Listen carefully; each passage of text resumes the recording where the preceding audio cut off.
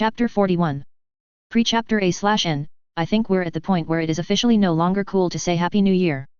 Either way, I hope you're all still keeping up with your New Year's resolutions. I'm just getting started on mine, still. Here we go with the 4th chapter of 2025. Lovely to have you all here, and I hope you enjoy this one. If you do, feel free to head over to Patreon and read the next 2 chapters. I update there on a daily basis, so there's always something for you to read. It's also a new year, so this is probably the best time to buy an annual membership on my page, if you're the kind of person that would do well with one. Have fun. I laughed. I could not help it. I laughed, and not a chuckle or a snigger, but a full-blown laugh that had me doubled over and struggling to stand. If you think that is an offer worth anything, then you clearly failed to listen when Zhang told you about me. I am Natsu Wu, General of the Fire Nation. Heir to the Wu family. I do not surrender. I do not retreat. I do not lose. You will fight me, you can resist for a time, but you will fail. When I kill you here, I will send your head to your nephew, and I will invite him to come see the heads of these friends of yours as I display them on the walls of FirebenderSI as a warning to one and all. There is no offer you can give me. There is nothing you can do to mitigate what is coming for you. All you can do now is pray that I make it quick, I said, dead serious as ever. Listen to reason, Natsu. Zhang said. Enough with this talking. Toji, I want that man's head and I want it yesterday. My best friend turned to look at me and I smiled at the easy smirk on his face. Just the head? I think I'll keep the hands for myself. Piandao, perhaps upset at the casual way Toji was speaking about dismembering him, sent on the attack. A straight, sweeping slice that cut not but air as Toji leaned backwards to avoid it and retaliated with a forward thrust of his spear. At the same time, Toph sent a pillar of straight stone right at Paku. The waterbending master, with fantastic economy of motion, created a cutting wave of water that sliced through the pillar and continued towards her. She stepped to the side, allowing the attack to pass her by. Both Iroh and Zhang were stood watching the fights, useless as they were in the present condition. I scoffed silently and rerouted my position to go back to the office in the hopes of finding my bow. Of course, I was not allowed to move unaccosted as both the old men began to chase after me. Let them be, I ordered Toph and Toji as I ran backwards to the office. Without their bending, they would struggle to represent anything even resembling a threat. Of course, I was much the same. Besides the part of me that had given that order to prevent them from getting distracted and thus losing their fights to their opponents who were not slouches, the rest of me had given the order because this was a good thing for me. It meant I wouldn't have to worry about the White Lotus as a threat after today, and I was still going to get the chance to test myself against these two. I entered the office, aware that they were chasing me and considered using the bow to get rid of them, but my aim was barely passable if I was being honest, and it felt like a cop-out. I turned to the hourglass and noted that it was a bit more than halfway done. Good. I walked to the table as both men ran in behind me. Let's sit for tea and discuss while we wait for this situation to come to an end so we can get on to properly killing ourselves, shall we? I asked as I began to take out the teacups from the Earth King's set. Do you have jasmine? I heard one of their voices ask out, no need to guess who it was. I do. Let's sit and have tea, General, Admiral, I said before taking my own seat and turning to the flask off to the side of the desk. Shaking it, I was disappointed to note that the water had gone cold. Toji was the only one who regularly drank tea, and he had me heat the water for him most of the time. Well, that was an idea, but sadly the water is cold, I said, to laughter from the silver-haired man. Both Iroh and I turned to him, and he just shook his head as he said, 3 powerful firebenders in this room and not one of us can heat some water for tea, he said. Give it a few minutes. I said, looking at the hourglass again. A magnificent contraption. Designed to measure the length of the eclipse. Yes. Had to do some complicated calculations and measurements to get it in place, but the artisans of FirebenderSI do love a challenge, I said idly, even as I kept part of my attention on my internal flame, trying to do anything to stoke it into being if possible. I had given up on fighting the eclipse's power, but I still wanted to be able to react the second the eclipse went down. Oze had been able to send lightning right at Zuko at the end of the eclipse, and I'd need that kind of speed if I wanted to get the better of these two. Besides, if I distracted them with the hourglass and left them focused on it, then all the better for me. The hourglass hadn't been flipped until a few seconds after the eclipse itself had begun, so it was going to be a precious few seconds late. I must ask, General Iroh, what has brought in the company of a traitor such as him, I said, not even bothering to spare my former master a look. The man had had everything at his fingers, the nation for his taking, and he just turned his back on it all. He would surely be Grand Admiral at this point already, if he had had the common sense and foresight to stay. Well, Zhang is an old friend of mine. So was my father. I could no longer hold in the outburst that had been building on the tip of my tongue since I saw him walk in here like nothing had happened between us. Like we could be mistaken for friends by any fucking means. Your father, I spoke up for your father, Natsu. General, I cut in. General, he conceded, before continuing. I spoke up on your father's behalf when the time came, and what ended up happening to him is one of my greatest regrets. I apologize for your loss, but I did save his life. At the cost of his hands. There was no life for him after that. You and your father might not have pushed him off the ledge, but you sure as hell tied the noose and gave him a nice stool to stand atop. I hate the both of you for that, I said, feeling a weight leave my chest as I finally got to say my piece on the matter. My father's death was something that I had never dwelt on. I'd told myself that it didn't matter, grandfather had been the father I needed, after all, but since our falling out it had gotten harder and harder to pretend that the promise of a father had not meant anything to me, the promise of what he could have been, to be honest. I see. Then would you forgive me if I asked for it? We are sons of Agni, alike in all the ways that matter. I did try my best, but my father would not listen, too taken by rage at the perceived insult he said. My hatred of you doesn't come from your failure to contain Ajalon. It comes from your failure to lead to my father's actions in the first place. You failed to take this city. At the end, I was snarling, and he flinched back like he had been struck, and I could not deny the vicious satisfaction that flowed through me at that, even as Zhang Zhang watched the confrontation, unmoving.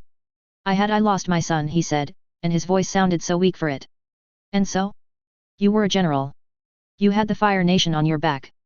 How many sons and daughters had been lost in the siege already? Retreating due to your grief, meant every death, even your sons meant nothing. You are weak, Iroh. A stronger man, a true son of Agni, would have taken Ba Singh Se, and his son's name would have made the streets of Ba Singh Se run red with blood for the affront. My words poked a nerve, I could see before I was even finished, but it was too late to go back, not that I was so inclined. You failed. You failed my father. You failed your army. You failed the Fire Nation. You failed Lu-10, and that was the straw that broke the back. He roared with rage, and his fire roared with him. I felt my own fire rise in response as he dove right at me. He hits like a train, I thought to myself as I felt my body crash through the previously unyielding stone that had made up the wall behind my desk. I flipped in the air and spread my heat all around my body before I managed to stab my hand into the ground and arrest my momentum. Well, that saves me the trouble of suggesting a different venue, I said as I pushed off the ground and slammed into the old general as he crossed the hole in the wall he'd punted me through. Even moving as quickly as I was, Iroh still managed to react on time and grabbed a hold of the knee that I wanted to rearrange his face with before he tossed me out of the room and into the hallway with one push. Fuck. I guess that answered the question of whether that was fat or muscle under those flowing robes. I took a deep breath in, and before I could send a lance at Iroh, I was forced to abandon the attempt and draw up a fire shield that did a good enough job of preventing Zhang Zhang from blowing me up. His attack still sent me sailing through the air up until the end of the hallway. Looking at the pathway of destruction, I could tell that Toph and Toji hadn't held back much in fighting their opponents. I could see the direction they had taken and consciously chose to follow the opposite route. The garden wasn't far from here, I thought, burying the pity I had for whichever poor sod would have to fix this mess when the Fire Lord finally picked a governor for this place. I jumped backwards and turned and began to run, making my way for the garden. Are you running now, boy? Where was the brave man who wanted to fight? I spun around the corner, pausing for a second and allowing two more to pass before I heard his heavy steps approaching as he chased me down, before I pushed off against the corner I was hiding behind to nail him in the face with a clean hook. He stumbled backwards, 1 step, 2 steps, and I stomped on his left foot with mine to hold him while I tried to punch his head off. Showing why he had been given his epithet, the Dragon of the West, breathed out an inferno in my face with no warning. I rolled backwards, allowing the fire to miss me before I was forced to keep running as a wave of rolling flames threatened to cut off my route to the gardens. I mimed the motion for lightning generation and smirked as Iroh abandoned the attack he was preparing to stand in front of Zhang Zhang. Feint successful, I turned and kept running for the gardens. I could feel the heat of their venomous stares as I finally arrived at a window overlooking the garden and jumped straight in. I rolled and took up my position near the middle. Done running, boy? Iroh asked. Running? I wasn't running from you. I just wanted to face you somewhere worthy of a painting, I replied with a shrug. I couldn't fight in confined spaces as well as others could, and had no doubts that both experienced veterans would be ready for that. Instead of dealing with that, I'd moved the both of them to a venue I'd been sparring in for months. A painting? Zhang Zhang asked, also jumping out the window and taking his stance in front of me. This duel we are about to fight, you think it ends with the three of us? No, this is one that is going to go down in history. How arrogant, Iroh said, jumping out of the window as well and joining Zhang Zhang and I in the Earth King's rock garden. I silently noted the way they stood apart from each other, their stances not quite coming together in the way it would have if they had trained to fight as a team. They hadn't. They had wholly different styles of fighting, I noted. Iroh prepared Sozin-style long sweeping movements and powerful blasts of fire. Zhang Zhang? Well, Zhang Zhang fought like an artist. It was his thing. He believed that fire could be more than a tool for destruction, and that showed in the way he fought. Both their stances showed their preferences, just as I was certain that mine showed my own preference for direct combat and tendency to switch between any of the established forms and katas at will. That was the difference between them and me. They were both most assuredly powerful benders, but I had an advantage they didn't. I was born a firebending prodigy, and that meant there wasn't a single firebending style known to our people that I hadn't learned. Iroh moved first, jumping in the air for a second before landing with his left foot forward. His left fist left its position near his waist to lash out in a punch that sent a lancing flame bullet my way. I spun into a kick and blocked his lance with a fire sweep of my own. Like that first exchange had been a signal, we erupted into movement at the same time. XXXXTOJI Zenon. He stared down the man, Piandao. He was a skilled fighter, the wily old man. Not as good as he used to be, though, and it showed. You've come far, Toji, the man said, sword still stubbornly clutched in his hands. So have you. Differently, perhaps. You mock me. The man's anger still remained just as sharp and as focused as it had ever been. Easier to rouse as well. I do. What are you gonna do about it? Toji said, almost casually leaning against his spear. The man rose like a vengeful spirit and sliced through the air with his sword faster than most would have been able to follow. Not Toji though, he stepped backwards to allow the attack miss before spinning his spear and shoving the blunt end into his former master's midsection. The man fell to his knees, clutching at his stomach. But his grip around his sword remained tight. Never drop your weapon. Along with the sound of a wooden sword smashing into his wrist rang through Toji's head as he watched the man who had taught him so much fail to mount a proper defense. He came again, indomitable as ever, but a sweep of his spear later and Toji had sent the man into the ground. He spun his spear around one last time. They'd been fighting for about 15 minutes now. It was a testament to what the old man had once been that he had managed to even last that long, but their bodies were human in the end, and age came for them all. He took a step closer and moved his head to the side to allow the throwing knife the old man hid in his sleeves to pass his head instead of sinking into his eye. I would have enjoyed fighting you in your prime. Maybe Natsu himself would have even managed to get a good fight out of you, but we're long past that. Goodbye, he said, taking a final step closer and lifting his spear to deliver the finishing blow. Things went wrong instantly as Piandao's legs lashed out with a strength Toji did not expect the older man to still possess and tripped him down to the floor. Both men wrestled on the ground for a few seconds until Piandao froze suddenly. He stared down at his former pupil with shock in his eyes as the blade that Toji hid in his own sleeve stabbed through his ribcage and into his heart. Toji pushed the body off of him before the blood could stain him further. He pushed himself to his feet and stared down at the body, silently saying a prayer for the man's soul. Toji knew that one day that would be him. He knew the kind of person his best friend was. Natsu was a warrior, the kind of person who was happiest when killing and under the threat of being killed. War would never end for a man like that, he knew.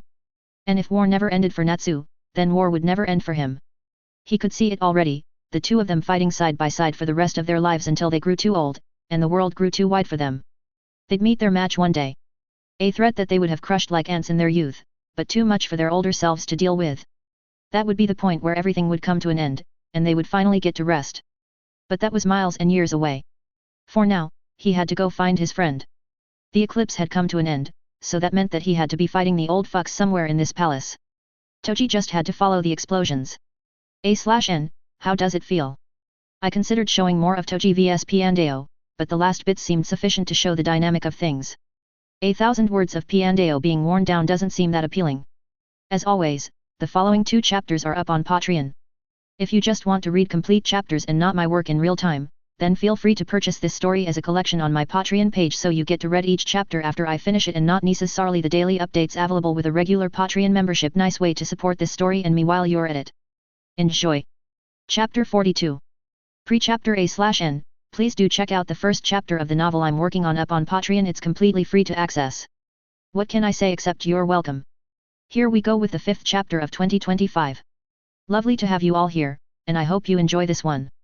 If you do, feel free to head over to Patreon and read the following 2 chapters. I update there on a daily basis so there's always something for you to read. It's also a new year, so this is probably the best time to buy an annual membership on my page. XXXX Katara. There was so much chaos around them that she couldn't even make heads or tails of what was going on. Everything had begun according to plan. Masters Paku, Zhang, Piandao, and Zuko's uncle had left to the Earth Kingdom to free Ba-Sing-Se while she, Sokka, Ong, Bato and their allies went towards the Fire Nation. While their friends attacked the gates of Ajalan, it was her, Sokka, and Ong that had gotten on Appa to make the journey to the volcano that the royal family had retreated to. It was when they arrived at the smaller palace that all hell broke loose. They'd arrived to the site of Fire Nation soldiers fighting other Fire Nation soldiers as chaos reigned. And then they'd been spotted and been forced into the middle of all that. At that time, the eclipse only had 5 minutes left, so they didn't have a choice. No one had been able to give them a clear picture of what was going on, so they fought their way down to the center of the palace. Even there, it was more chaos, with so much screaming and fighting, and shouting that she was beginning to wonder if this whole thing wasn't some sort of twisted trap and mind game to waste their time. When they arrived at the throne room, it was to seeing some old men surrounded by Fire Nation soldiers, with the old men being protected by soldiers of their own. Unlike those outside, these ones hadn't decided that it was necessary for them to pick up whatever they could find and try to kill each other with it, and seemed to be waiting for the eclipse to come to an end. Their presence was noticed in seconds, and all the present forces turned to them almost as one.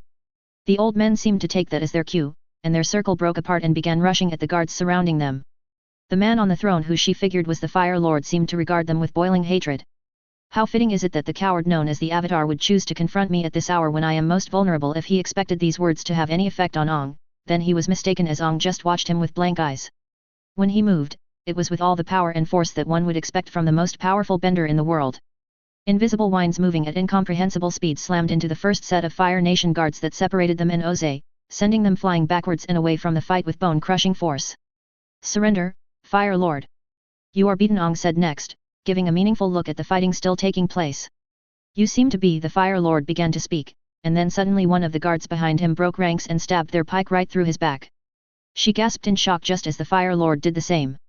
"Why you?" he asked as he fell forward from the throne and onto the floor. The other guards broke their stupor, and moved to attack the one that had killed the Fire Lord, but Katara felt at her waterskins and created a whip of boiling water that slapped all of them away from her as she moved to the guard's aid. She had no idea why it had happened, but the fact that the guard had killed the Fire Lord meant that she was at least an ally. Ong, eyes flashing white for a second but no longer, brought an end to the fighting in a matter of seconds. Powerful blasts of air tore through all the Fire Nation soldiers and guards, sending everyone who failed to surrender into a broken heap on the floor. The guard who had killed the Fire Lord ripped their helmet off their head, revealing a beautiful woman in a ponytail. For the first time in a long time, Katara learned what it felt like to look at someone more beautiful than her and crushed the feeling of inadequacy that rose in her chest as quickly as she could. "Who are you?" she found herself asking. "Zufu," the guard responded, voice cold as ice. "Why would you do that?" Ong cut in as he floated to land between them. On looking at the Fire Nation woman, though, Ong seemed to freeze in his steps, obviously taken in by her beauty. Part of Katara couldn't even blame her. From a few meters away, Sokka was in much the same state. "This bastard raped me." Repeatedly. Multiple times a day, he demanded that I serviced him, or else he would see to it that my family was punished for my impudence. "I swore that I would kill him one day, and you gave me the perfect opportunity," she said, spitting down at the body of the Fire Lord, even as Katara felt disgust and pity overwhelm her in equal measure, disgust at the pathetic waste of space that was Oze, and pity for this woman. XXXXXXTOJI. Natsu had one great talent in life. It was killing. Zufu and Maki might have tried to dress it up with pretty words because they never truly understood his best friend. Natsu was a born killer, and it showed in the way he fought Iroh and Zhang Zhang. Even though they seemed equally matched to most, Toji could tell there was a sharpness in Natsu's movements. A hunger and savagery that neither of the older men had in them. Zhang Zhang fought like an artist, but Natsu's art was fighting. He bent almost to his waist to dodge around a powerful fist from General Iroh, and turned the bend into a smooth backflip to avoid a flame missile from Zhang Zhang that sought to take advantage of his seemingly occupied state. Toji smirked at that. Natsu had a degree of spatial awareness that none could ever match. It was like he had eyes at the back of his head sometimes, the way he could tell what was happening around him. He spun up from the backflip and shot right at Zhang Zhang. The white-haired man pursed his lips before flaring his hands to lift a wall of flames to ward off Natsu's approach. As if Natsu cut through the flames like the son of Agni he was and came face to face with his former master. The man stepped backwards, and in a second, Iroh was there to help. He met Natsu blow for a second, but Toji could see the way he winced when blocking Natsu's punch with his forearm. Natsu hit harder than anyone Toji had ever met, and he did it relentlessly. He dodged around the general's retaliatory palm strike and lashed out with a kick aimed at his head, matched with fire aplenty. With a twist of the wrist that Toji had to commend, the old man deflected both the powerful driving kick and the flames that came along with it. Natsu's old master darted around the wider old man and aimed a powerful fire blast at Natsu's head with his fist. Natsu turned to the flames at almost the last second and allowed his body drop to the floor into a split. The flames went over his head, while Natsu rose from the floor with an uppercut aimed right for the older general. He stepped backwards in a flurry of expert footwork and opened his mouth, showing us why he was called the Dragon of the West, and spewing out a sea of flames. Natsu then proceeded to do something that had Toji doubting his eyes. He was used to the bullshit to some extent, but this was just an entirely new level. He breathed in and proceeded to swallow the flames that Iroh spewed out. Both Zhang and Iroh froze at the sight just as Toji did. Even Natsu himself seemed shocked that he worked, and then that shock turned into a smirk. He jumped at the old general and the man scurried backwards like he had just realized the truth of the situation. He was prey, nothing more, and Natsu was the baddest predator of them all. As Natsu chased him, Iroh slammed his foot on the ground with a lot more force than he needed to, obviously some form of signal for Zhang to do something. But instead of Natsu's master, the ground in front of Natsu exploded as someone jumped out of the hole and dove right on Natsu, slamming Toji's best friend into the ground. Obviously, an earthbender, the man was a giant, easily nearly as tall as the mountain and about as muscular. His upper body was bare, and he wore only a light green knee-length shorts with overlapping panels to protect his dignity. He grabbed a hold of Natsu's face with his hand and used that to push his head deeper into the ground. Natsu seemed to strain against the grip but could barely get any leverage. The surrounding ground began to rise to enclose him then, reminding Toji of the state they'd found Natsu in after that bastard Bumi had had his way with him. But Natsu had grown by leaps and bounds since then. Not only that, but he'd practiced this exact situation with Toph. He was almost fully enclosed within the earthen prison when the entire thing exploded and sent the earthbender flying. The man sailed through the air for a few feet before landing on the ground smoothly. Even as he tried to play it off, Toji's keen eyes could see the reddening on the skin around his left palm. It progressed up his wrist before stopping at the bracer that he wore. He had a brown bracer with metallic studs around each wrist and each ankle. He was dressed shockingly similarly to that mad bastard Bumi, and the longer Toji looked at him, the more similarities he could see. And who are you supposed to be? There was a false lightness to Natsu's tone as he stood up to stare at the three men who had taken their stances opposite him. You took everything from me, the earthbender said before stomping on the ground and sending a giant javelin of pure stone right at him. Natsu turned, allowing the earth missile to miss him. I don't even know who you are, he replied with a confused tilt of his head. You will, the earthbender replied, and all four of them exploded in motion at the same time. Both Iroh and Zhang's fire attacks went practically ignored as Natsu dodged around them in his chase of the earthbender. The man stood his ground, which displayed bravery that Toji commended, even if he knew it would avail him little. He stomped the ground and multiple boulders flew into the air under his command.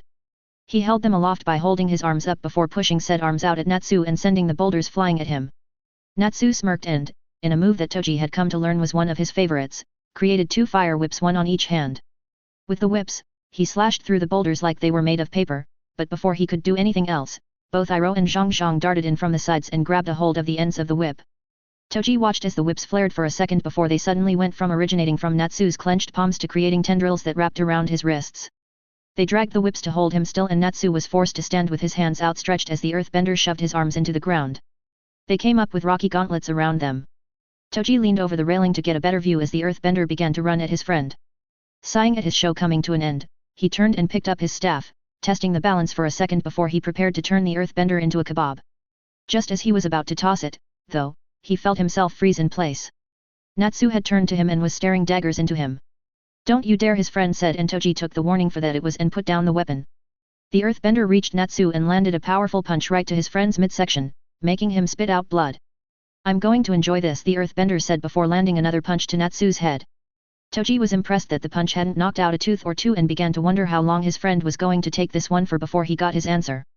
Iroh and Zhang were at opposite ends of the garden, each one dragging at the fire whips that kept Natsu's hands bound. The earthbender came around for the next punch and this time, Natsu was ready. Right before the punch landed, Natsu dodged underneath it. The flames binding him turned an ethereal green that forced both men to let go with screams of pain. Natsu brought the flame whips back around and tried to use them to tear through the earthbender's body, but only ended up succeeding in getting a nasty cut into the man's side as he used his bending to push himself off of the floor and backwards away from Natsu. Toji's friend snarled at the miss before he was set upon from both sides by the firebenders. As one, they unleashed powerful blasts aimed at him. Natsu spread his arms out before cycling them like a windmill, creating some sort of fire shield that blocked both attacks but surrounded him in a tornado of green flames. The fire tornado became smaller and smaller until Natsu became visible again, and Toji could see that he was gathering the flames and concentrating them into a single spinning ball in his grip. Like a shot from a cannon, he fired it right at the earthbender in front of him. The man set his mouth into a grimace before he lifted multiple earthen walls from the ground and tried to use them to block the attack. It didn't matter. The green fireball tore through the earth walls before hitting the earthbender center mass and exploding into a fireball that hurt Toji's eyes to look at. One down, Natsu seemed to be getting into the groove of things as he shot at his former modder at full speed. The man managed to block the first fire punch sent his way but was forced to dodge away from an arc of green flames Natsu created with a roundhouse kick.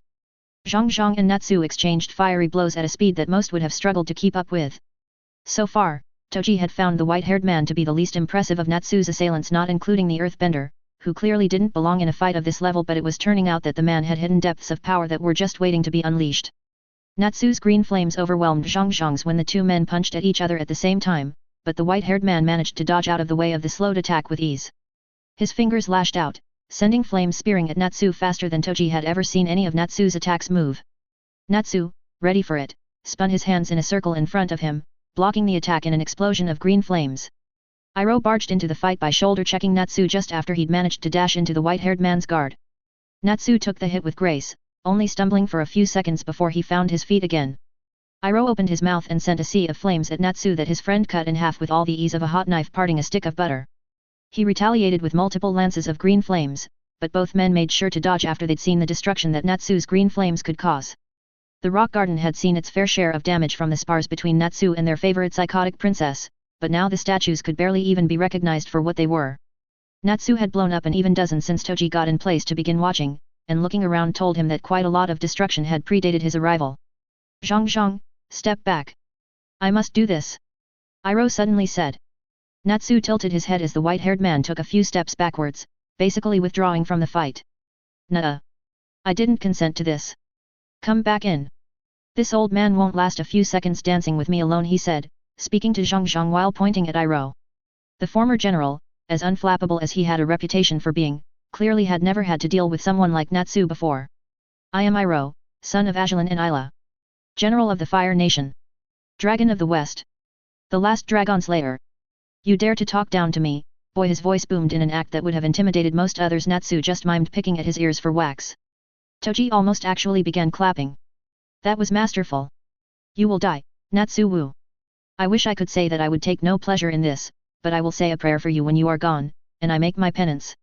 Do you think I'll get to call myself a Dragon Slayer when I kill you? Natsu the Dragon Slayer has a ring to it, don't you think? In fact, I think it sounds just perfectly right to me. Come at me, old man. Give me your best, and when I kill you, the world might remember your last gasp if I will it, Natsu said and rose to his full height, making a come-hither gesture. A/N, 2 guesses as to who the earthbender was, and the first 2 don't count. Please, please, and please, check out the first chapter of my original novel up on Patreon, completely free to access, so have fun. As always, the following 2 chapters are up on Patreon. If you just want to read complete chapters and not my work in real time, then feel free to purchase this story as a collection on my Patreon page so you get to read each chapter after I finish it and not necessarily the daily updates available with a regular Patreon membership. Nice way to support this story and me while you're at it. Enjoy. Chapter 43. We interrupt your regularly scheduled messaging to say Happy Valentine's. Get 20% off annual plans on Patreon from now until 9:59 p.m.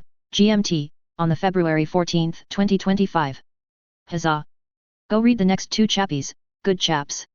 This time, when they crashed, it was not elegant.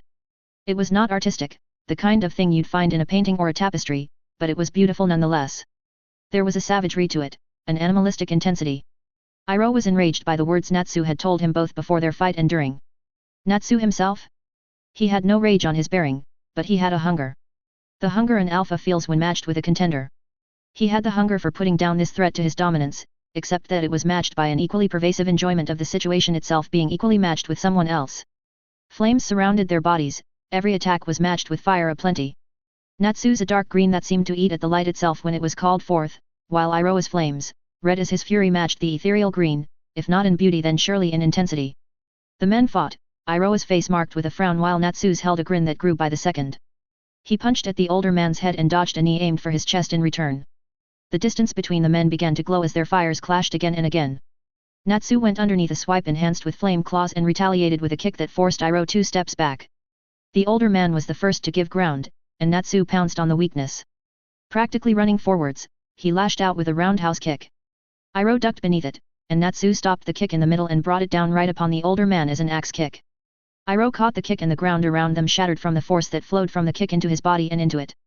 Natsu, leg still resting against Iroh's crossed forearms, used said leg to push himself upwards into a spinning kick with his other leg that sunk into Iroh's unguarded midsection.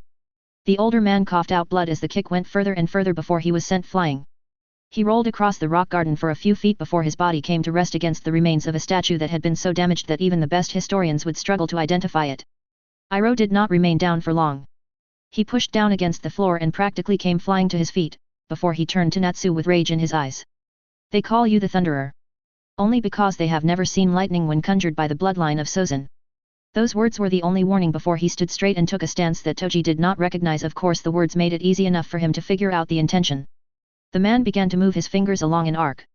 Another man would have trembled at the sight, would have tried to run even if it would have served them no good, but Natsu remained on his feet, staring at the man. It was almost academic his curiosity. From knowing him for years, Toji could tell that Natsu was breaking apart every facet of Iroha's stance, cataloging it and storing it in his memory. Toji wanted to scream at him to do something, but Natsu was not suicidal. This inaction was part of some plan to see to his survival. No one doubted Natsu and made it very far, so he remained silent and watched the whole thing, not looking to miss a moment. When Iroh finished his movements, taking them even slower than he surely could once it became clear that Natsu was not going to try to dodge, the world changed color.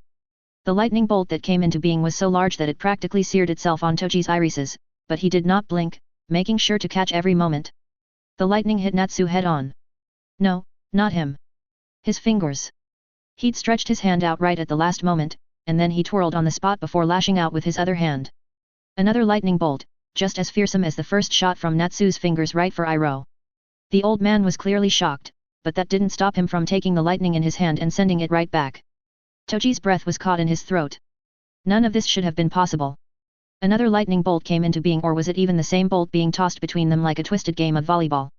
Iroh sent it back to Natsu, but once the lightning left him, Toji could see the way his body began to vibrate with the absence. Toji's mind came to the problem easily.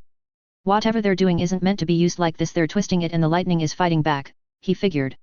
When Natsu released the lightning, he was similarly left in a state of agitation. Iroh took the lightning once again, and this time, it was like his body was struggling to channel it and send it back. This fight between masters of their craft had turned into an endurance contest. The air around them became charged, and Toji felt the hair all across his body lift up from the lightning in the air. An endurance contest that Natsu was losing, he realized as the lightning returned to his friend, and he took even longer than Iroh did to send it back. Toji turned some of his attention to Natsu's old master. While only a fool would get in the middle of this situation, Toji knew that the chance to get Natsu now that he seemed so vulnerable would be nearly impossible to resist. The glow from the lightning passing between them had formed some sort of bridge connecting the two men. Sparks left Iroh's body to strike Natsu's, and the same happened the other way around. Iroh returned the lightning and fell to his knees immediately after. Toji looked at him and knew the man is done. Come on, Natsu. This is it. Just this one more, and you've won, he said in his mind as his friend took the lightning into his body with a breath. From the moment the lightning hit him, it was clear that Natsu was struggling to keep up with the channeling. Toji could see arcs of lightning dancing across his body as he tried to redirect it. In the end, he fell to his knees with the lightning still in his body. And then from his knees, he fell to the floor face first. Natsu! That scream! His head snapped to the other side of the garden, the other balcony, and found Toph there, body covered in sewage for some reason. That was the least of his problems, though. His best friend had just lost, was probably dead. Toji knew he should probably jump down and go in there, but he was frozen. He couldn't move. His hand was shaking. Not just his hand, his whole body. Toph screamed again, and unlike him, she had jumped straight down and was rushing towards him. Before she got to him, though, his hair flashed with lightning and in a blur he had moved across the field. Toji gaped at seeing Natsu's hand shoved right into Iroha's chest. What? How was he even standing? Toji's eyes instantly went back to the spot Natsu had collapsed on and noticed the scorch marks on it. He had grounded himself by channeling the excess lightning into the earth. Genius. And the rest of it? Well, Toji could smell Iroha's body cooking from the inside all the way from here. The Fire Nation Prince never even got the chance to say any last words or to resist the approach of death. Rest well, Iroh, son of Azulin and ATLA, father of Lu-10. You were truly strong. Toji heard Natsu whisper down to Iroha's body with his hand still shoved in the old man's chest until he lifted his head to look at Zhang Zhang. There was heat in that gaze. Your turn, Master, Natsu said, removing his hand from Iroha's chest with a squelch and then pushing the body to the side so it landed on the floor. It was clearly one hell of an intimidation tactic because Zhang Zhang actually took a step back at Natsu's approach. Come at me, bring your best and maybe your death will be painless, Natsu said, and Zhang Zhang flared his fingers, moving like he was about to attack before he lifted a massive fire wall. Even from here, Toji could feel the heat of the wall. Natsu didn't even flinch at the fire until it died out, revealing that Zhang was nowhere to be found, and Natsu suddenly moved to drop to his knees. Not on Toji's watch, though. He jumped down and ran across at his top speed, just managing to grab a hold of his friend before he hit the floor. "You won," he whispered to him. "I won. Have people sent out to find Zhang. Get someone to check in on ATLA as well. How's Toph?" "I heard her," Natsu whispered against his body before Toph's arrival shut him up. The blind girl practically hurled herself at him in a hug, and it was all Toji could do to keep them balanced. She was crying, he noticed. "Thank you, kid. I heard you there," Natsu whispered to the girl, and her light sniffles turned into full-blown balls as she pulled her body even deeper against his. XXXXX Natsu. There was no news from the homeland. It had been a week since the eclipse, and there was no news. I was getting antsy, but I wasn't the main problem. The problem was currently pacing her way to wearing a hole in the carpet of the solar I had since claimed as mine. The repairs in the castle were proceeding at a snail's pace, so I didn't want her causing any unnecessary damage. "You can sit down, ATLA," I told her with a sigh, and her head snapped right up to mine. No, I cannot. If those cowards attacked my father during the eclipse, then they could have actually managed to find a way to deal with him. I can't lose him, Natsu. We can't lose him by we. I surely hoped she was referring to someone else in addition to her, because a dead Oze worked well enough in my favor that I was almost tempted to wish for it. Still, I knew it would hurt the girl in front of me, so I didn't allow any trace of those thoughts to show on my face. Instead, I plastered my most conciliatory expression on my face, and sighed. Just give it a few more days. We have gone longer than this without receiving word from the homeland, and by my calculations, we still have a day or so until our own messenger crosses the gate of Ajalan with news of your uncle's death.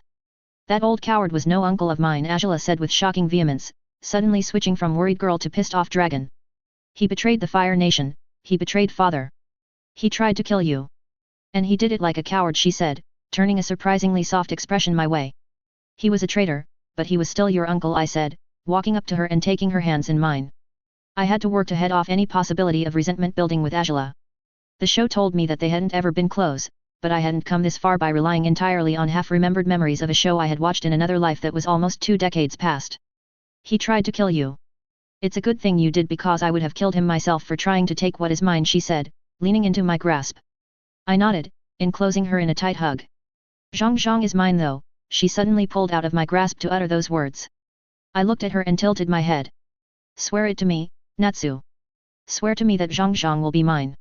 I must teach a lesson to the rest of the world about touching things that do not belong to them, my things, she said, and I couldn't even deny that that sounded hot.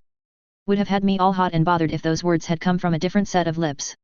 I swear it, princess, I told her, making sure to place my chin on the top of her head so she wouldn't get any ideas. The next few weeks passed without any news from the capital. I spent my time in a cross between training with ATLA, sparring against Toji and Toph at the same time, and whipping my soldiers into shape.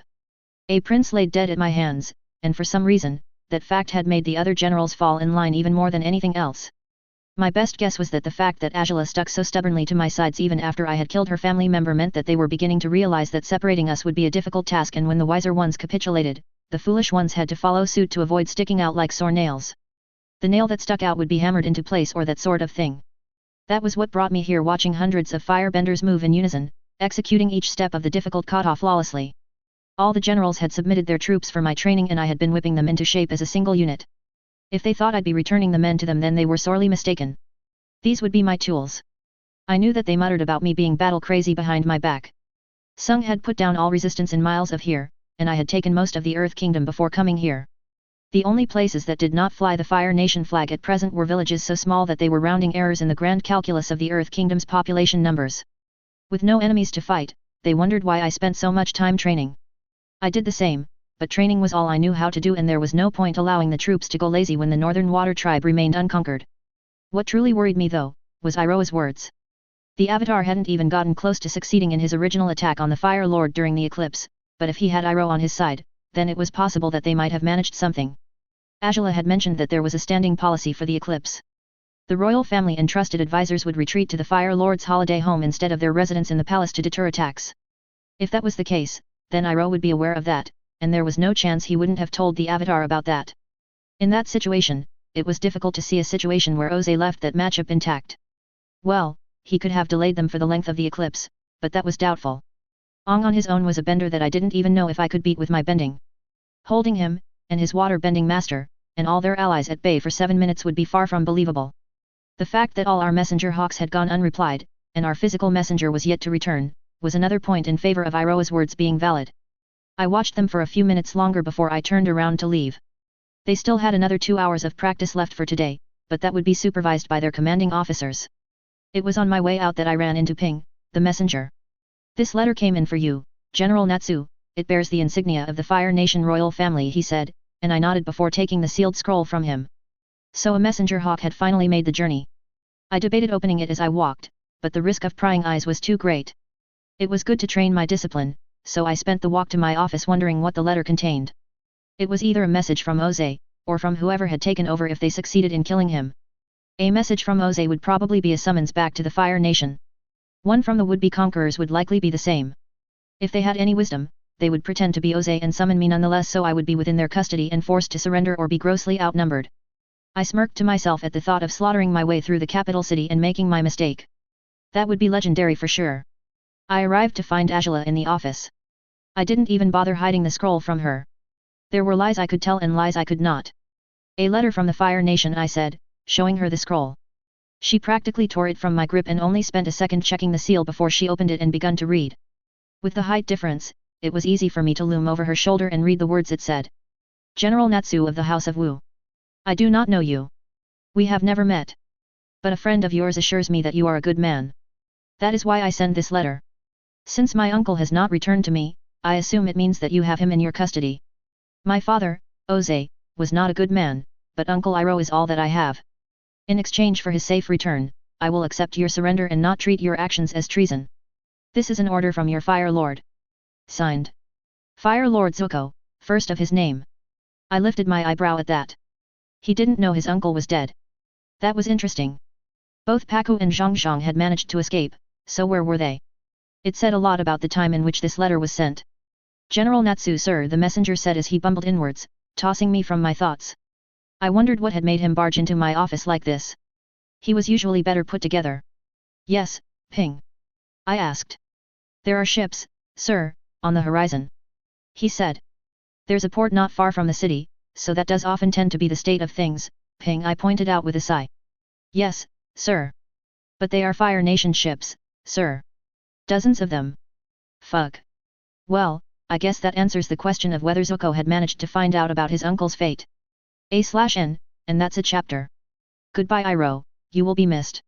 As always, the following 2 chapters are up on Patreon. If you just want to read complete chapters and not my work in real time, then feel free to purchase this story as a collection on my Patreon page so you get to read each chapter after I finish it and not necessarily the daily updates available with a regular Patreon membership. Nice way to support this story and me while you're at it. Enjoy. Chapter 44. Pre-chapter A/N, please do check out the first chapter of the novel I'm working on up on Patreon. It's completely free to access. What can I say except you're welcome. Here we go with the 7th chapter of 2025. Lovely to have you all here, and I hope you enjoy this one. If you do, feel free to head over to Patreon and read the next 2 chapters. I update there on a daily basis, so there's always something for you to read. Ships being spotted on the horizon didn't mean that the ships were close by. In fact, it would take another few hours for the ships to make it to the port. That meant I had time to put things in order. The first thing I considered was summoning the generals and revealing what had happened to Oze to them, but I had hours, and that cantankerous lot would be fine keeping me there with their arguing and debating. Besides, we were technically in rebellion against the throne at present, so there was no point in giving them a way out at present. When I absolutely had to tell them, I would. That meant I needed a way to get a company of soldiers to the ports without drawing much attention. Of course, that was as far as I got before there was a knock on my door and Sung was walking inside. "General Natsu, I felt the need to bring the ships on the horizon to your notice," my former commanding officer said. Of course, the bastard knew. He had probably even figured out some part of what was going on. Not the whole story though, because that was far too far-fetched for anyone to come up with all that with no context. "I am aware, General Sung. I will be moving to meet them as they disembark," I said. "And this has nothing to do with the letter from the palace that arrived today?" he asked. Someone in my service had a very loose tongue, and they were going to lose it once I found out who it was.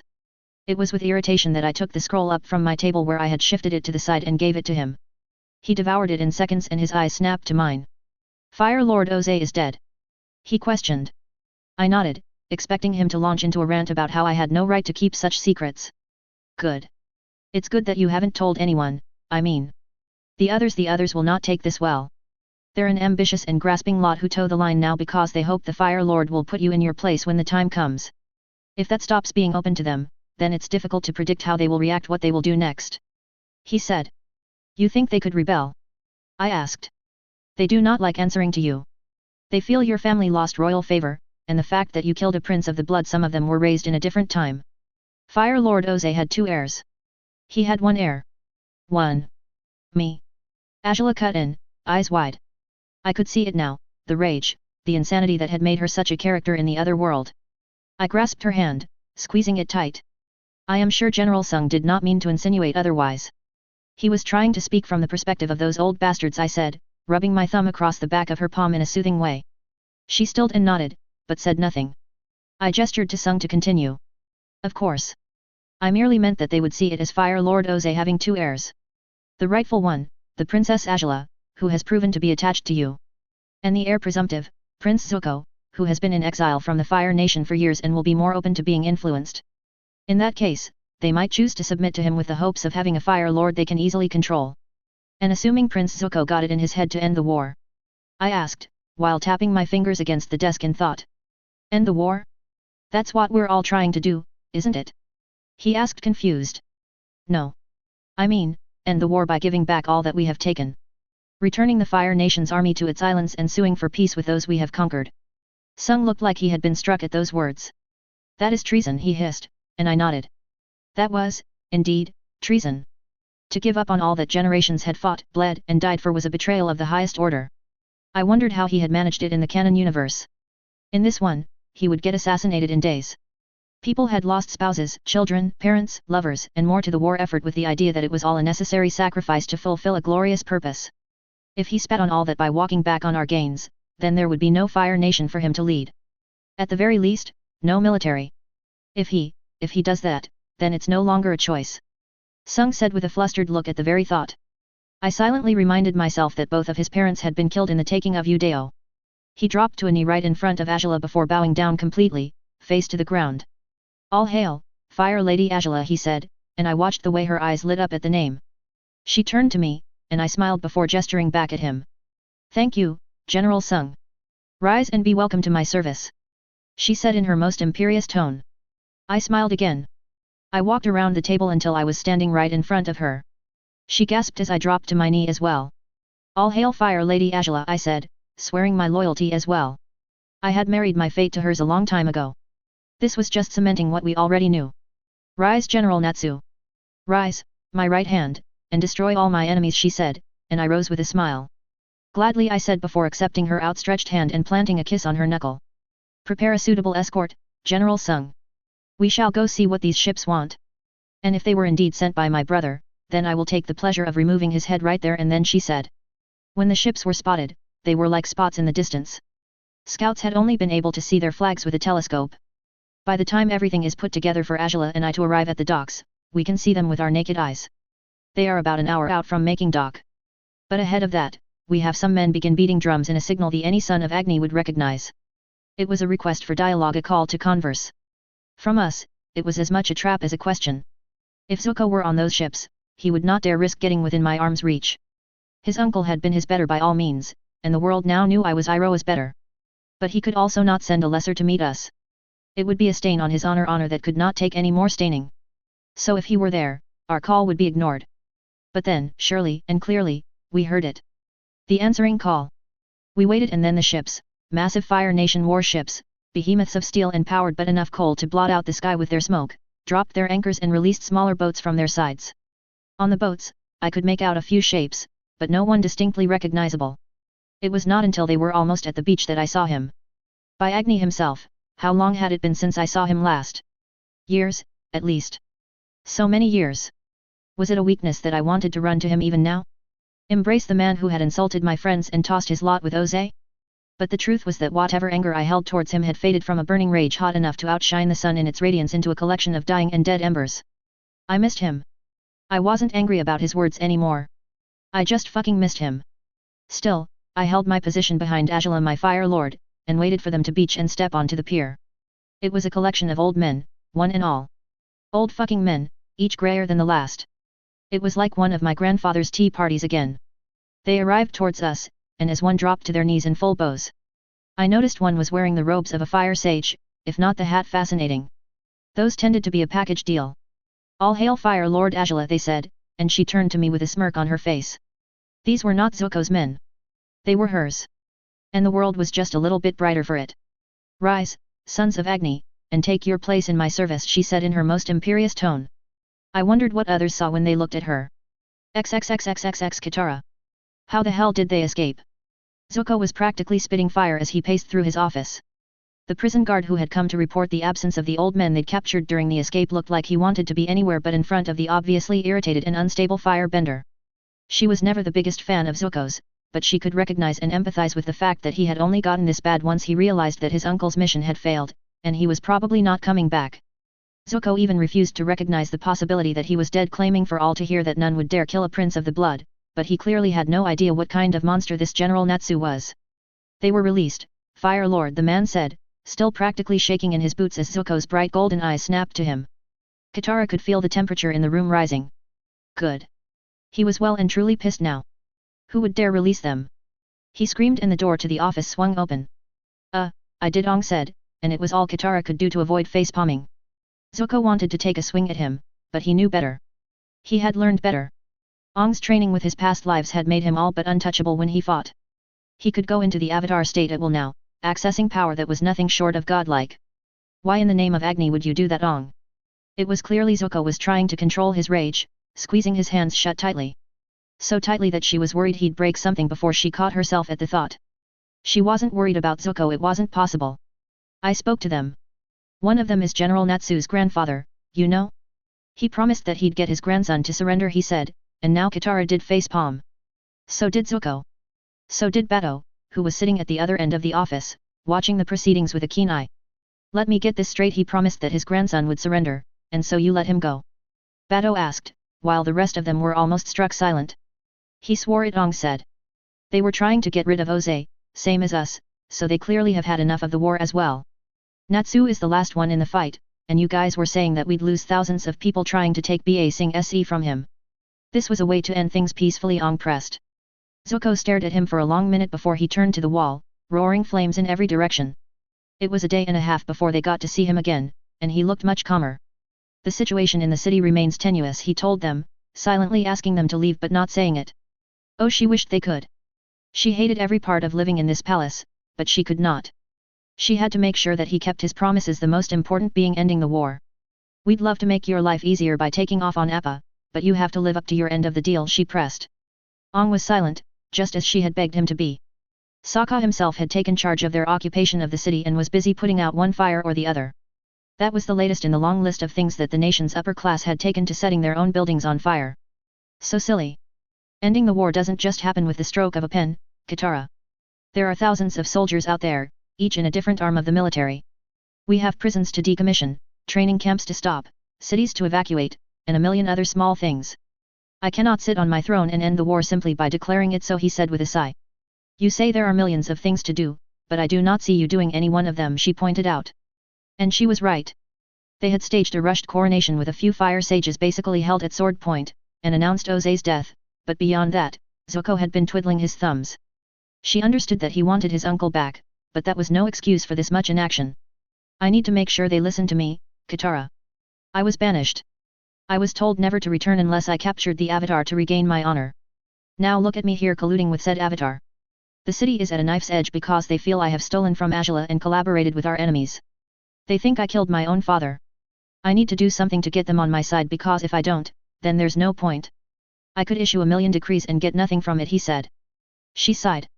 She had no idea how the Fire Nation worked, but she knew leadership. He was the chief here. Why couldn't he just tell them what to do? What are you doing to get them on your side? Bato asked, hand on his chin. I have invited the governors from across the territories and the various lords from their castles to attend to me here. I will host them, and force them to submit. If they submit, the rest of the realm will follow, he said. And this Natsu fellow? What about him? He is with my sister, and he has my uncle. I never met him when I was younger, but I heard a lot about him. The initial plan had been to force his surrender on threat of his grandfather's life, but that is no longer open to us, he said, directing his glare at Ong. The past is in the past. There's nothing we can do about that, Katara cut in smoothly, trying to channel the way her father spoke when he was dealing with the other men in the tribe. And so you understand why the war cannot end tomorrow. If I make an order like that, lacking the proper backing and placement, there is no chance that I do not end up facing an uprising in days. He said. No. No, I don't. You are the Fire Lord, Zuko. We made you the Fire Lord to do one simple thing, and if you can't do that, then what use are you? She heard Angsuk in a breath beside her, and even Bato did the same. She could not back down now. They had given so much. Her father had lost his life fighting to end this war. Zuko had to do his duty. They'd all fought and bled for this. I was raised from being a child to be a prince of the Fire Nation, and when my father took the throne, to be the next Fire Lord. One of the first lessons I learned was that the Fire Lord does not rule alone. You can see it as there being four major powers in the Fire Nation: the Fire Lord, the Fire Sages, the nobility, and the military. We need at least two of those on my side to give me the legitimacy I need to do something so controversial.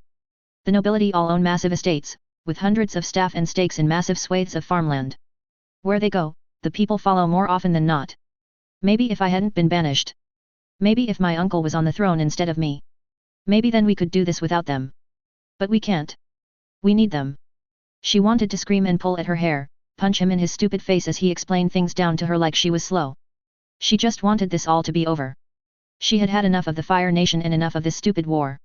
It was changing both her and the people she loved in ways she was not comfortable with. So when will this meeting with the nobility take place? Bato, bless his soul, asked when he could see that she couldn't bring herself to speak lest she say something irredeemable and doom this alliance before it even achieved anything. In 2 weeks.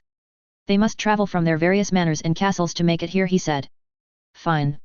You have 2 weeks, Zuko, she finally said with a glare. In the meantime, I need to know which men flew this flag, she said, passing him the paper that contained her best drawing of the flag she'd seen on that day, the day they took her mother from her. A/N, we get some time in the Fire Nation. Obviously we don't get a full picture because that would just be an info dump rather than semi-organic dialogue, so you can fill in the gaps with your assumptions, and we can see what ends up being true or not as time goes on.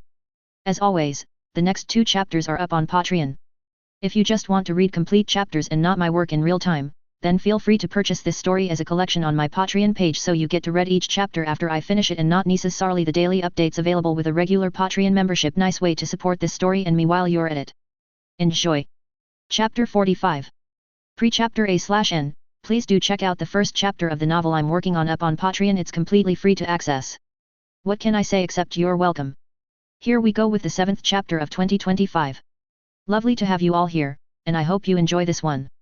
If you do, feel free to head over to Patreon and read the next 2 chapters. I update there on a daily basis, so there's always something for you to read. You've been avoiding your grandfather, Maki said on walking into my office. I surely doubt that he spoke to you and told you that himself, I replied, not looking up from the reports I was reading through.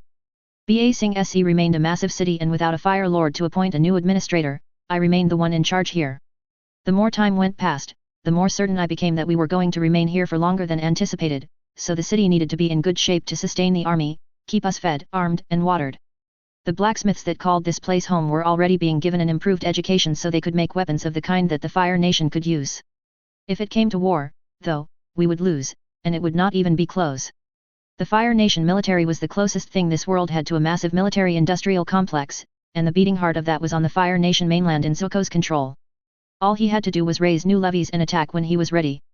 It was easier said than done, but it was possible nonetheless. He did not need to. The fact that you sit here reading through reports rather than out there with him and his friends tells me all I need to know. And you missed the last meeting, she said. I informed the Fire Lord ahead of time, and Toji sat in my place. I replied. So you are avoiding him. I knew it. I never denied it. I shrugged. Now the only question is why? I know you love him. And you're not stupid enough not to know that the time he has left is very limited. You know what he did. And I know that was years ago, she shot back, taking a seat. Doesn't mean I've forgiven him. Time doesn't heal all wounds, Maki. You're not the type to hold a grudge. Pisses Toji off something fierce, but I think it's your best trait. So I do know that you've forgiven him, so what's the hold up? What if he hasn't forgiven me? I asked, looking up from the reports. I had barely been able to make out a word after Maki walked in and began to distract me. There's no chance he hasn't. You're his precious grandson and heir. You should see the way he speaks about you to the other generals. He probably doesn't even remember whatever went wrong with you guys. I said some pretty disrespectful things, and while I might not be the type to hold a grudge, my grandfather definitely is, I said in response. Well, there's only one way to find out. What do you mean? He should be here any moment now, she said airily. Who? She just smirked. Maki? Who should be here any moment now? I asked, having a bad feeling build in my gut. There was a knock at the door. I wonder who it could be, she said dramatically as she began approaching the door. Maki, don't you dare! I hadn't even finished the sentence when she swung the door open. Please do come in, Lord Wu. Natsu just told me he's cleared his schedule for the rest of today, so you both have the time to converse, she said, stepping around him and leaving the office while he shut the door behind himself. I couldn't get over how old he looked already. Please take a seat, grandfather, I said, remembering my manners and standing from my seat to welcome him. He marched with an efficiency and solidness that belied his age and appearance before planting himself on the seat like it was a throne. It was one of the things I most admired about him. He had a regality to his movements that few could manage to even simulate a fraction of. You have done well, my grandson, he said, and I could hear the pride in his voice. Thank you, grandfather, I said, unable to keep the crack out of my own. I knew you would rise in the military. I knew you would become a general at some point, but your progress is outstanding.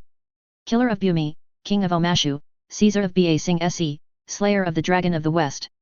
Songs will be made about you. Even if you were to retire to our lands today, you have achieved enough that the world will not forget us for centuries. And then that does not even consider your new promotion. Several princes have been promoted to the rank of general at even younger ages, but you are the first person to ever hold the rank of high general with less than 10 years experience in the military. There was so much pride there, as he listed each of my accomplishments. There was something about the way he spoke now. Everything I'd done at an almost breakneck pace. I never had the time to stop and smell the roses, or even to think about the effects of each accomplishment. Phrased like this, it was clear that I'd accomplished one of my most important goals, to carve my name in the history of this world a long time ago. Thank you, grandfather, I said again, while wondering where this was going. But of all your successes, the one that I am most proud of is the relationship you have built with our Fire Lord. Wu blood will sit on the throne of the Fire Nation, Natsu. Just think of that. My great-grandsons will be princes of the Fire Nation, and my great-granddaughters will be princesses. All within the same generation, where Ajalan spat on our family and my son's sacrifice.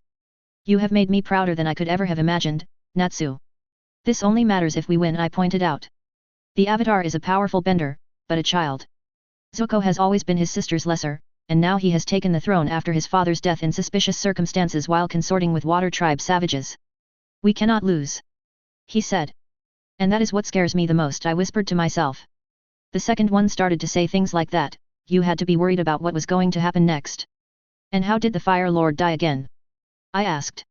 I knew Ajala had gotten some answer out of them and had been spitting flames since then. One of his guards killed him. You know who it was, I accused. I could see it in his eyes, the way he fiddled with the cuff of his robes. My grandfather was many things, but a skilled liar had never been one of them. I do. But I do not think this is knowledge that you want to have, he said after a minute of silence. Who was it? I have to know. Your friend, Zufu. Zufu? Why the hell would she kill the Fire Lord? Are you aware of the situation with her family? That they are poor. I know, I said, not sure how this related to it, unless she had been paid off to kill him. But that wasn't possible. Zufu had always been the softest of us all. It was why I hadn't minded her being posted to the Imperial Guard. What you don't know is what they sought to do about their situation. He began narrating the story that would change how I saw Oze and much of the Fire Nation nobility. They knew they had a beautiful daughter, and that the Fire Lord's wife was dead. To put two and two together, an uncle of hers, a contemptuous little man with more cunning than honor, approached the head of the guard with a portrait of hers. And so the plot was set to put her in the Fire Lord's way and allow his baser desires come to the forefront. They hoped to gain benefits for their family from that. Maybe even a marriage. She would never have birthed the next Fire Lord, but being the Fire Lord's wife has benefits few can comprehend. The power was alluring, and their sense little. I gasped at the words. Even as it made sense. Zufu's grades had not been the best. It hadn't made sense when she had been made a guard in the palace. The thought in my mind was that the eventual marriage to Prince Zuko would move forward, and she was being put in a place where it was certain that no harm would come to her.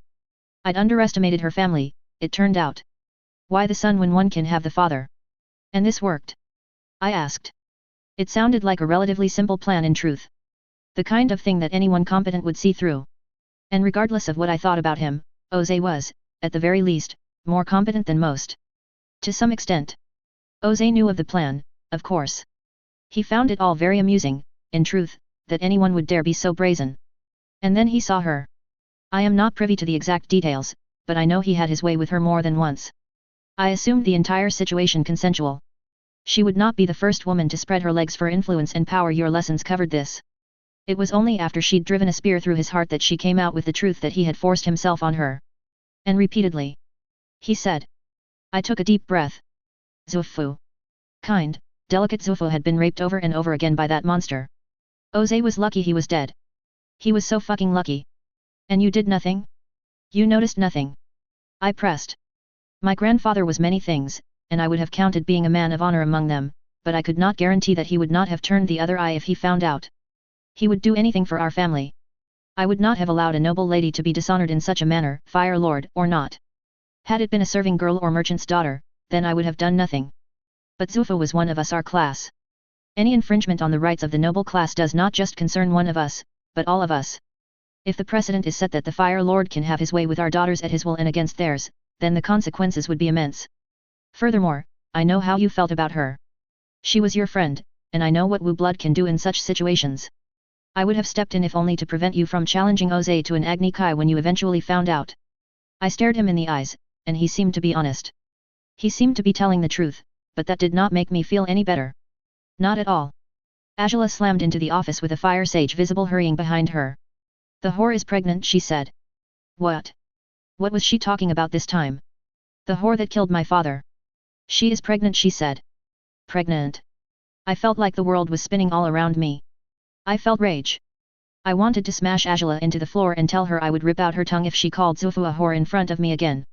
But I took that thought and the rest of my rage and buried it far beneath everything else. Tell them what you told me, she told the fire sage, never understanding just how close she had come to death right here and now. The lady, Zufu, she had taken in with child. Oze's child? Grandfather asked, voice shriller than I had ever heard from him. Most certainly.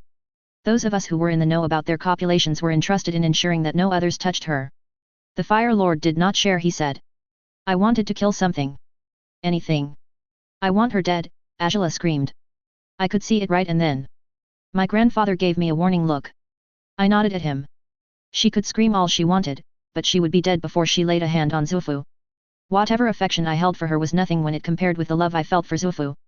And how exactly are we supposed to achieve this from all the way here in BA-SI? I drawled. What a silly little girl. We invade them. We smash our way into the capital and take the palace. We drag little Zuzu out of there kicking and screaming. She said with a spiteful smile on her face. XXXXXX the waterbending master. She had expected a good day. The weather was cooler than it had been since she took up residence here. The man who had taken and killed her mother had been summoned to the palace, and the date of Zuko's meeting was drawing nearer. That was why, when the white-haired fire-bending master had revealed himself at the palace gates, she had felt her heart drop into her stomach. Good days came with bad news. She had learned this early. He's dead, Fire Lord Zuko. I saw it with my own eyes. They were far from the only ones in the throne room, but Zuko only had eyes for the former Fire Nation traitor. What do you mean he is dead? Zuko sounded confused. They fought with fire and lightning, more avatars of Agni's wrath than men at some point, but it happened that General Iroh was no longer able to keep up. The Dragon of the West was slain in battle against Natsu-Wu in the center of the Earth King's palace. There was no shortage of gasps. Natsu-Wu the bloody general had a mythical status to these people. The kind of thing that she would not have believed if she did not see it herself, but she had. They were the resistance, waterbenders, earthbenders, and non-benders who only shared their enmity of the Fire Nation in common, but they all knew who Natsu-Wu was. Slayer of Bumi, Caesar of BA-SI. Warlord. Conqueror. Murderer. There were a dozen words that one could use to refer to the man, and they all stuck. Then why are you here? Zuko raged. It was all I could do to escape. We fought him together, but even as two, he still had us beaten. Ong intervened, and even he could barely last more than a few seconds against him. I might have taught Natsu-Wu when he was younger, but what he has become is far beyond even my wildest imaginations. There were 5 of you. 5 fighting masters. You said the 5 of you could take a city on your lonesome and now 4 of you are dead, unable to kill a single man? My uncle is dead. The fire before the throne erupted with a snap. The heat in the throne room became unbearable. Out. All of you. Get out, Zuko roared. He needs to die. They had coalesced in the office after Zuko had gotten the chance to vent his anger. Now instead of white-hot rage, his anger had become a cooler, more insidious thing. Ong looked visibly uncomfortable at the mention of death, but he remained silent. She thanked Kyoji for that fact. And how will that happen? Bado asked. Not from us doing nothing for sure. We need to make sure he is taken care of before Sozin's comet, Zuko said. Now. Why before then, specifically? Won't all of you get stronger by then? Cancel each other out? She probed. Zhang chuckled at that. Agni does not bless all her children equally. And Sozin's comet is much the same. The average firebender might only see a 50% boost in power, but the strong ones, the prodigies like Natsu and the Princess ATLA, they can get twice as strong under the comet. We have a chance now, if a slim one. By then, they will be unstoppable. The white-haired man explained to her before turning to Zuko. The question still remains how. I fought him. I saw him and your uncle fight. They weren't at a level I could even comprehend. No offense, but he'd tear you apart in seconds, he said, not even showing any deference to the man who was ostensibly his lord. I know that. Agni, damn it, I know that. I know that no matter how hard I train, there is no chance of me beating someone who could fight both you and uncle at the same time. But just because I can't be the one to get it doesn't mean my revenge will be unattainable, he said, turning a meaningful gaze in Ong's direction. No. Ong said immediately. You're the Avatar, Zuko said. The Avatar, not a hired killer. It's your duty to end the war and bring balance to the world, is it not? There's no way the war ends if we don't get him out of BA-SI, and he won't be leaving willingly, I assure you.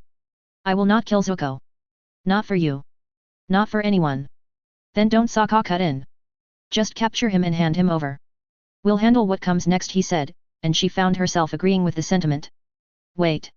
Not to risk offending the Avatar, but I must ask, what happens if Ong isn't strong enough? Zhang asked. He can control the Avatar state now. It's impossible to beat the Avatar in the Avatar state, Katara found herself stating. No one, not even me, is invincible, Ong pointed out. There's no need to be humble. You're the next best thing, she said in reply, feeling the plan come into place. A/N, slow and steady. As always, the next 2 chapters are up on Patreon. If you just want to read complete chapters and not my work in real time, then feel free to purchase this story as a collection on my Patreon page so you get to read each chapter after I finish it and not necessarily the daily updates available with a regular Patreon membership. Nice way to support this story and me while you're at it. Enjoy. Chapter 46. Pre-chapter A/N, please do check out the first chapter of the novel I'm working on up on Patreon. It's completely free to access. What can I say except you're welcome. Here we go with the 7th chapter of 2025. Lovely to have you all here, and I hope you enjoy this one. If you do, feel free to head over to Patreon and read the next 2 chapters. I update there on a daily basis, so there's always something for you to read. And you are sure these things are loud enough? I asked the man in front of me. I could always have them give it a good blow for you to check, General, the man replied. I gave the gigantic trumpet a look. Considering this thing was allegedly loud enough to reach the second gate from here, I would go deaf if it was played next to me. I'll take your word for it, I said with a shake of my head as I was led by Long Feng over to the next instrument in the array. Now that it was clear that combat with Zuko's forces was inevitable, I was setting up a sort of early warning system. Grandfather said he hadn't seen the Avatar fight but that he was certain Ong had mastery over the elements. Part of me had hoped that he would be stuck on Earth because I had both killed Bumi and adopted Toph. There couldn't be that many powerful earthbending masters still out there, could there? I'd killed so many already. That hope had failed, and meant I could have the bridge between the spirit and physical world knocking on my doorstep at any moment. So, I made a plan. A constant rotation of scouts with telescopes looking over the horizon. If they even spotted a glimpse of the sky bison, then they were to alert the trumpet men, who would blow the trumpets. Blowing this trumpet made the folks on the next wall blow theirs, and so on. The sound would echo across the city and I would be forewarned enough to move into the next step of my plan. Escape. Not for me, of course. But for ATLA, the generals, the likes. I would never run from a fight, but that didn't mean I didn't recognize the possibility that I could lose. To be honest, part of me couldn't wait. There was no fear in me. Only the anticipation that came from the expectation of a good fight. Done with inspecting the final wall, I turned to Long Feng, and we began to make our way down the wall and then to the carriage that would take us to the palace. Are the tunnels done? I asked. Yes, Natsu. From multiple points in the tunnels, you can access multiple points in both the city and the palace. The broader evacuation plan is yet to be finalized, however, Long Feng said. Yes. But only because we haven't decided on a fallback point. I know you're a fan of falling back within the city and maintaining control over it, but we cannot fail to recognize the possibility that the city would betray us to the Avatar in a heartbeat. I pointed out. The citizens would never dare. They would, I said, taking a peek through the carriage's windows. No one was stupid enough to toss rocks at me again after Toji had taken a few hands the last time, but the glares were no less fierce. You think these are broken people? They are far from that. Bent, maybe. But so far from broken. No, if we deliver ourselves into their hands, then they will not hesitate to give us up. XXXXX. It took weeks for the promised day to come. I was forced to keep Angela busy with daily spars to run out her energy. Or at least, that had been their purpose at first, until it turned out that she was even more of a prodigy than I'd expected. She learned so quickly that she went from being someone I had to hold back against to someone it took actual effort to defeat, all in a matter of weeks. Of course, if it was a fight to the death, then it was a very different matter. When the trumpet sounded, I felt myself freeze in place in my office. The avatar was coming. There was only one thing to be done. Tochi, you know your orders, I said, before relaxing into my seat. He nodded, looking extremely sullen but still left. The plan is simple. Evacuate. I had doubts that if the avatar found an empty palace, he'd tear apart much of this city searching for us, but not enough to risk it. Besides, there was another option. The option that dozens of people had taken when faced with the avatar. My ancestor had had an excellent relationship with Avatar Zeto. The kind of relationship that historians in my old world would have referred to as a very close friendship. Don't get me wrong, he never admitted anything in the journal. But it was telling that he spoke about Zeto more than he did any other. Add that to the fact that the family was forced to continue through his brother's son because he refused to take a wife, and I could read between the lines well enough. I stood up and began to take care of the office, arranging it to deal with guests. By now, Long Feng would have gotten to Angela and begun the evacuation. She was to board a ship and take the fastest possible path to the shipyard. The shipyard was one of the centers of military innovation. A place where the air blimps that I'd intended to use in the siege of Ba Sing SC were waiting. She was to take control there and take a hold of all those precious resources. We were going to take the fight to Zuko, while he thought the fight was being brought to me. All I had to do was my part. Defeat the avatar, wound him heavily enough that he would not be able to participate in the fight, or piss him off enough that he spent weeks chasing me around the Earth Kingdom rather than back at the Fire Nation. It was a game of chess. I was the sacrificial piece here. A queen sacrificed to expose the enemy king and win the war in one swoop. Of course, I didn't intend to die here. I had plans on top of plans to make sure I didn't. I just had to stay calm and make sure I held my nerve. I heard the sound of drums and noted that the process of evacuation had begun in earnest.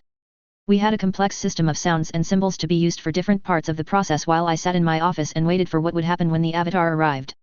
I arranged the kettles and cups over and over again before taking a set of herbs from the top drawer in my office, mixing them in hot water, straining it and then gulping it down in one swig. It tasted rank, but it would work. I set the tea leaves, tainted as hell, into the kettle and poured the water over it, leaving it to infuse. Another trumpet sounded out. The avatar was now within the walls. I walked to the windows of my office and noticed the Fire Nation banner spread out across one of the towers on the innermost wall. The evacuation was done now. Angela would be on her way to secure vast military resources on our behalf. I just had to do my part. A set of drums rang from somewhere close to the palace. That meant that the avatar had landed now. If all went well, he would be escorted by a skeleton crew of guards here. The rest of the army was being loaded onto ships with different missions, each being spread out in different directions. Even if he somehow managed to defeat me quickly, he would have to pick one of 3 sets of ships, each headed in a different direction. That gave Angela a further 30% chance of escape. I was doing my best with the options open to me. There was another set of drums, much closer. I had about 2 minutes until the avatar would be let in. I put my game face on and prepared myself. I hated this plan. I hated it a lot, but grandfather was right. Winning the war was more important than proving myself against the avatar. I could find Ong's successor and train them to the best of my ability, and then see if I could beat the bridge between the shirt world and the physical one. I didn't have to do it now. When the door was knocked, I counted to 3, and then it swung open. Hiroshi and Aiko led them in, with Takeshi bringing up the rear. It wasn't just Ong, I could see Katara, and Sokka as well. There was also a man I didn't recognize, but he was dressed in the Water Tribe manner, so some sort of warrior of theirs. They even had Zhang Zhang here as well. How interesting. My first impression, Avatar, is that you are somehow taller than I expected, I said to kick things off, watching the shock appear on his face. On all their faces. Surrender, Natsu. You are beaten. He said, bringing his staff to bear. I agree.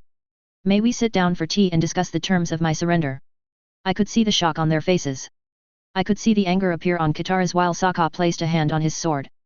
I just stopped from my desk and began to arrange the teacups and prepare them to pour the tea. No tea. Lift up your arms now. We'll be tying you up and taking you with us, Sokka said. I gave the boy a look. You would try.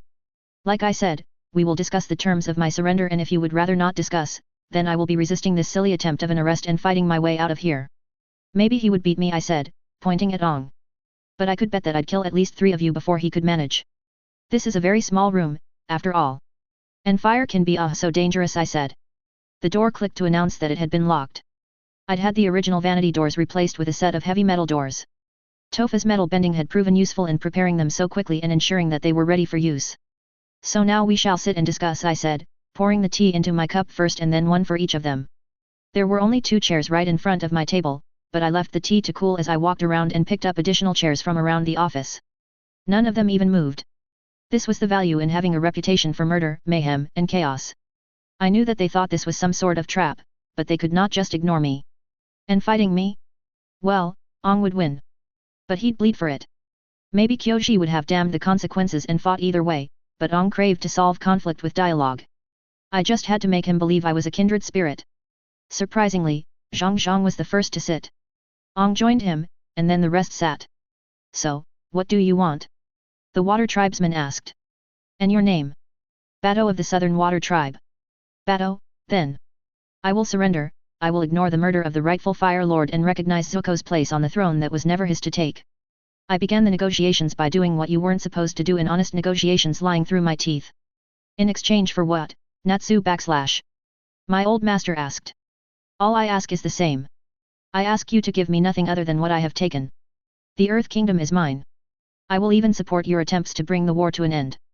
All you have to do is recognize my authority over the Earth Kingdom, and allow whatever elements of the Fire Nation military wish to relocate here to join me to do so. You have to be insane to think we'd agree to that. Katara shot out with such heat that I wondered which one of us was the firebender. Do I? I hold the Earth Kingdom. If you want it, you'd have to take it, and considering you needed an eclipse to beat Oze, I'd give myself good odds, he said. This was another factor. They had the Avatar, but that was all they had. The Fire Nation military would never listen to them. The Earth Kingdom forces had been put down, destroyed, and then scattered to the wind. The only army they could rely on was that of the Northern Water Tribe, and he'd eat those soft water benders for breakfast. And we can arrest you right here, right now. Sure you can. But you must wonder. Where is everyone else? Toji, my second in command, and the Princess ATLA are deep within the Earth Kingdom right now preparing my troops to resist you. Long Feng, my man, holds this city under his thumb. You can kill me now even, but I am nothing but one man, and you are beaten, I said grandly, before taking a sip of my tea. Perhaps sadly, none of them took sips of theirs. Ong moved a hand to it, but Katara slapped it away so quickly that it might as well have been a trick of the light. So your threat is that we have to negotiate with you, or we won't be able to beat you. But if we couldn't beat you, then you wouldn't even be here negotiating in the first place, Sokka said. I took another sip of my tea. What if I am just as tired of the war as you are? I have fought in this war since I was a teenager. I have fought in this war, lost friends and allies. And just when it was over, you now add the possibility of having to fight in my own homeland, then I guess I'm simply tired. How rich? Katara scoffed. Now that the war has come to the Fire Nation, you've had enough? But you never had enough when you pillaged, burnt, and looted your way through the Earth Kingdom, did you? She said heatedly. I sighed, and took another sip. I have made my offer. No. Excuse me? I assumed the Avatar would be the one to give me an answer here, I said to the waterbender who was beginning to get on my nerves. I don't care. Your deal is ridiculous. You will surrender. A real surrender. The Earth Kingdom will be returned to its rightful rulers, and you will thank us for not removing your head from your shoulders. I couldn't help it, I laughed. The audacity. Ki is dead. So is Bumi. Bumi, his son, and his granddaughter are dead. Fong is dead as well. What rightful rulers? There are no rulers other than me. You monster, she called out. I'm not the monster here. I tried to negotiate with you. If you want my head, come take it. This was a good enough place for a last stand. Ong would be near impossible to hit. The airbender was woolly like that. I would go for Zhang first. He was the greatest threat after Ong himself. No. That had to be Katara. She was a waterbender. I'd never fought a waterbending master before. She had to be the first one to go. Sokka was a non-bender, and he was no Toji. He'd die if he dared get close to me. Ong? Well, I'd deal with that when it came up. She tensed in her seat. I looked at them one after another. Wait. There's no need to resort to violence. You wanted to talk. Let's talk. Ong said, and I nodded at him, but remained ready to be attacked at any moment. I have given my terms. That's not enough. Zuko would never stand for that. He wants you arrested at the least. Tough titties for him. No deal ends up with me not at the top of the Earth Kingdom. I can't do that. I have to restore balance to the world, and to do that, the 4 nations must return to being 4. You woke up a decade too late for that then, Ong. May I call you Ong? I'll call you Ong. There is no Earth Kingdom anymore. The Southern Water Tribe is a collection of hovels, no more than that. The air nomads are gone. Where are the 4 nations, Ong? I asked, watching how each statement hit him like a bullet. There was silence in the room at that. It doesn't matter. We will rebuild and restore everything you and your people have destroyed. We will do it. You just have to surrender. You are beaten. Do this and spare the rest of your men. Only the criminals like you and Sung will be punished. Katara said. I wondered for a second why she had mentioned Sung, but then remembered that he had received a commendation for killing a water tribe chieftain. What was their dad's name again? Aikido? Akuda? Oh, Hakata. Funny that you mentioned Sung. You're Hakata's kids, aren't you? Please do accept my condolences, I said, sporting a smirk. Katara had gotten on my nerves. I wish I could tell you that he died easily. Maybe even that his last words were about the 2 of you. But that would be a lie. He died screaming, and his last words were him crying for Sung to stop the torture and grant him the sweet release of the ice dagger. Came within 2 inches of ending my life as I moved my head sharply to the side. Turns out I wasn't the only one preparing a quick attack. Except that my attack was much deadlier. Taking inspiration from Oze, I rose from my seat with lightning between my fingers. Ong had already brought his staff to bear. Good thing he wasn't the target. Katara, still extended from the dagger she'd thrown, never got to regret her actions. Thunder boomed, lightning struck, the water bender died, and the room exploded a second later. A/N, and so we dance with the Avatar. As always, the next 2 chapters are up on Patreon. If you just want to read complete chapters and not my work in real time, then feel free to purchase this story as a collection on my Patreon page so you get to read each chapter after I finish it and not necessarily the daily updates available with a regular Patreon membership. Nice way to support this story and me while you're at it. Enjoy! Chapter 47. Pre-chapter A/N, please do check out the first chapter of the novel I'm working on up on Patreon. It's completely free to access. What can I say except you're welcome. Here we go with the 7th chapter of 2025. Lovely to have you all here, and I hope you enjoy this one. If you do, feel free to head over to Patreon and read the next 2 chapters. I update there on a daily basis, so there's always something for you to read. Ong was fast. It was one thing to see it animated, and another to experience it in combat. The whistle that heralded the use of Maki's combustion bending had only been in the room for a second, but he still managed to turn around and begin spinning his staff to protect himself. The room exploded as her attack hit, and even with my guard up I was still sent flying at the wall behind my desk. A wall that instantly parted for me as I flew through. No, no, no. Why did they never listen? I asked myself with a sigh as I fell against the ground of the next room, a storage chamber, and found myself staring at 2 women who looked inordinately pleased with themselves. Do orders mean nothing to you? I asked. ATLA scoffed, and Toph whistled, raising her head to the ceiling to mime looking away from me. I sighed. Let's go then, I said, and shot right through the hole in the wall that Toph had made. Maki, Toph, and ATLA. There was no way Toji wasn't behind this, I thought as the Avatar danced away from every attack I sent. That was fine.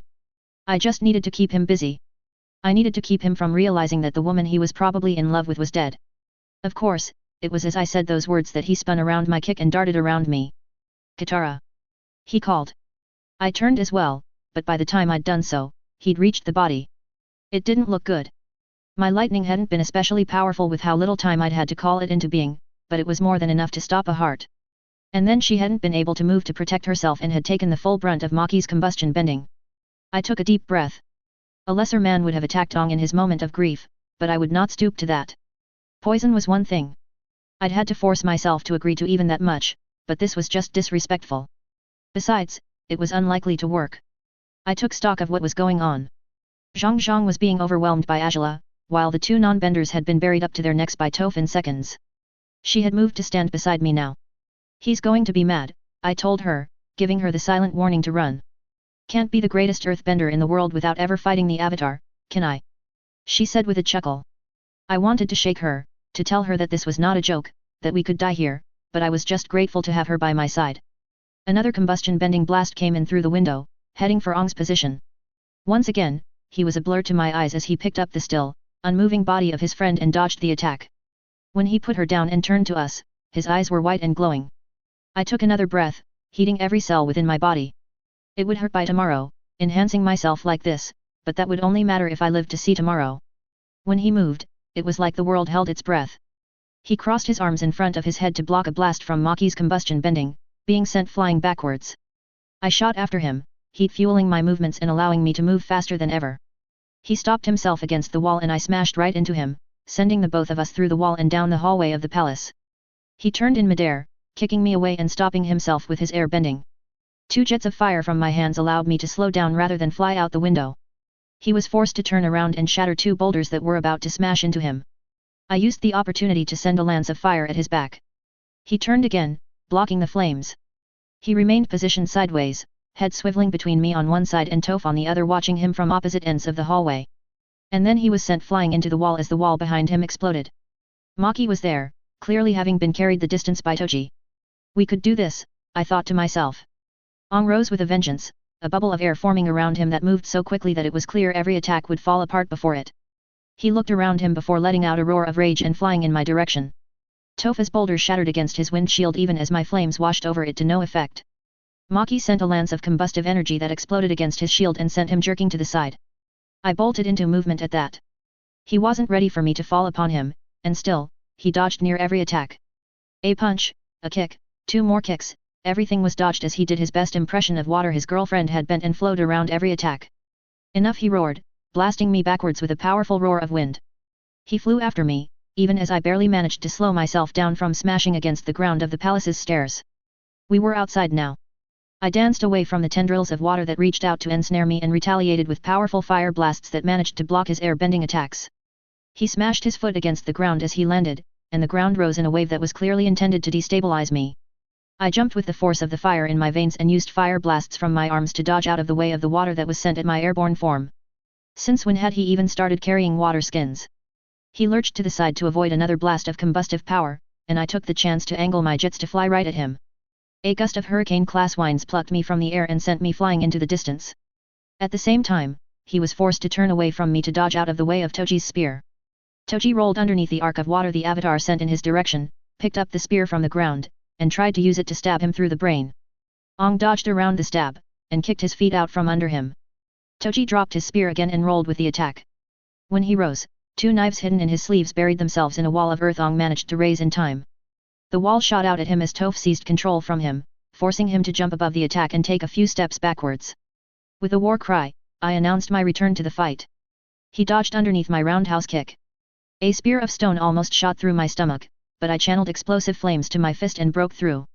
Another blast of combustion bending sent him reeling. The shield he maintained around his body was already beginning to show weakness. He screamed again, rising into the air. I felt the power in the air try to freeze me in place. As if I feared no man. I kicked at Toji's discarded spear, bringing it up to my grip, and tossed it back in his direction. I didn't need to check to know he caught it. Ong slammed 1 foot into the ground and multiple blocks of earth rose around him. He lifted his arms before flinging them at us. 1 fire whip in each hand, I cut through the man-sized blocks that were in danger of hitting me. Maki blew up a few of them, and Toji hunkered down with Toph under a shield. That wasn't all, it seemed. He'd been busy while we were busy. He had a sphere of distorted air between his hands. He shot said sphere straight down at the ground below him. I didn't even get a chance to figure out what the attack had been before I was suddenly flung off my feet and far into the distance. When I came to, I found myself on the floor. I was somewhere in the palace. In what remained of it, I amended. Ong's attack had devastated it. Half of it was just gone. I pushed myself to my feet and tried to look for the others. Ong was still there, floating above the mess, regarding me with cold eyes. I couldn't find anyone. I just had to hope they'd done a better job of hunkering down than I had. Everything hurt. I took my stance again as Ong shot at me like a bullet. I took a deep breath, allowing the heat to fill me. This time, when I struck, my flames were a brilliant green. I smiled as I felt revitalized by the resurgence of the green flames. They came and went at their own will these days. After the fight with Iroh, I'd had a brief breakthrough with getting them to show up more regularly than before, but that was still erratic at best. It seemed it had smiled at me now, though. Ong dodged out of my first fire blast, but the force of the blast still managed to knock him off course. Oh, we were so cooking. I shot forward, forming jets of flames beneath my feet that carried me forward even faster than before. Almost faster than I could keep up with. Fuck yet. He blocked the fist I sent for his head, and I smiled. This was the first time all fight that I'd managed to gather him to block. I pushed my fist into his staff, upping my output and waiting for the staff to combust, but it didn't. Interesting. Our eyes met. There was something there. An awareness beneath the bright eyes. You are an abomination, he said, but I was stopping to think this was him. Would Ong have used that word? Surely not. The voice still carried the echoes of hundreds of others like his voice used to while in the avatar state, but there was something deeper about it. Something other. He pushed against me, and now Ong fought like someone else completely. We broke apart, and then he wielded the staff like a baseball bat, trying to brain me with it. I bent at the waist to avoid the attack and then slammed a kick into his side. He didn't even move. Where Ong from before had been unable to pin down. This one was like an immovable object. He punched at me, and it was all I could do to lift my hands in time to block. Regardless, I was sent flying right back into the ground from the force of the blow. I braced for the pain but needn't have worried because I found myself landing in a pool of mud. Thank you, Toph, I said silently as I caked part of the mud with my fire and used that solid hand hold to lift myself back on solid ground. Ong was still coming at me, but he had to block several explosive blasts from Maki. Toph was also sending boulders in rapid-fire fashion. She worked herself over until she was practically next to him. He wielded the elements like he'd been learning them all his life, but the element he wielded the best was water. He called forth massive amounts of water from the air itself, using it to block Maki's combustion bending and to wear down Toph's rocks into nothing but sand. While still floating in the air with his air bending. We weren't fighting a 12-year-old boy with power anymore. This was the Avatar. He was a hurricane of force. Consistently in motion. The ground tore itself apart under his ministrations, sending massive pillars tearing through the air right at us. I stared at the pillar that was as wide as I was tall and waited for it to be close enough before I swung a flame-encased fist. Gleaming a greedy green, my flames tore through the pillar, shattering it to pieces with concussive force. Both Toji and Maki dodged out of the way of the attacks sent at them, while Toph stopped hers cold and then slapped it with a palm, sending it flying right back. I smiled in her direction, proud as ever. I ran forward, sending 2 fire blasts right arcing at him. One from the right, and one from the left, to prevent him from dodging out of the way of Toph's counterattack. He was more adept in fighting in 3 dimensions than I was and dropped to the ground, landing with an earthquake. I didn't feel it as Toph slammed her foot into the ground, forming a circular platform that encompassed where we both stood and lifted it from the rest of the ground, insulating us. She shot 2 pieces of metal right at him. Daggers. She could aim them with her metal bending better than the best marksman I'd ever seen. He swept his hand, water snatching them from the air and tossing them aside. The water rushed at us, multiple tendrils reaching out for our position. I took a deep breath and increased my output even further. I scorched the fire as it came, evaporating it to steam and the steam into nothingness. At this point, there was scarcely any moisture in the air. He pointed a hand behind him and from within the smattering of buildings at the palace outskirts, he drew a hurricane. This was a fucking madman, I realized. The hurricane tore through the mansions that cradled the palace, the ruins of the palace, more like, and swept through the air right at us. Fuck it. Fucking fuck it. What could we do to stop a hurricane? Toph didn't stop. That was the value of being blind. She couldn't see the natural disaster on its way. She sent another series of daggers at him. His hand swept up, forming a water shield that froze to ice that the daggers embedded themselves in. I roared, breathing out flames hot enough to melt steel, that passed his ice like it wasn't even there and forced him to lift a proper earthen shield. He turtled in like a turtle in his shell. A shield that exploded a few seconds later as Maki blasted it to smithereens. He came shooting out, moving right for me. Toji, where the fuck had he come from, shot in his way, spear lancing out like a serpent for the Avatar's head. He stepped backwards, avoiding the attack before the ground beneath Toji turned to mud, trapping his legs. He began waving his hands, drawing the oxygen out of Toji's head. I cut into their dance, shooting at Ong with fire at my feet. He lifted his hand and caught my roundhouse kick. Still floating, I brought my other leg towards his face, and gave him a fire blast to the face. He ate the attack, not seeing it coming, and was sent flying backwards even as I landed on the floor. Let Toph get you out of that and get out of here. This fight is a bit above your pay grade, I said with a smirk. Fuck you, Natsu, he said even as he removed his feet from the ground that had turned into mud. Please do me the favor of killing my old master. The only way he's lasting this long against ATLA is if he's up to his old tricks and giving her the runaround, I said. He nodded, marching into the ruins of the palace. Ong rose again. Because, of course, he fucking did. He jerked to the side, avoiding a lance of concussive force, and then taking a punch from me straight to the face. He staggered backwards, and I laid into the Avatar. I weaved to the side to avoid grasping fingers, and landed a right hook. He came at me again, and I ducked underneath his arms, giving him a gut punch for the ages. This, at last, confirmed that Ong wasn't the one in control here. He kicked at me and I blocked the gust of wind that threatened to toss me off my feet. He brought his water around again, using it to black another lance of concussive force from Maki's third eye. He lurched as Toph disturbed his footing and I smashed my foot into his knee, forcing him to his knees. It did not last long. He roared again, pushing me away. He turned to the hurricane and stretched out a hand to it. From where it was raging wildly after he'd been distracted, it began making its way towards us again. I chuckled at the situation and punched the fucker in the face again. He returned fire. I felt my nose shift at the impact. We fought, power and the elements raging around us as we traded fists. I lifted a knee to block his attempt at a gut kick and punched him in the face again. I quite liked punching his stupid fucking face. He slammed that bald head into mine again, snapping my nose in the other direction, setting it straight. My head was ringing, my nose was bleeding, I was probably going to fucking die here, but I felt so alive. I slammed on his feet. The idiot would learn to wear armored boots in his next life, and I dodged away from his grasping hands and snapped another punch into his head. Whichever one of them had taken over was a good fighter for sure, but I was a great one. We clashed again, and this time he had the upper hand. My punch was slapped to the side, and he landed a straight palm thrust that sent me stumbling backwards and probably broke something. He attempted a roundhouse kick, but I ducked underneath it. He swept another kick in my direction, this time aimed at my gut. He used his legs far more often than Ong did. Most likely someone who had been very good with fire bending.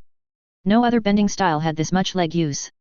I blocked the kick and used the hold I had on his leg to pull him out of his stance. We landed on the floor, and grappled for only a few seconds. I had the clear advantage. I was on top. I was bigger, and I knew how to do this. Sharing a room with Toji meant that a surprising amount of wrestling had gone on when we were younger. I landed a punch straight across his face, and his head snapped back immediately. I looked up, and the hurricane was here. It crashed into the both of us, sweeping us into its grasp. A/N, we get the first part of the fated Natsu and Ong fight, this chapter.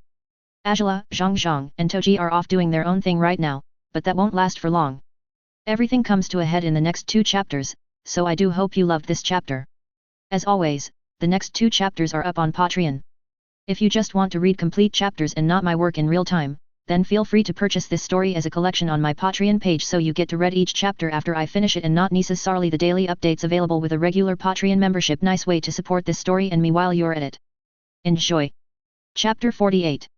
Pre-chapter A/N, please do check out the first chapter of the novel I'm working on up on Patreon. It's completely free to access. What can I say except you're welcome. Here we go. Lovely to have you all here, and I hope you enjoy this one. If you do, feel free to head over to Patreon and read the next 2 chapters. I update there on a daily basis, so there's always something for you to read.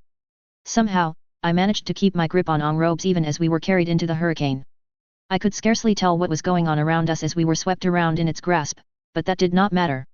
I had the Avatar here with me, and I was going to put the bastard out of his misery. I raised a fist to his head and landed a straight jab to his face before I felt his feet on my chest, and he kicked me off of him, pushing me further into the hurricane. I tried to force my way back towards him, but something crashed into me from behind, knocking the air out of me. I tried to strain against the wind currents before another thing hit me. I couldn't even tell what it was. I could tell, however, that I was getting angrier by the second. Instead of, as Zhang had taught me, allowing the rage to dissipate, I used it to fuel my bending and used my fire jets to force myself backwards. Against all odds, I managed to shoot myself out of the hurricane. Of course, with as much force as I'd used, it was impossible to stop myself in time, and so I found myself preparing for a world of hurt. It never came, as I landed in a pool of mud again. "Thank you, Toph," I said as I swam to the top and began to pull myself out. "Don't thank me, Dancy Feet, thank her. She's the one that could see you about to go splat," my adoptive daughter said, pointing at Maki. I gave my friend a look. She looked dead on her feet, of course she did. We'd been fighting for Agni knows how long now, and combustion bending wasn't the easiest thing to do for long periods. It took truckloads of power, and shiploads of focus to use. She was swaying and had to keep a hand on a raised platform to remain upright. "What are we going to do about that hurricane?" I groused. It was heading towards us now, and I could see the glowing bastard in the eye of the fucking storm. "What hurricane?" "That's a tornado," Maki pointed out. "Is there a fucking difference? Hurricanes are much bigger, more dangerous, and they do come with rain and thunderstorms. Can't see any of that here, can we? Besides, hurricanes are caused by pressure, but tornadoes happen because of temperature," she said. "Temperature? Does any of this even matter right now?" Toph cut in. "Hold on. You said temperature. If I heat that bitch up, is it going to fall apart? I asked Maki. Tornadoes generally form when cold, dry air meets warm, moist air, creating wind shear and... Yes or no, Maki? We don't have all day. Maybe. That's enough for me, I said, jetting off towards the tornado. I could feel my inner flame burning brightly. I started with a small explosion of heat and noted how it dispersed some of the wind around me. I could do this. I just had to go all out.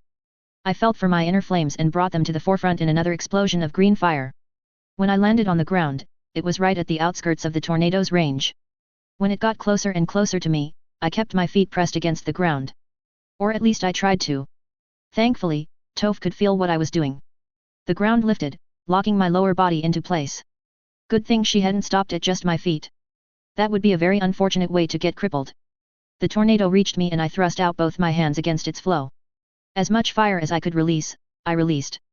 As much of my inner flame as could be unleashed in one go, I let go of. And it worked. The winds pressed against me at first, but eventually, they began to lose their kick. To lose their strength. Any regular firebender would have died trying something like this. Good thing I wasn't regular then.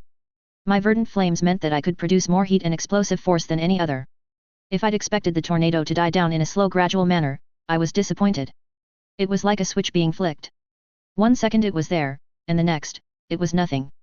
The winds flew up, driven upwards by the heat of my flames, and I slumped against the earthen platform holding me still. The earth dropped away once I began to stand on my own power. Ong landed on the ground right in front of me. If I had fought you when I was alive, we would have made a million songs. His mouth spoke the words, but they were clearly not his. He began walking towards me, and then it happened. A flash of light, a boom of sound, and the lightning struck him. But it struck him wrongly. Tired as I was, I could see the way his body reacted. He was allowing the lightning to flow through him, just like I did when I redirected it. He turned around, fingers aimed at ATLA, and then unleashed it. At least, I assumed he unleashed it. I never got to see that much because I was already moving in that time. My inner flame had been whittled down to nothing but embers. I'd have failed to use lightning right then and there if I'd tried. I'd probably have failed to use a firebending attack even. But somehow, Toph knew exactly what I intended.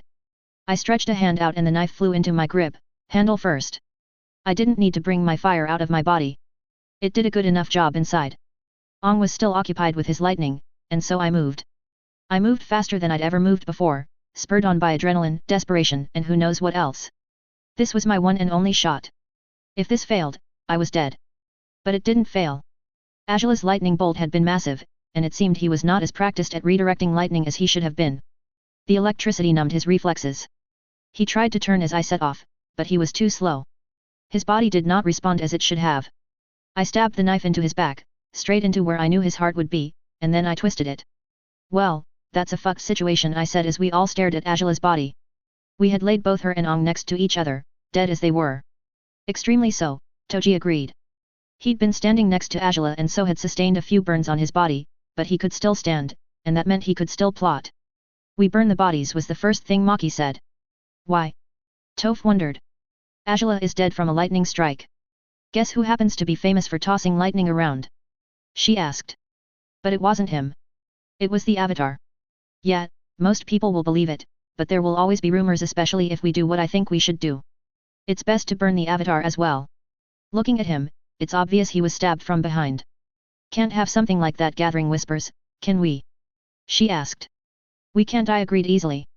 The Fire Nation nobility could be extremely anally retentive about their rules of civilized combat, and stabbing an enemy in the back was a massive no-no. What do you think we should do? Swear to Zuko? I asked. Toji snorted, like the thought itself offended him. I could relate to it. He's the heir. Fire Lord Oze never explicitly disinherited him, and while his banishment might have made Princess Here heir presumptive, she's dead.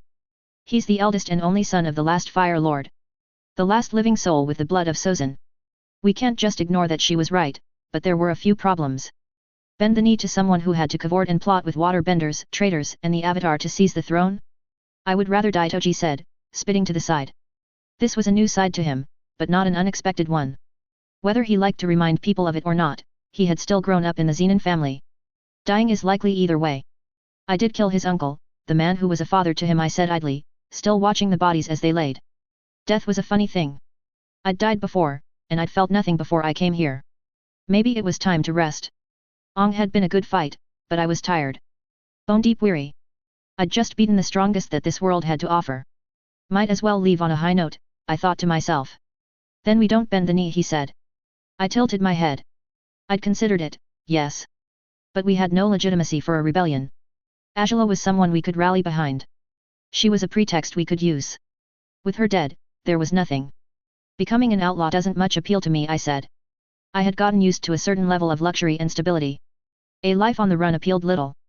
This palace was over and done with, and without the army, I had little chance of maintaining a hold on BA-SI. But I could take the Dai Li with me and retreat to a smaller city. Taking Omashu again would be almost easy at this point. It was a distinct possibility, I figured.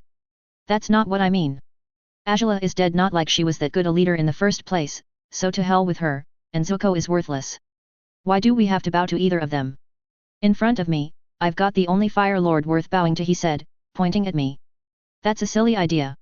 My family hasn't married into royalty in generations. I don't have the blood. I said. This is what I think about their blood right to rule, he said, and then spat on the ground again. He was in a terrible mood, I could tell.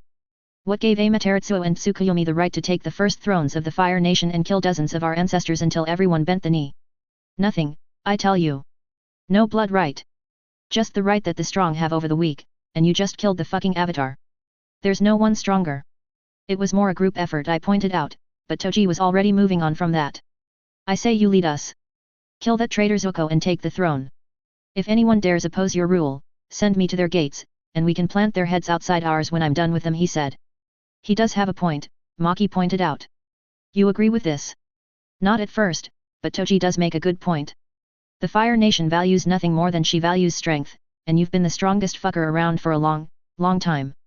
Besides, you'd make a much better lord than the rest ever could. The people respect you. You are a decorated war hero. And for better or worse, you were officially engaged to the princess before she died. It gives you enough legitimacy to lean on. You wouldn't spit on the sacrifices of thousands by trying to end the war with anything less than complete victory. The world will see a strong Fire Lord on the throne, and they will tremble, she said. I turned to Toph.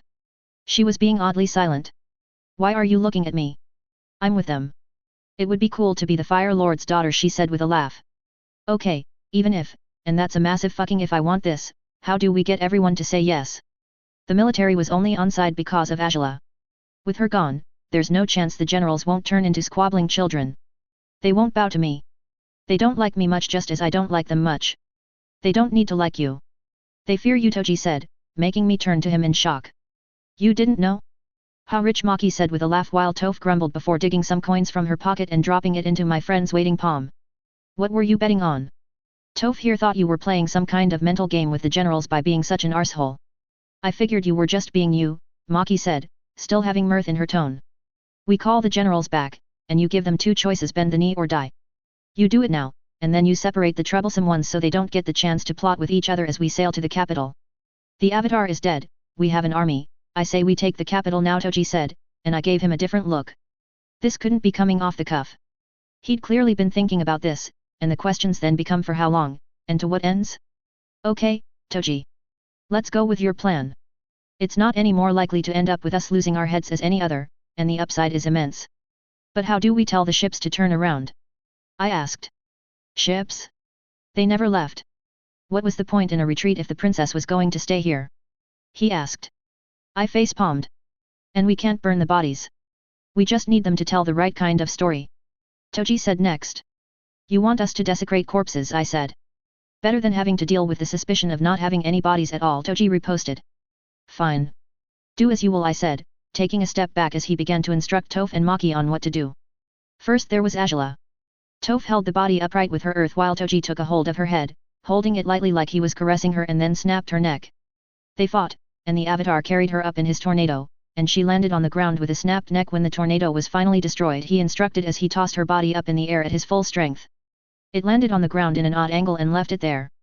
Natsu, I'll need lightning for the Avatar, he said before instructing Maki to send a low-powered blast into his back that burnt the wound shut and seared the bits of the outfit that had been stained by blood. I'm knackered. Dig up the energy, he said in a stern tone. I scowled, pushing myself off from the boulder. I was leaning against.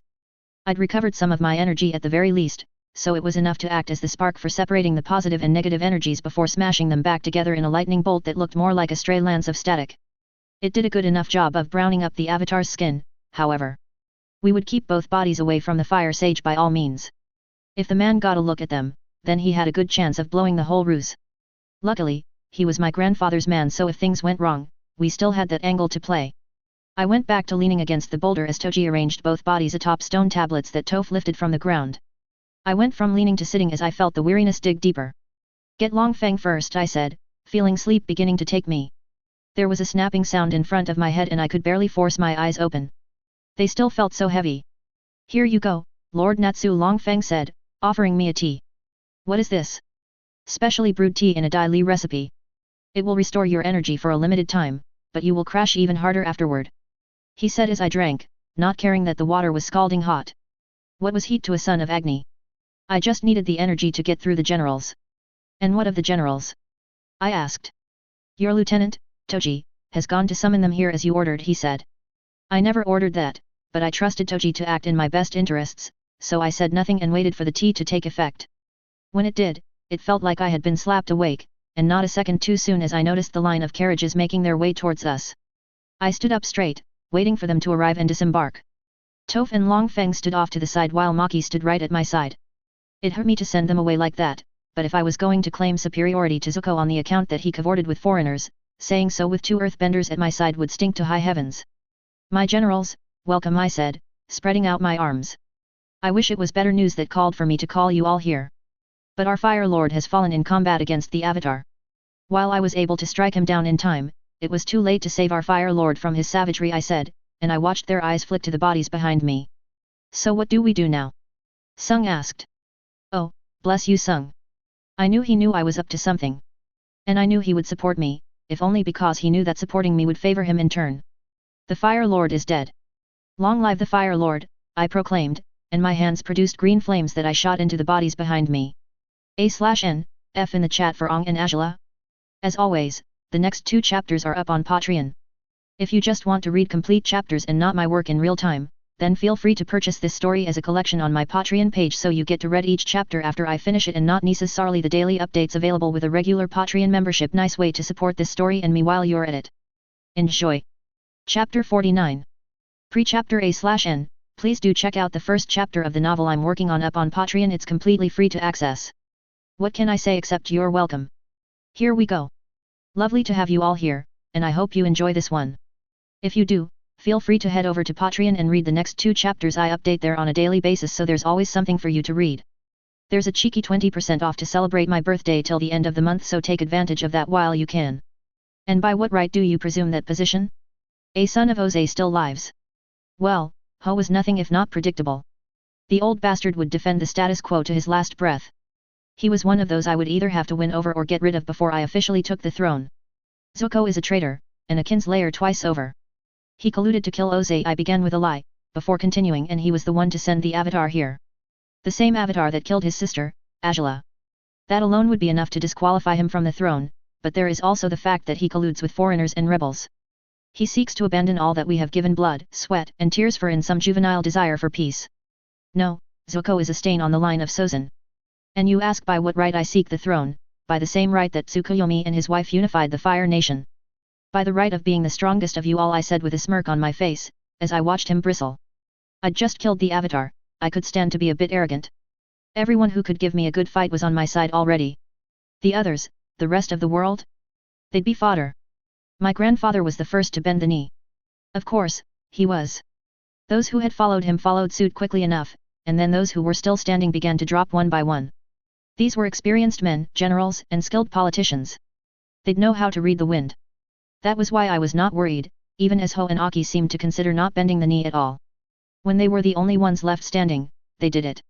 Oh, that didn't mean I had their loyalty by any means. They would plot and scheme to get rid of me at least twice, but I'd cross that bridge when I got to it. Good. Rise, my generals, I said. Today, we sail for the capital, I proclaimed at last. We already had the ships ready and provisioned for a long journey, so why not put them to good use? And considering the palace was demolished, it wasn't like there was much to do in Ba Sing Se. I gave my orders to Long Feng in a crisp tone. I'd be leaving behind a battalion under the command of some lieutenant or the other, but Long Feng would be the one actually in charge of the city. He had orders to see to the rebuilding of the palace and to keep the people happy and compliant. There was no need starting a rebellion without me here to quell it. Are you sure that is wise? We will need all the men we can get to assault the capital Aki post. There it was. The challenges to my authority would start as suggestions. I pinned the man with a look. I have no intention of attacking my own capital. Zuko will face me in Agni Kai, I said, and that was that. Of course, if Zuko had any sense, he'd say no and prepare for a siege, but that was also unlikely to go well for him. He was fucked in either direction. The journey to the Fire Nation's capital began smoothly enough. I still didn't enjoy being on a ship any more than usual, especially considering that I was surrounded by people who could become enemies at the drop of a hat. Toph was the only ally I allowed to remain in my presence. Toji and Maki were placed on different ships. Toji with the second group of possible traitors, and Maki with an unlikely pair who, I felt, would be watching the winds to decide whether they would betray me or not. While they had both had their objections to the separation, they understood where I was coming from easily enough. We had to prevent my army from getting ideas, and while I would be taking the time to wine, dine, and woo the generals on my ship, they were in place to ensure that if anyone had any dangerous thoughts and acted on them, they wouldn't last long with their heads still attached. Toji was many things, a friend, a wise advisor, a damn good man to have at your back, but above all, he was a genius killer. Long Feng was certain that he had been the one to kill Amara, and that he had killed the Earth Kingdom general I'd captured.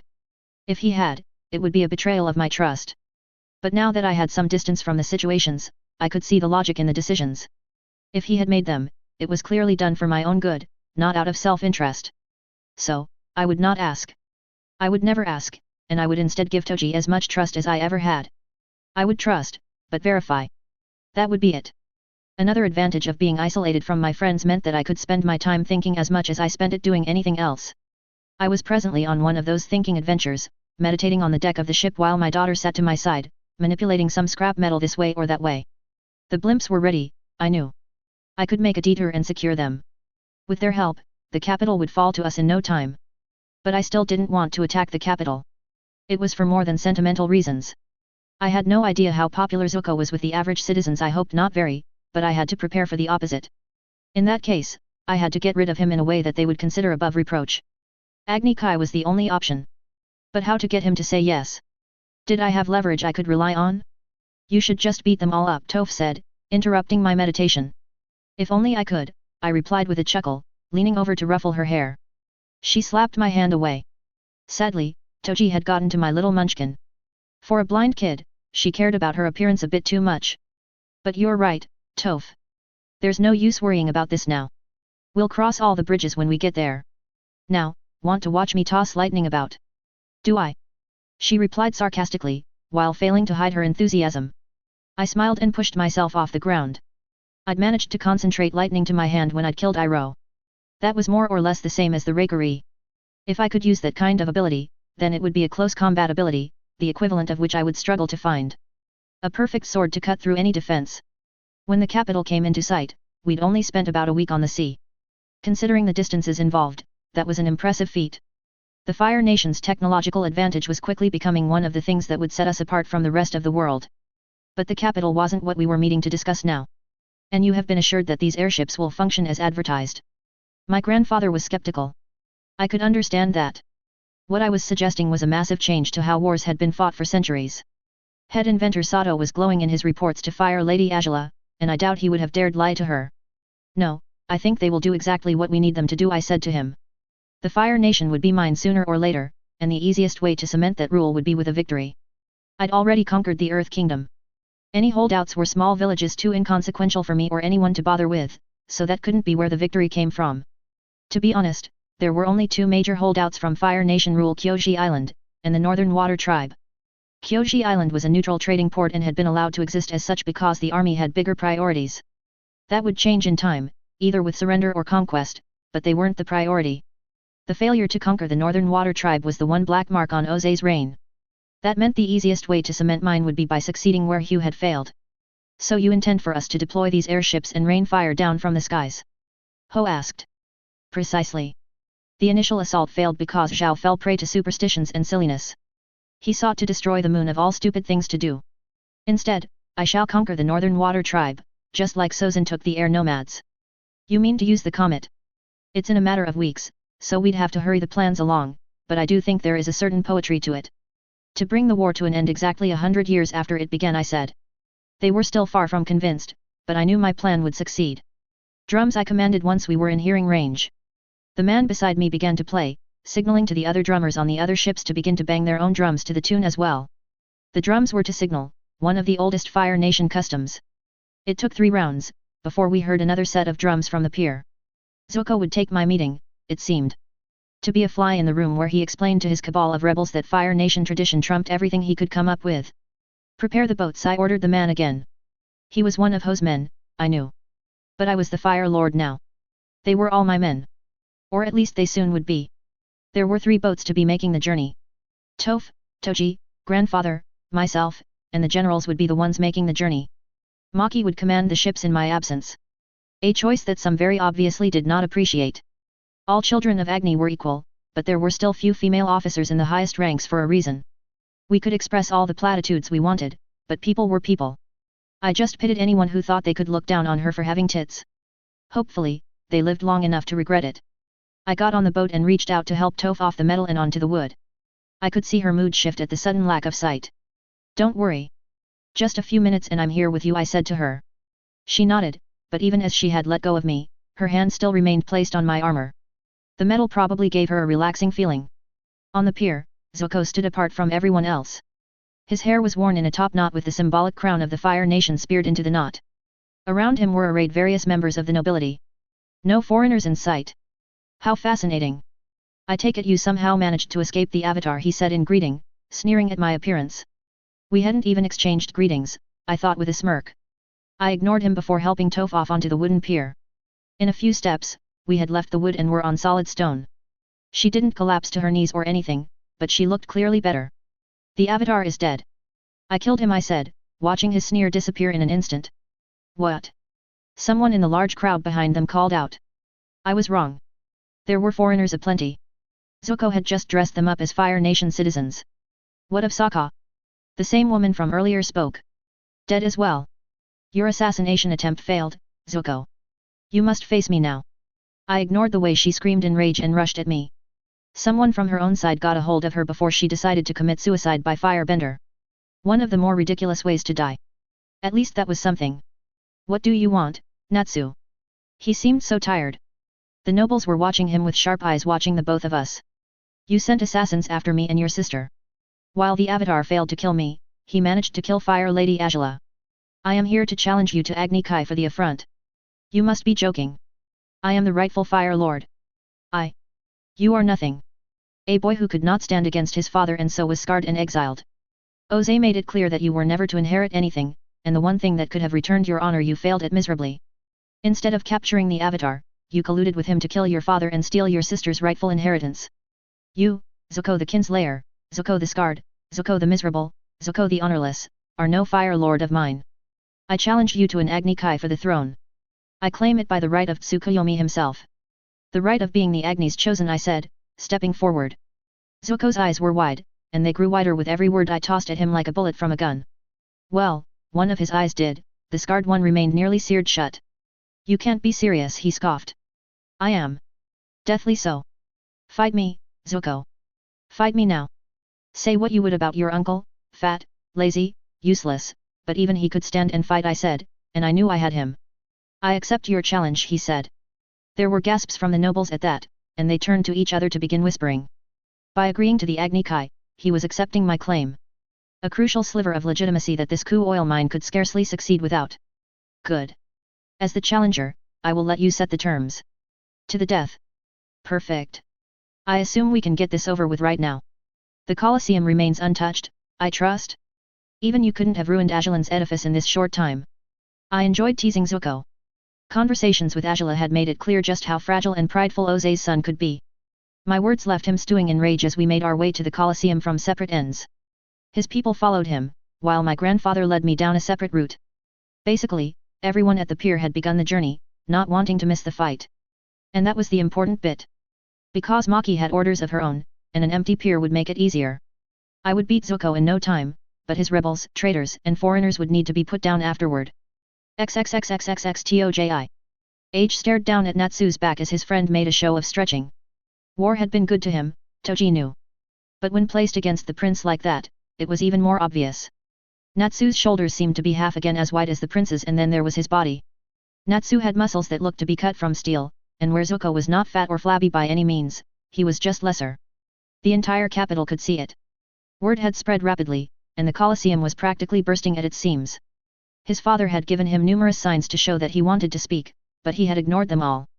The man couldn't ignore him for all his life and now try to cash in when he saw some value to be extracted. Toji knew who his family was. That was the man standing on the rough sands of the Colosseum, and the little girl fidgeting by his side. Well, them and the others. Where was Zufu even? He hadn't seen her or Lee in forever. Hopefully, with the war coming to an end, and Natsu as Fire Lord, it could be the 5 of them again. Just like it had always meant to be. Well, them and Toph, he amended as she shifted closer to him. He's going to win, he said to her. It wasn't even a question to him. The only bender that could best Natsu in a fair fight was dead. The world was theirs for the taking. I know. I just don't like not being able to watch, she said. Oh. That was it then. Natsu and Zuko are standing right opposite each other. They're waiting for the fire sages to finish snorting incense or whatever it is they do. He said. When they did finally finish, they declared that the fight could begin. Natsu made a show of taking his stance and taking a deep breath in. Zuko, contrary to what his sister had said, did not just run in swinging. Toji figured that his rage had finally dulled enough for him to realize just who he was standing in front of. Of course, it was too late for him to turn back now. If Toji were in his place, he'd just do his best to die with some dignity. Make it look like a good fight.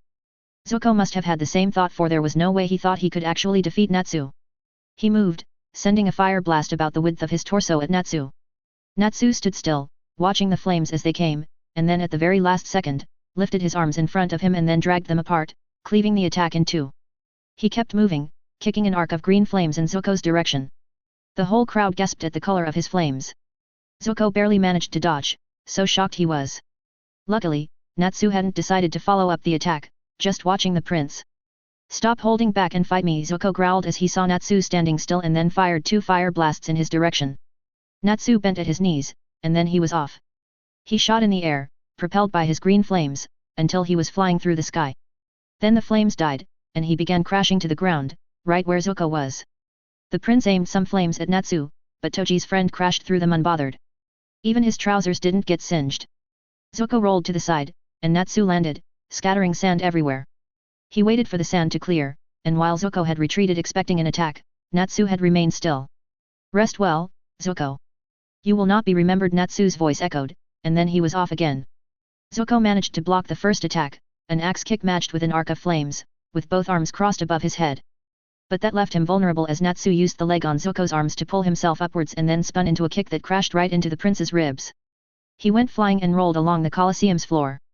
Natsu stood there, and then clasped his hands together, before pulling them apart slowly. Between his hands was a small ember of flames. He described this to Toph as best he could. The fire got bigger and bigger. Up until the point where it was about the size of a volleyball. Then and only then did it shoot from between Natsu's hands like a cannonball. Zuko had just managed to rise to his knees then, and could do nothing but watch the attack hit. Toji lifted a hand to cover his eyes from the brightness of the explosion as he felt some hair on his arms be burnt off from the heat. He moved to make sure he was standing in front of the little munchkin. When the explosion stopped flashing at his lids, he opened his eyes to find where Zuko had been kneeling had turned to glass. There was no body left behind.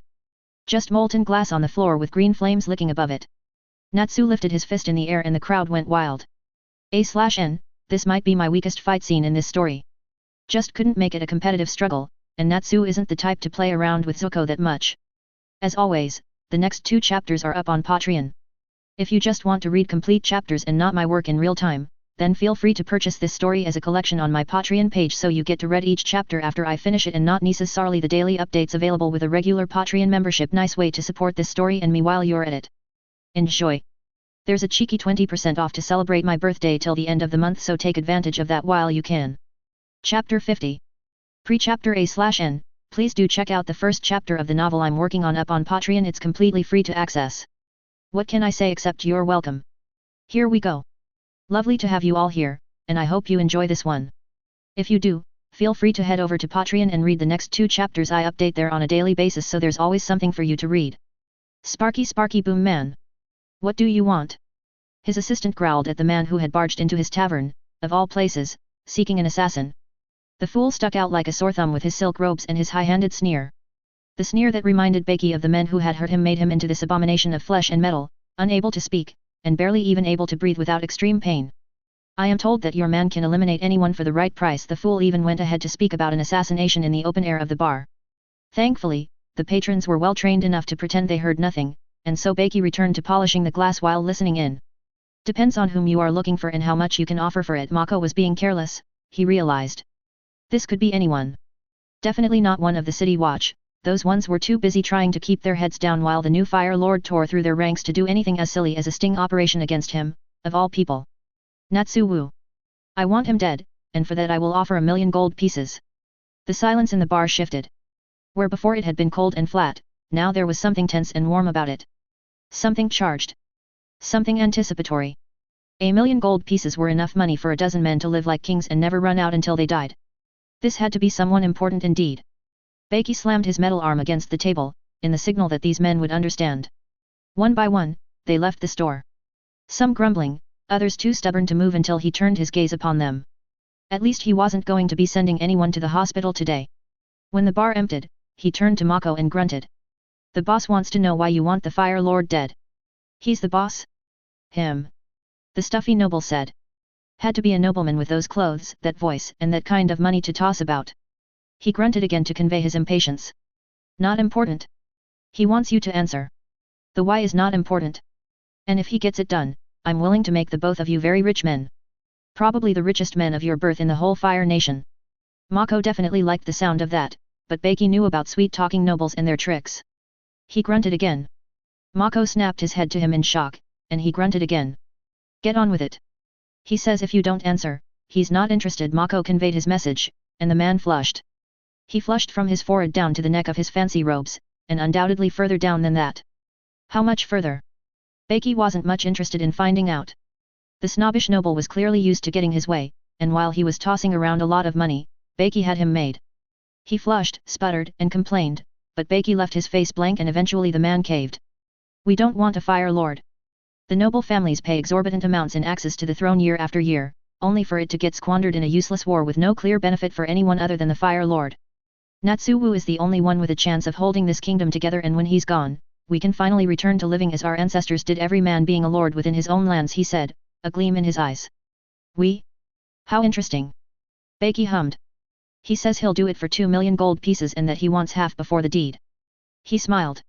He definitely hadn't added that last bit, but it was good to see Mako taking some initiative at the very least. When the man was gone, Mako turned to him with a bright smile. We're going to be rich, he said. Beiki did not point out how they were already far richer than they had ever been, and richer than anyone would have expected people with their backgrounds to be. Instead, he just grunted. But how are you going to do it, though? Assassinate Natsu Wu. Can't be easy to sneak into the palace, and we've seen his escort when he moves through town. Beiki just took the poster he'd ripped off their door this morning and set it on the table. There was only one reason he'd taken this deal. Usually, it was suicide, assassinating someone as well protected as a Fire Lord, but this one was stupid enough to declare that he would face against anyone who had objections to his ascension in an Agni Kai. Beiki saw the opportunity for what it was. He would make a killing in one deal and no one would ever be able to come after him for it because it would all be legal. A perfect plan. Nothing could go wrong. Natsu Wu thought fighting in a war and killing some earthbenders made him scary, but he had no idea what Beiki could do. XXXXX Jun Wenjun. And let me get this straight. You want me to kill the new Fire Lord for only 2,000,000 gold pieces? She asked. That's more money than most nobles see in a year. The man across from her replied. What does that have to do with me? You want me to kill someone like Natsu Wu, then you better move your offer up, she replied. We could just as easily have you arrested for the role you played in the previous Fire Lord's death, you know. She scoffed at the threat. Everyone knows Prince Zuko killed his father. You'd struggle to find anyone willing to listen to tall tales about poisons and the likes. We paid you 1,000,000 for that. This is double. He snarled. Yeah, Oze was a different beast. He was a soft man who spent all his time on the throne and never even saw the battlefield. Add to that the fact that my only role was in creating a poison that his tasters would never detect, but here you want me to do the deed myself. Against a far scarier foe. Natsu Wu fought the world and won. You want me to kill him, you'll pay something appropriate, she said. 5,000,000. Now you're speaking my language, but I'll need you to move up on that a bit more, she said with a wide smirk, tossing her long black locks to the side. XXXX Ishida. The Fire Lord, hey. He asked with a look to his side. He itched to have his bow in his hand. He felt naked without it. That was why he spread his arms out and put one on the table before using the other to pick a hold of his cup of tea and bring it to his mouth. Precisely.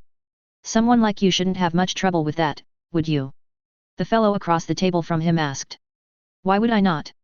I have heard the kind of things Natsuwu is capable of, and I'd rather keep my head down and avoid incurring his wrath. You already have his wrath. No Fire Lord would stomach knowing that a deserter from the Yuan archers still lives. He did not react at the obvious threat. So that was the stick to the carrot. I know who you are and will expose you if you do not do as I will. How plebeian. Why should I care? He'd struggle to find me, just like everyone else.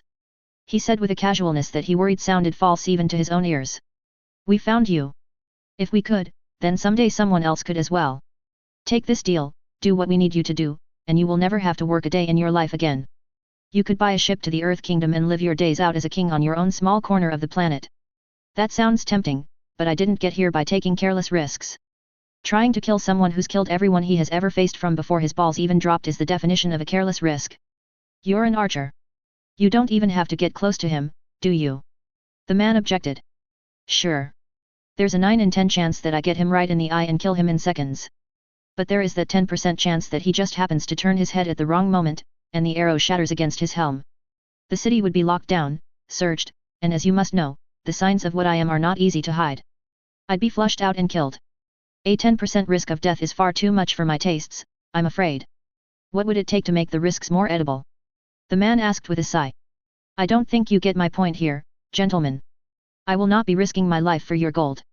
If you want the Fire Lord dead, kill him yourself. He said. We'll expose you, the noble hissed. Go right ahead and do what you want, Ishida replied. He had a strong bullshit detector, and something about that offer just stunk to the high heavens to him. We will was the last thing he heard as he left the tavern. He briefly considered putting an arrow in the man's eye for the threat but abandoned the thought. XXXXXX Daigo. I want none of your money. I will kill this Natsuwu, but only because my honor would have it of me, he told the woman who had come to him with this offer. She worked for someone. Someone most definitely wealthy and powerful, but Daigo had no need for wealth or power. He had enough of the two of them from a long and successful career. No, what he needed now was something baser. Something more concrete and worth far more than gold. So how will you do it? The woman asked, rolling easily with his refusal of her more than generous offer. He is taking offers for duels, is he not? You would fight him in an Agni Kai. I am not stupid, no. I am an honorable man, but no fool. I will attend these fuels of his and watch him. One day, he will fight someone strong or stressful or tiring, and then he will be distracted on his journey back to his palace. That is when I will strike, he said with thin lips. He had never planned an assassination before, but he had foiled more than a few in his long lifetime. It was in foiling one that he had met Piandeo, his old friend after all. We've made enough money. We should retire as wealthy men, he remembered Piandeo telling him. His friend had told him nothing of his desire to start working with traitors and risk his life in combat with the Fire Nation itself. Had he thought Daigo would judge him? He couldn't have. Daigo had not a shred of nationalist pride in him. To him, the Fire Nation was a place just like any other, and he would have worked to tear it all down at Piandeo's word. So why hadn't he told him? He didn't trust him. That was the only explanation he could think of, and that meant that he had failed him. Failed his closest friend. His confidant. His brother.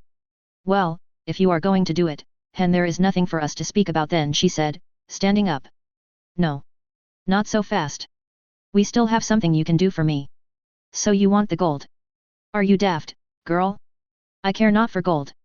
But since you have offered yourself to help, then you shall procure 7 barrels of blasting jelly for me. High-grade blasting jelly, not the local one. He said with a sharp smile. XXXXX Natsuwu. I maintain that this was a foolish idea, grandfather said as the carriage plied the paved streets down to the Colosseum. Objections noted and recognized, I said with a sigh. But not taken into account. No. I've made my choice. A foolish choice. The right choice. I have no blood connection to the throne. If I want this nation to respect my legitimacy, then I must give them something to look to. Deeds in a war an ocean away matter little. I must prove myself, and for good or for ill, one thing all children of Agni respect is power. The only issue with this is that your entire rule becomes predicated on being the strongest. What happens when you grow old? Or what happens if your children are less powerful than you are? Would you see our line supplanted from the throne by grasping lackwits because they might have more martial power? I wondered if I could tell him that I didn't care much about shit that went down after I was dead. If my kids were too weak to keep a hold of what I fought for, then that was their problem, wasn't it? We can solve that when the time comes. What matters for now is that I need legitimacy beyond just being the one to put an end to the war. Speaking of that, how is the planning going? I asked. Logistics are going to be the major bottleneck. The liaison from the arsenal says the airships are not rated to carry enough resources and rations to provision an army across that distance. So the fleet of airships would have to be accompanied by actual ships holding resources. The liaison says they have balloons capable of ferrying troops from the ships to the airships. The only difficulty is that the ships cannot be expected to keep pace with their airship counterparts, he said. And I'm sure you collection of geniuses have found a solution to that problem, I said, studying the drawings that he handed over. The route was mapped extensively for Zhao's folly. If ships are sent out today in batches and groups, then they will be able to array themselves in such a manner that the airships would be able to stop to resupply at 2 different points in the journey. He said, passing M another drawing that had the route scaled down. I nodded at the supply points. And the ships will be in position on time? When would we need to leave? In 5 days. Good. Then I have time to finish with this, I said as the carriage came to a stop. The noise of the crowd was something else. The Colosseum was filled to the brim again. We might have to consider charging for entrance, I said as I could see the line stretching out from the building into the streets. They'd riot, Toji said with a chuckle, appearing next to me. Wouldn't want that to happen, would we? I asked as I stepped forward. A few of them broke into applause as I began to walk past the line and inside the venue. I made sure to smile, nod, and wave where possible. One man even offered a bow that I made sure to acknowledge with a nod. This was only the first day, and I could see the building of a legend here. Grandfather could say whatever he wanted, but this was how to get the people's hearts. Panem et circenses. The Panem part was easy, since the Fire Nation enjoyed wealth beyond all the others and food aplenty. It was a simple measure to declare that prices would be reduced by half to celebrate the first week of my coronation. A subsidy on food that the crown had the gold to bear. In a different society, I would have feared the merchants would just cheat the people and cheat me while it, but here honor mattered more than anything else. Sure, there would be the outliers, but we could afford it. Early reports made it clear that Oze had been many thong, but a fool was not one of them. The coffers were near overflowing even after supporting a century of war. Of course, that was probably because the war was almost entirely financed using gold from all sorts of taxes. Another thing for the list of things to review: what taxes to remove, reduce, and what to keep as was.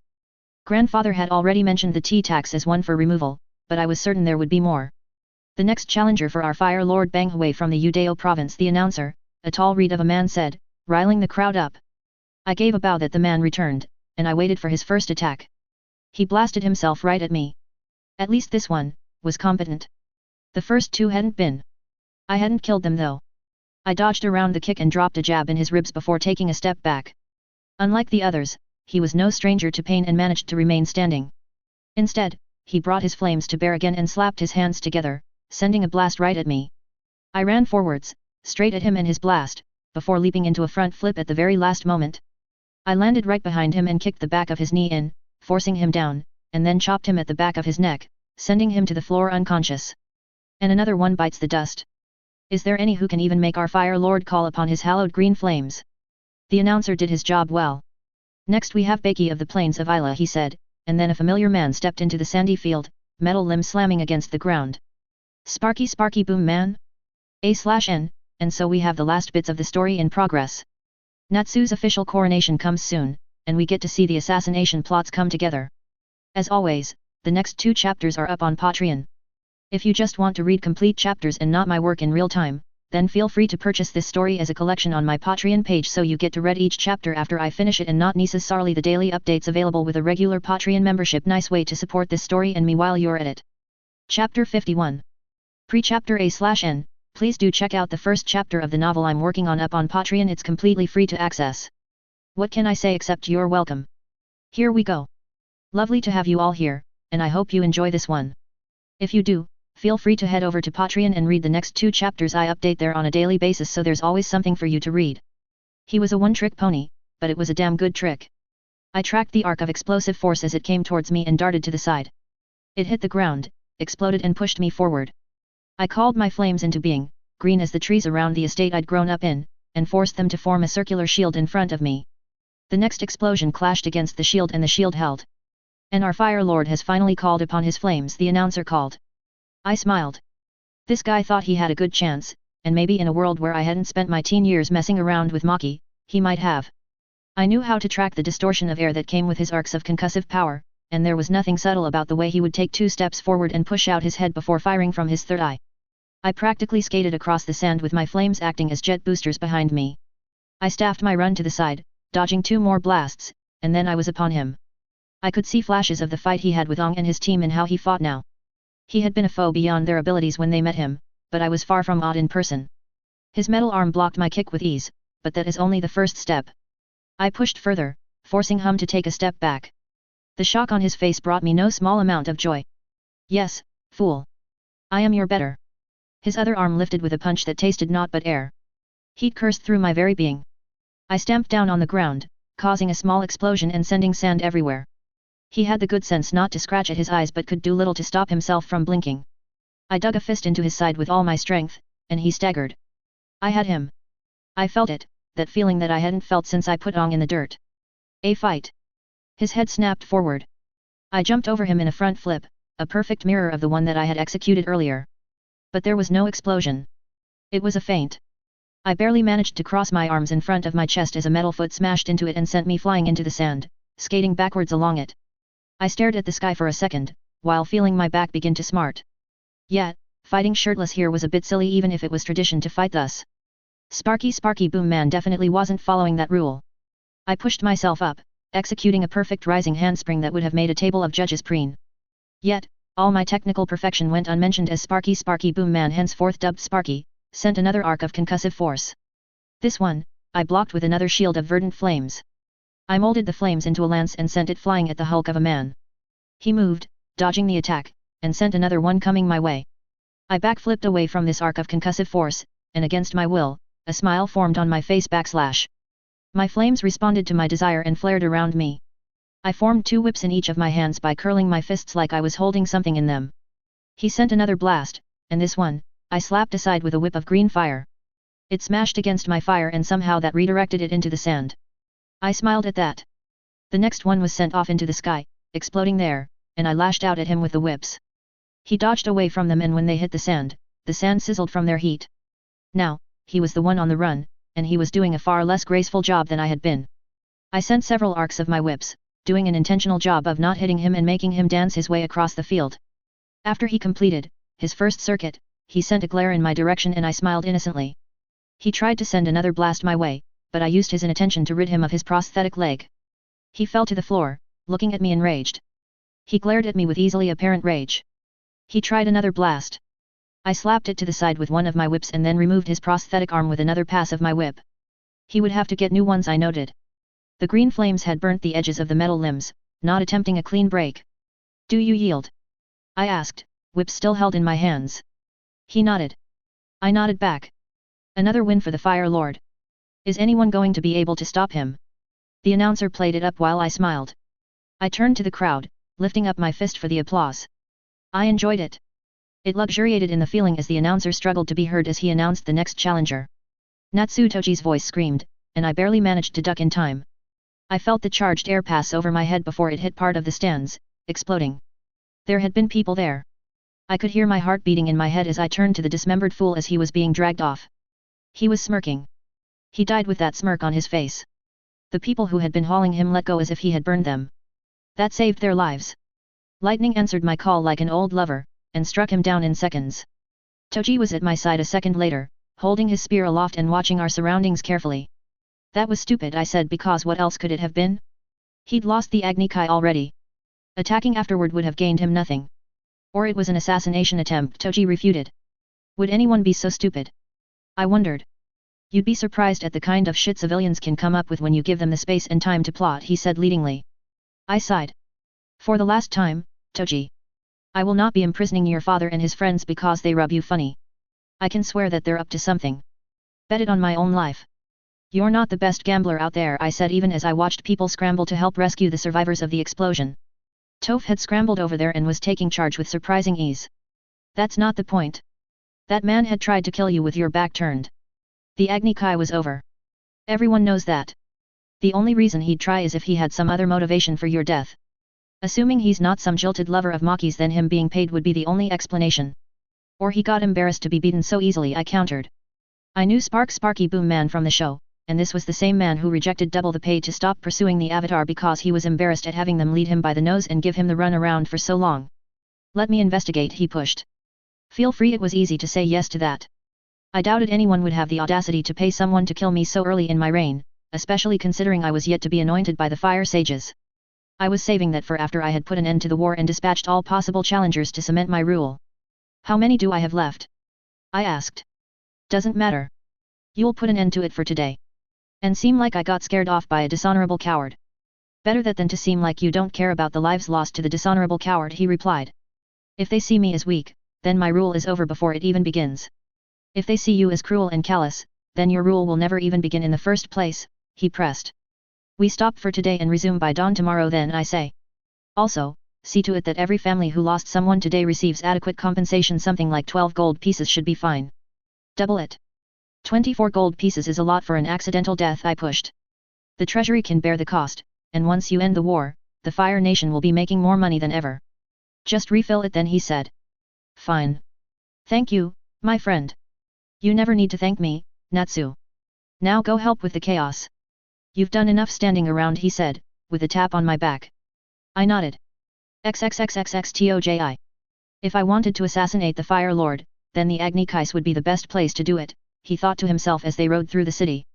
The second best place would be right here and now. They recognized this risk, of course. That was why Natsu's objections had been ignored, and he was made to ride in a closed and covered carriage initially. Of course, it was made with the finest cedar and gilded with gold to display the status of the Fire Lord. And now that one attempt had been made, they had cast the carriage away to ride on horses in full view of anyone and everyone. Sometimes, Toji wondered why he even bothered trying to keep this man who clearly had no value for his life alive. That was a lie. He never wondered.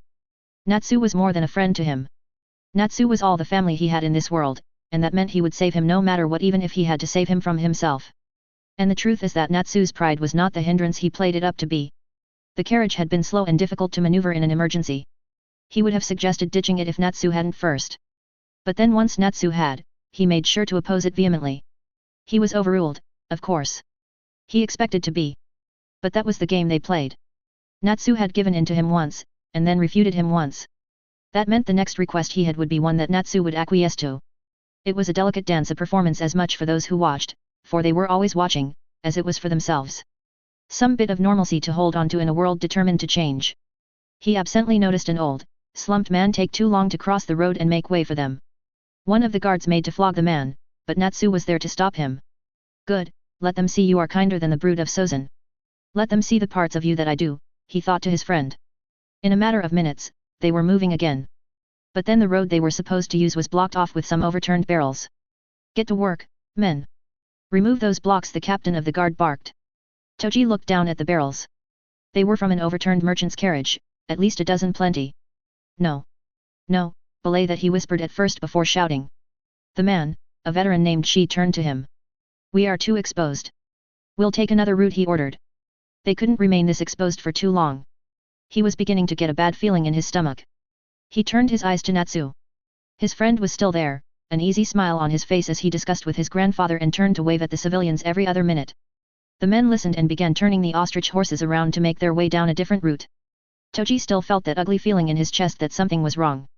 He kept a careful eye out for anything suspicious, but essentially, everything remained as it should be. Barrels of various sizes lined the streets. He noticed a faint smell but struggled to place it and kept moving. People walked across the streets, moving from place to place and then stopping to bow when Natsu passed. He was pleased with the fact that, anointed or not, Natsu's plan was clearly beginning to show some dividends. No one could beat him, and hopefully this would be the way he'd get the feeling out of his body before taking the throne. What happened to a warrior when there were no more wars to fight? That was the question he was trying his best to never have to answer. A traitorous part of him welled up at that moment with a whisper: waste away, or start a new war. He shook his head to knock the thought loose. It was one that kept coming to him as he watched Natsu over the last few days. There weren't any enemies left. Would he make new enemies to fight? Consciously or unconsciously? Even that, he was fine with. He'd fight by Natsu's side till his dying breath, just war or not. What he couldn't imagine stomaching was watching his friend waste away, though. That would be something else. Something he'd never be able to deal with. He noticed an old man dithering along the road. A very familiar old man. The same limp, the same stump where a right hand was supposed to be. Then he noticed the barrels again. The smell suddenly came to him. Get down, he shouted, and the world exploded. His whole body hurt. That was the first thing he noticed the second he woke up. He felt his ribs ache with each breath he took. There was a tightness in his throat as well. The explosion must have hit him hard, he realized. Especially because he could feel a bed beneath him. How long had he been out for?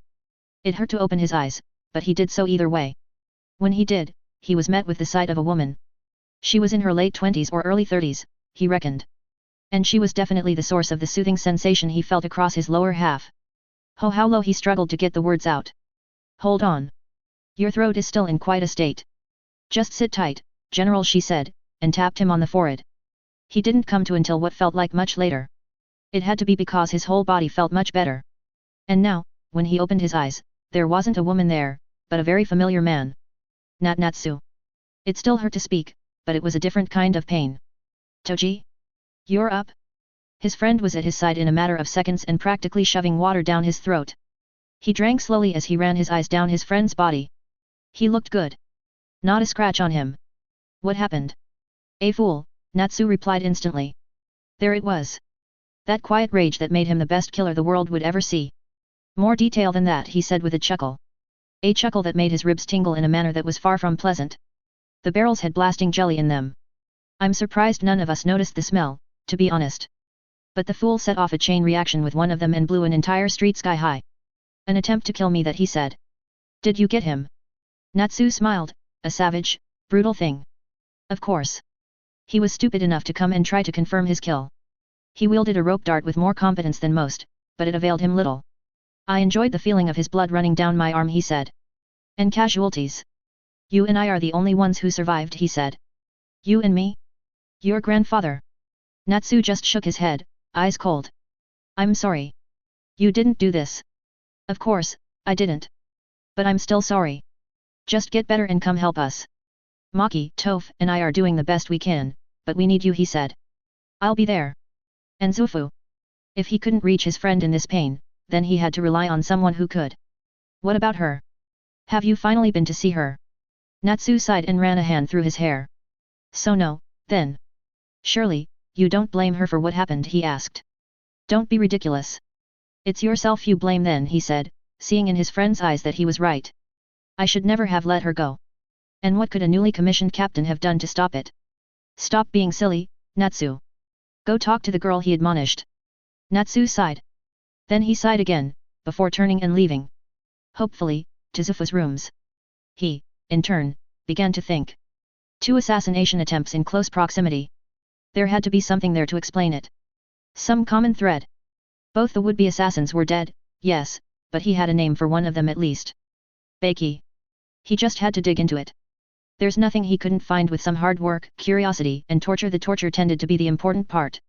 A/N, and so we have the chapter.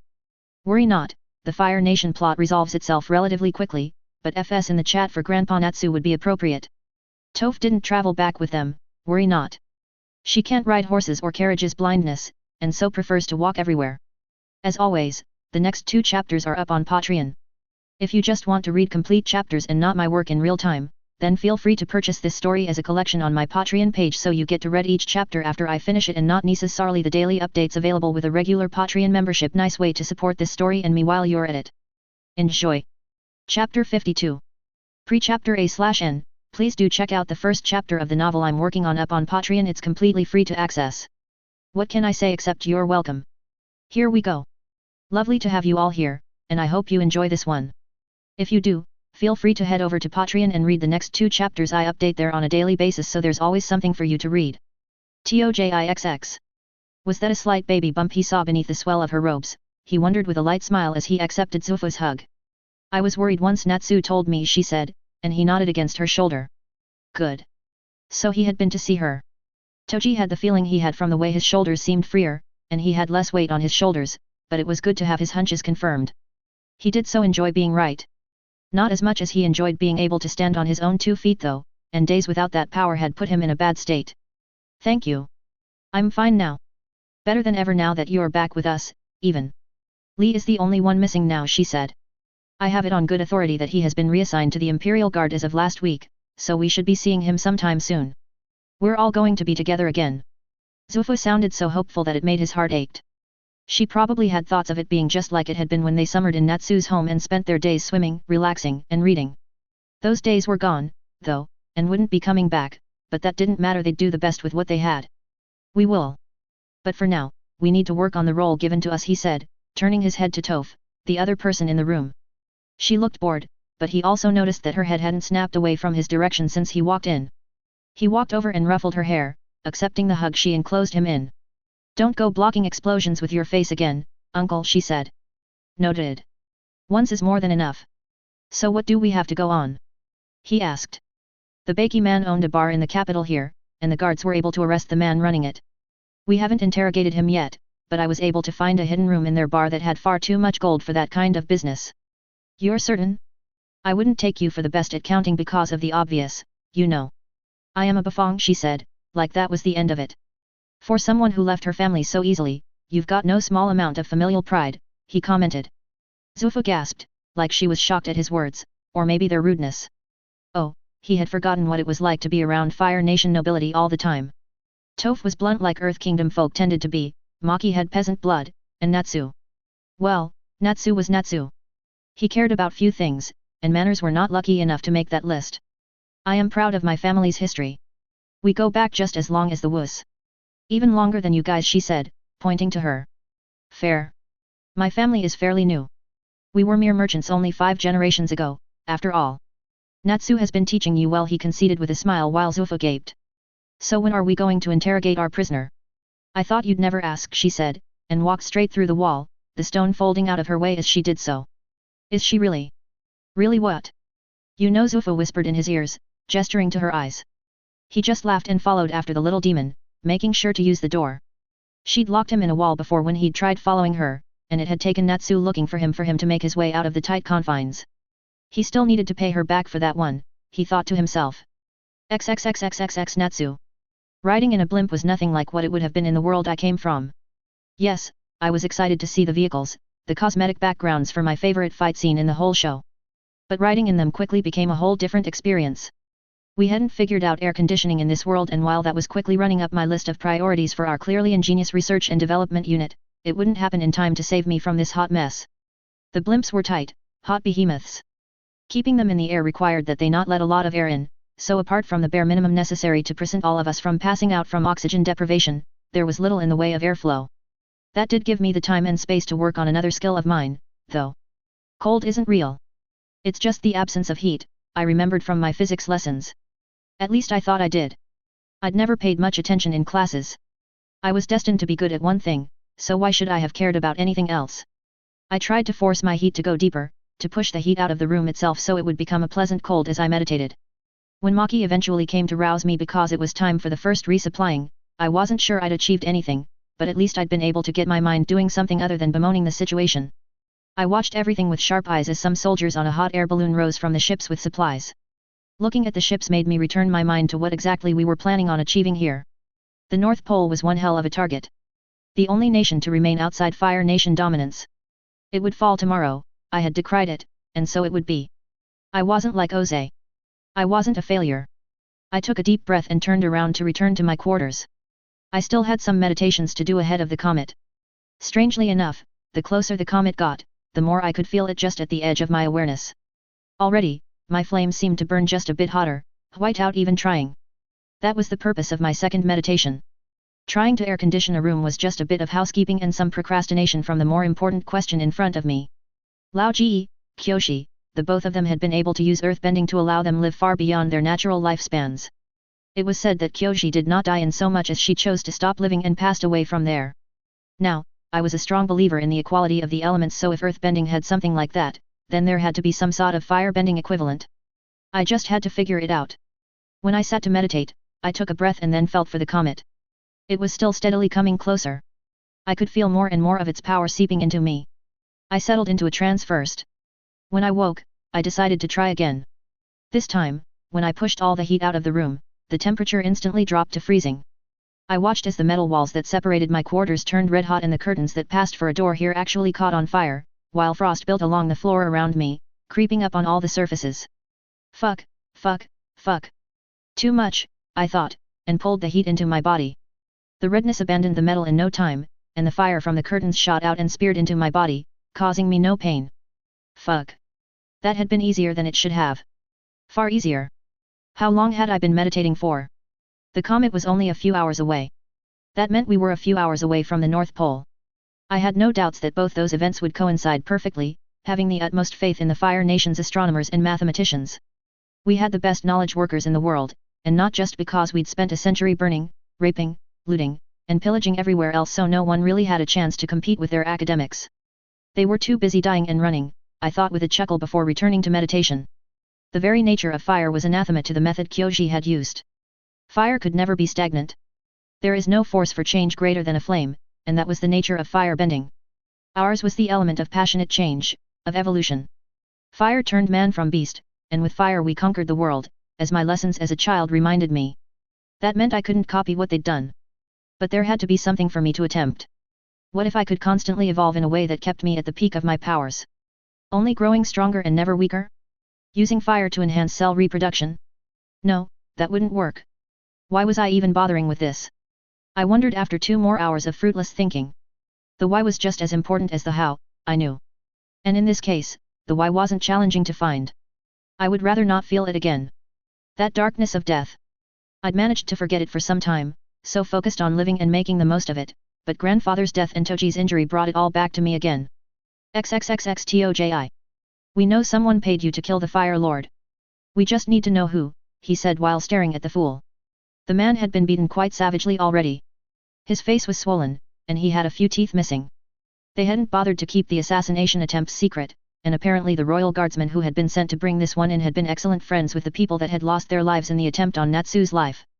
Of course, this was something that Natsu had to have both known and calculated. His friend could be brutal when he wanted to be, Toji knew. The man spat in his direction, the spit flying a few meters through the air before landing right in front of his boot. Toji stared down at it. The prisoner's eyes followed his. Your name is Mako, he said, taking a step forward, stepping over the spit smoothly. You came into the capital 12 years ago after your family perished, he said next, taking another step. The man had backed himself against the wall now. His hands and feet were chained, his clothes were ratty, and he had more than a few teeth missing, but there was a fire in his eyes that could not be mistaken for anything else. Today, Toji would put out that fire. You worked for Baki as not just a barman, but an intermediary. You helped him find the jobs he needed, and you got to keep a cut of the profits. Of course, that fact surprised me because present situation aside, you don't look like someone who has been enjoying vast amounts of gold. Baki was expensive to hire, and that's coming from me, a Zenin. He noted the way the man's eyes did not react as he said his last name. Good. It meant he probably wouldn't have to kill his father. We already know what Baki did with his gold. He must have stockpiled it trying to deceive himself that he had some retirement in his future. But you, on the other hand? You're not that kind of stupid. You're a different breed. So where did you store all that gold? He wondered out loud. The man shook, almost quivering under Toji's sharp gaze. You spent it, of course. Not on yourself, though. No, you're too stupid to be that simple. You probably thought you were helping her, didn't you? The baker's apprentice that you've been gifting gold to take care of her sick father. Toji dropped a bombshell that sent the man reeling. Oh, how? How did you know? About dear Nobara? Boy, I see your heart like I see your face. When I ask you a question, you better not lie because I will know. And you better answer, well, I know where she lives. He said, leaving the threat unsaid. He'd found that threats spoken lost some of their power for that luxury, and that was not a trade he was willing to make. What do you want to know? Good, Toji thought to himself. Finally, he'd broken. Who hired your man? Baki, was it? We didn't get a name. Just a face. He paid the gold through a drop-off at the pier. 1 million gold pieces dropped off at the pier? That feels unlikely. It's the truth, sir. The whole truth. He turned his eyes to Toph, and she nodded, almost imperceptibly. The truth then? Then you will be following us. We'll see if we can find your client in the palace, shall we? XXXXXX Natsu. Is it time, my lord? The man by my side asked. Yes, Ishida. Move in, I gave the order. I watched Hum shoot an arrow straight into the ice wall that the northerners used as their principal mode of defense. He grabbed a hold of the line connected to the arrow and then attached the end of it to the blimp.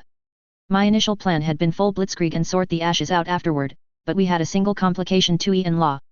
The moon and ocean spirits. It was for the best if they didn't die, and while I would take that risk to secure my rule, it was best to avoid it entirely. And so when Ishida, with his unique set of skills, had come to me to report being approached for my assassination, I hadn't just seen a source of information, but a tool to be used to solve another problem.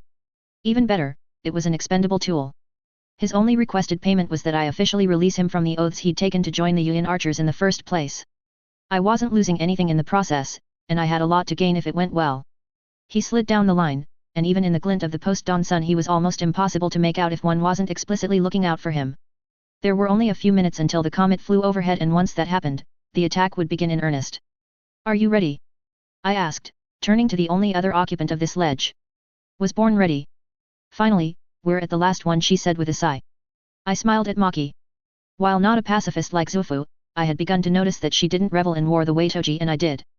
The comet began to shoot through the sky, setting the entire world in an orange glow, just as the northerners finally caught sight of us. We had been approaching with the sun at our back, making it painful to look up and see the blimps approaching, so none but the most keen-eyed would have noticed our approach, and that required them to be specifically on the lookout. No one had had to worry about aerial threats for a century, not since the air nomads were culled during the last comet. And even before then, it wasn't like anyone had much cause to worry of an attack from that angle. Of course, the Fire Nation did have air defense drills, but our knowledge workers were the best in the world, and had a tendency to overthink and go off on tangents. That was beside the point, though. The attack began with Maki. She took a breath, took 2 steps forward on the ledge and pointed her head straight at the royal palace. The roof exploded outwards in a much bigger blast than I'd ever seen her generate. In one shot, the palace had begun to collapse in on itself. Her next shot was aimed right at the Northern Water Tribe's giant wall. About 2 meters away from the partition that served as a gate, she sent the entire section of the wall falling to the ground from one explosion. She was breathing heavily while staring at her work with what I suspected was a fair amount of awe. "You tired?" I asked. "No. It feels like I could do this all day," she said, turning to me with a smile on her face. She tightened her fist before turning back around. "Good." Someone had spotted us, and I took a breath in before breathing out a torrent of green flames that consumed the series of icicles he had sent our way. "Proceed with the plan, I'll go do my bit," I said with a smile her way before walking right to the ledge along with her. "Don't get yourself killed," she said. I just smiled before taking the final step, so I was right at the edge and then turned back to her. I blew her a kiss and then finally took a step backwards, falling off the blimp and towards the waiting water tribesmen. The goal here was not complete eradication like initially planned. It was conquest, not destruction, and that meant many things. For one, instead of just raining fire down from the heavens, we rained men instead. As I fell, I watched the Imperial Firebenders, the nation's most powerful force, fall along my side, heading to do war for the first time since the first Battle of Omashu. The comet's power flowed through my veins, making me smile with the thrill as I shot down even faster, sending fire from all my limbs. A/N, Team Tojizufutof investigates the assassination attempts while Natsu does what he does best. As always, the next 2 chapters are up on Patreon. If you just want to read complete chapters and not my work in real time, then feel free to purchase this story as a collection on my Patreon page so you get to read each chapter after I finish it and not necessarily the daily updates available with a regular Patreon membership. Nice way to support this story and me while you're at it. Enjoy! Chapter 53. A/N, turns out I accidentally uploaded the wrong version of this last week. So sorry. Double chapter today, I guess. The feeling of the wind through my hair, the icicles shooting past me making death pass me by the barest gaps, the roar of the drums of war in my ears. This was what I had been born in this life for. I twisted and landed on the ground in a standard superhero pose, sending an arc of green flames that tossed the waterbenders and other soldiers near me off their feet. Still, it mattered little as more rushed towards me to replace them. I had shot down faster than my guard, and so I was the only one here. Even worse, I was the only one, and I wore the pin that acted as the crown of the Fire Nation upon my head. If there were any 2 things guaranteed to make one a target in these parts, those were them. Good. That was what I wanted. I was going to enjoy it. Green flames poured from my fingers in an arcing net that sliced through a series of icicles. A giant wave under the command of 2 water benders came my way. I took a deep breath and stepped forward, pushing flames from both my fists. The fire shot into the water, boiling and evaporating the massive wave in a matter of seconds. And I didn't even feel tired. I shot at them, green flames from my feet propelling me like a jet thruster into the face of my target. He brought his arm to bear and blocked my punch with ease. I smirked in the face of the young man's confidence and unleashed flames from the fist that was caught against his forearm. It was like his upper body was replaced with a charred skeleton in a matter of seconds. I twisted into a spinning kick that sent fire all around me, forcing the water benders to defend themselves and their non-bending compatriots. I took a breath as the next attack came. Once again, I had fallen into the familiar dance that was battle. The ebbs and flows of the tides as the battle moved in a constant series of transitions from attack to defense and back again. At least it would have, if this was not the day the comet granted me its power. I gave up on defense almost entirely as I felt the heat around me reach new levels. A set of icicles were sent my way and turned into vapor before they could reach me. Good. I shot out into the group. The man managed to react on time, sending a whip of water in my direction. I allowed the attack to come as it boiled and evaporated against my heat shield. He himself did not fare well when placed against the heat that followed and clung to me like a second skin. He took a step backward, necessarily, but the wrong move.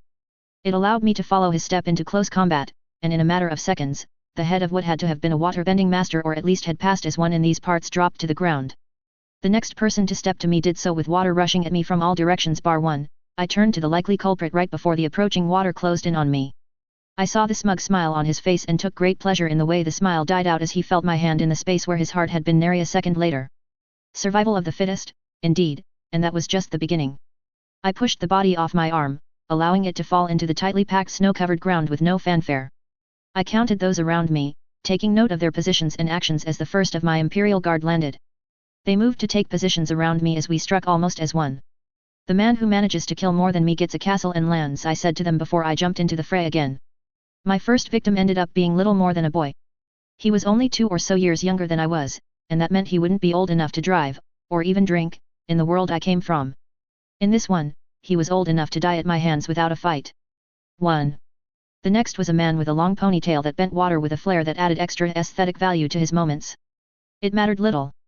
My movements were nowhere near as beautiful. I did not flick my wrists with quite the same flourish, and I did not dance from foot to foot as I moved, instead I marched, jogged, and ran. Still, when we clashed, he was the one who fell to the floor with half his body burnt down to the bone. 2. I spread my fingers in front of me, creating a shield of green flames as I had been forced to turn down the heat once my men began landing. These waterbenders favored ice to direct water attacks most likely as a result of their experiences in the environment in much the same way as the waterbenders in the swampy forest bent plants rather than water directly. The ice evaporated, and I took the heat of my flames, turning it into a lance, and sending my reverse attack. My would-be killer rose a wall of ice before him, showing he was let to learn properly. He would never get the chance to fix that though, as my flame lance cut through the ice and speared straight into his chest. I took a breath and breathed out a torrent of flames, spinning on my feet to make sure the fire was sent in every direction as I noted that the waterbenders had begun to spring the trap they thought they had been leading me towards. I took another breath even as I noticed that most of them had been able to either shield, dodge, or somehow parry my attack. I smiled before I bent backwards at the waist to avoid a cutting arc of water from a middle-aged man as broad as Sparky Boom Man had been, but somehow even taller, and much more handsome.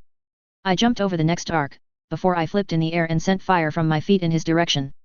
He took a step forward and someone turned the ground I was about to land on into water and sent that water up towards me with a series of sharp tendrils aiming to turn me into a pincushion.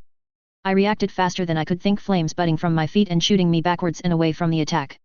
I landed in the throes of a building ice block as 2 men worked in concert to encase me in their newly created trap. Foolish. In one breath, the ice had turned to naught but steam, and I was in their faces before they could do more than blink at the failure of their admittedly crafty trap. The first, clearly a twin to the other, moved to decapitate me with a blade of ice as I stood still before them for a second, deciding which to kill. The second, moved in the opposite direction, trying to gain space from me as he brought his water to bear. I decided to let Agni decide and spat out a firestorm in their direction. The green flames turned water into nothing, and men into charred husks. I turned to my next target, only to notice that the waterbenders were backing up away from me and trying to avoid being the next to draw more. It was a valiant effort, but a useless one in the end. Not a single Imperial firebender had managed to be felled so far. Boosted by the comet as we were, we had become more than firebenders. No longer children of Agni, but sharers in his glory.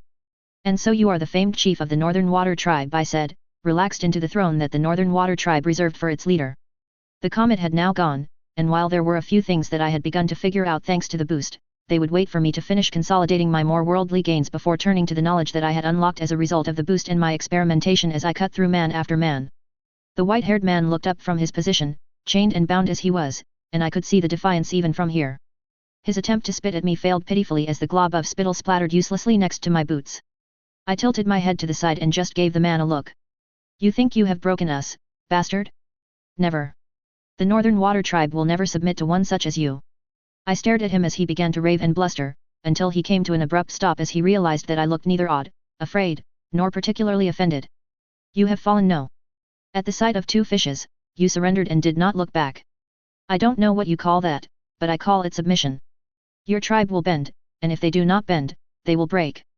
What do they tell you I am? I've heard it all, you know. Murderer, thief, monster, abomination, and a million things. So many men have fallen at my hands that it would be more efficient to tell you who didn't. So, you should have been smart enough to realize that your resistance was futile, and wouldn't even be a footnote in the annals of history. I said, before I turned my hand against his position. He screamed when he burned.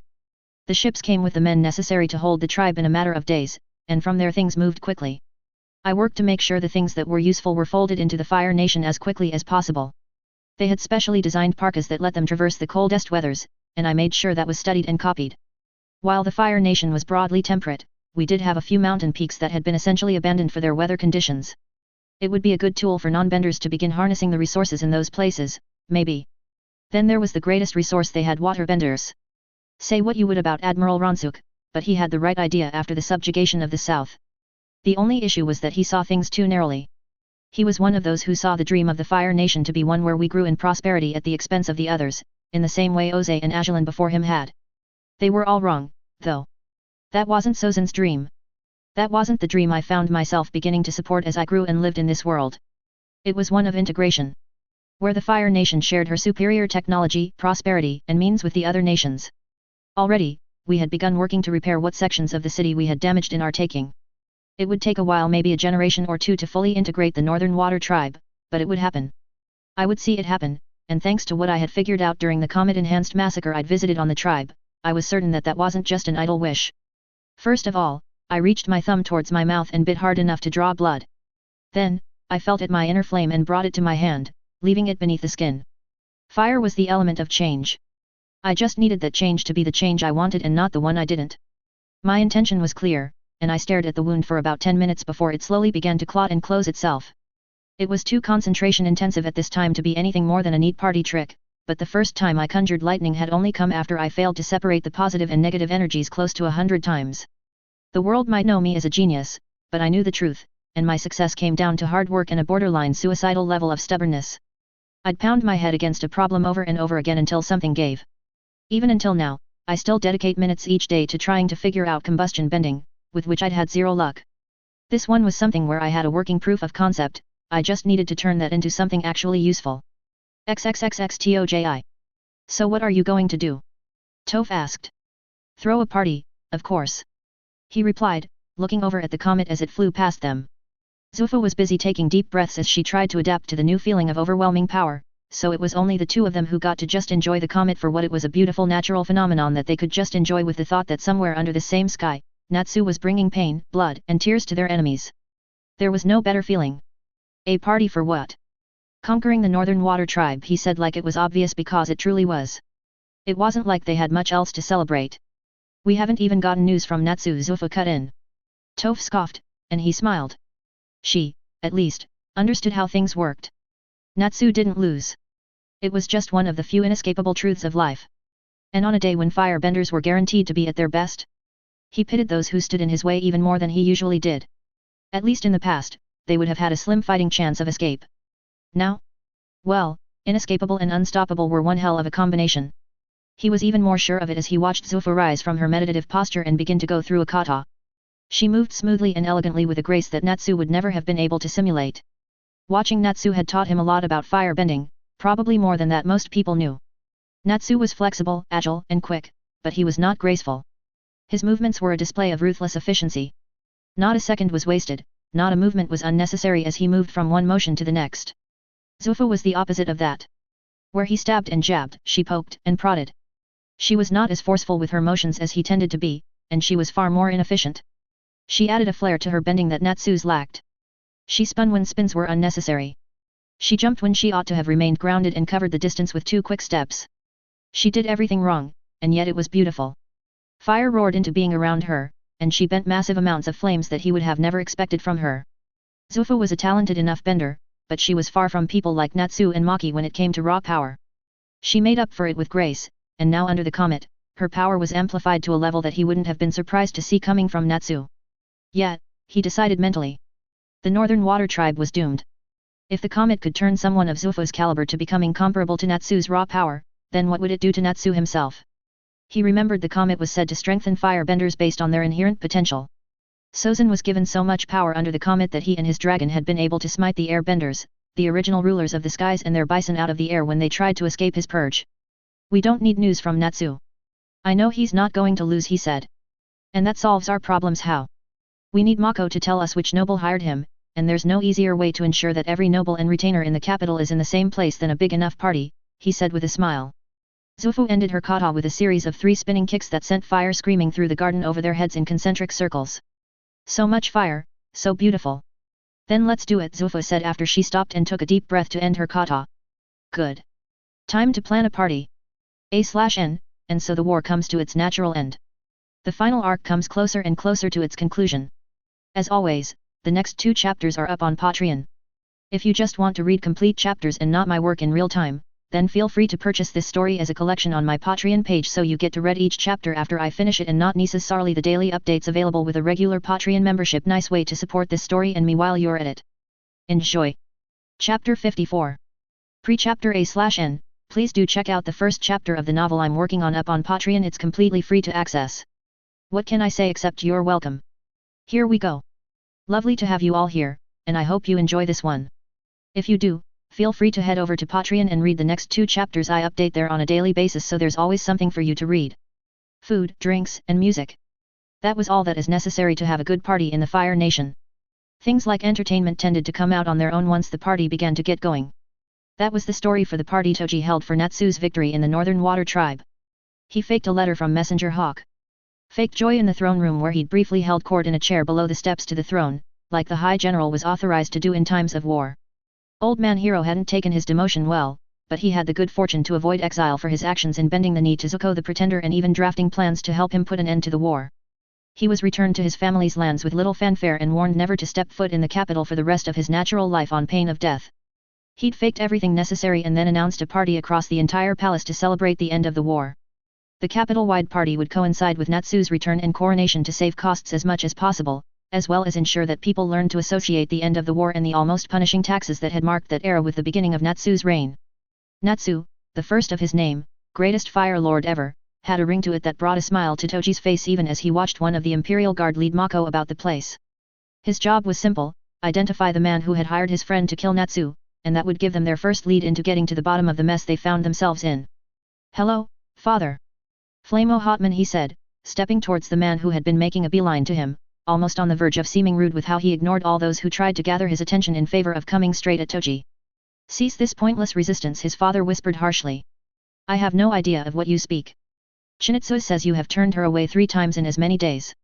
High General or not, you still have to do your duty to our family, or there is nothing we could gain from this situation," he said, not even bothering to beat around the bush, instead jumping in machete in hand and cutting through anything that got in his way. "And I told you I had no interest before you even set this silly thing in motion. I care little for that. Her family has the one thing we need, legitimacy. The nobles scoff at me behind my back and whisper about us. We've risen far, and we have even farther to go. That's where you come in, Toji. For good or for ill, you have managed to worm your way into the Fire Lord's confidence, and you will lift our boats with your tide." Toji felt his jaw clench. "Or else what? Silly boy. I have no need to threaten you. It's what your mother would want," he said, leaving Toji frozen in his wake as he turned to leave.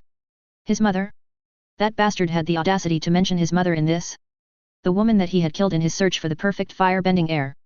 All his brothers might be benders, but between the lot of them, they'd struggle to come up with enough power to light a row of candles on their best day. That bastard had forced her over and over again to give him children in the hopes she created something like the family she came from, and he had failed at every turn. Now he dared to invoke her name to get Toji to bend to his will. Never. He'd never give him that satisfaction. He scoffed and turned away before he felt his attention be called to the men at the corner of the boardroom. Mako, the prisoner, and she, the Imperial Guard, stood in the corner behind the table that served drinks of all types preserved at different temperatures to make sure they suited all palates. While firebenders tended to prefer their drinks as boiling hot as the flames they commanded, while non-benders like Toji tended to prefer things at the optimal temperatures to both maximize taste and longevity for the drinks. It would be a faux pas for Toji to not ensure that the drinks at an event like this one were up to far anything less, and he risked inviting dishonor not just upon himself and his family, but Natsu as well, and even the war effort as a whole with his position as acting High General to consider. He walked towards them, making sure to do it the proper way. Everything had a proper way, and so he walked like he had been taught to do so at a party like this one. He went to the left first, moving in a circle that led him to his destination. Nobility did not walk in straight lines. To do so would be to imply being in a rush, and they were nobility. They did not rush. That was the purview of servants, peasants, and paupers, not men and women of the leisure class. He walked to the left because only the Fire Lord had the authority to walk to the right. Everyone else had to walk as if going left until they looped around the room to their destination. As he walked, he made sure to greet and be greeted by everyone of a rank to be able to speak directly to him at an event like this one. Traditionally, he would have been doing a lot of bowing, but his recent promotion meant he was doing loads of nodding instead. As a Zenon, he was outranked by most of the lords here, but as the acting High General, he was subordinate only to the Fire Lord and the Grand Vizier. Natsu was yet to appoint a Grand Vizier, and so that made him the top dog in this kennel, and he was enjoying the feeling. He allowed those who would have sneered and thumped their noses at him in any other situation to bow and kiss his ring for as long as he could before he permitted them to rise. It took him half a candle's turn to make his way around the room to where she and Mako stood, behind the drinks. Eyes follow him all the way, so he hoped that they had something substantial for him as the reason for calling his attention, because anything less would risk ruining the plan for no reason. "Talk to me," he said as he got within range for them to hear me, but out of range from being heard by anyone else. "We've found the person who hired the prisoner, my lord," she began. He nodded, pleased with that, and gestured for the man to keep speaking. Lord Matsuito's chief aide was identified by the prisoner as the one who spoke to him and his employer and secured their services for the planned assassination of the Fire Lord, she said, speaking on Mako's behalf while the smaller injured man nodded along with his words. Toji looked over to the side, staring right at Lord Matsuito's position. The man was engaged in conversation with two others, but his aide was not. The old man looked over in their direction, and visibly paled at seeing their attention levied on him. He got even paler when Toji reached behind him and removed the hood of Mako's cloak, bearing his face to the room. The man began to stumble back, clearly about to begin running, and that was all the evidence Toji needed. He ran forward before jumping right over the heads of the shocked crowd and landing in the middle of the room, only a few steps away from the aide. The man was quick on his feet, but not quick enough. Toji could see him beginning to approach the door. He turned to his side and picked up a tray from the servant behind him. It had one glass still on it, so he emptied the glass of flaming wine down his throat, handed it back to the servant and then tossed the tray like a disc.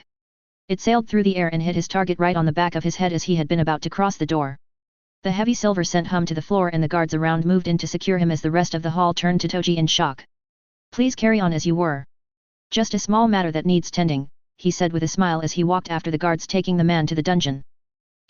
Place the palace on lockdown. No one leaves or enters," he said as he passed the guard that had helped set this in motion. "So I'll give you one chance to provide the information I need before I begin to extract it from you in means that you will find most unpleasant," he said, taking out a set of tweezers made from wrought iron and a rusted hammer from his little bag of tools. Natsu didn't have the best regard for more brutal means of information extraction, preferring his water trick, but Toji was a simple, traditional man, and he knew what would make a bird like this one sing. "I have no idea what you are talking about. Do you know who I am? I am the senior aide and advisor to Lord." "I don't care," Toji said with a chuckle. "You will tell me what I want to know before you suffer, or you will tell me after you suffer. Either way, I'm not leaving here without what I want," he said before snatching one of the man's hands, holding it steady and then ripping the nail from his index finger with a single harsh movement. The man's screams were music to his ears. "Now, first question. Who told you to hire assassins to go after the Fire Lord?" Toji, it turned out, did not need to bother preparing himself for a long session or even involving Toph. After the first fingernail was ripped off, the man sung like a canary. He never even attempted to lie and answered each question fully and completely. At some point, he had needed to invite a scribe to take note of the vast amounts of information being dumped on his lap.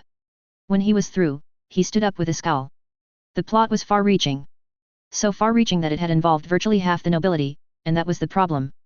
Natsu's rule was too fragile to just off half of court. But half of court has tried to kill the Fire Lord, and if he didn't do something now, then there would be no telling how else they would strike out when they would do so. "Convene the following lords at the throne room to await my presence," he said, turning to the scribe before reading out the names of the guilty parties. Impressively enough, his father's name had somehow managed to make it off the list.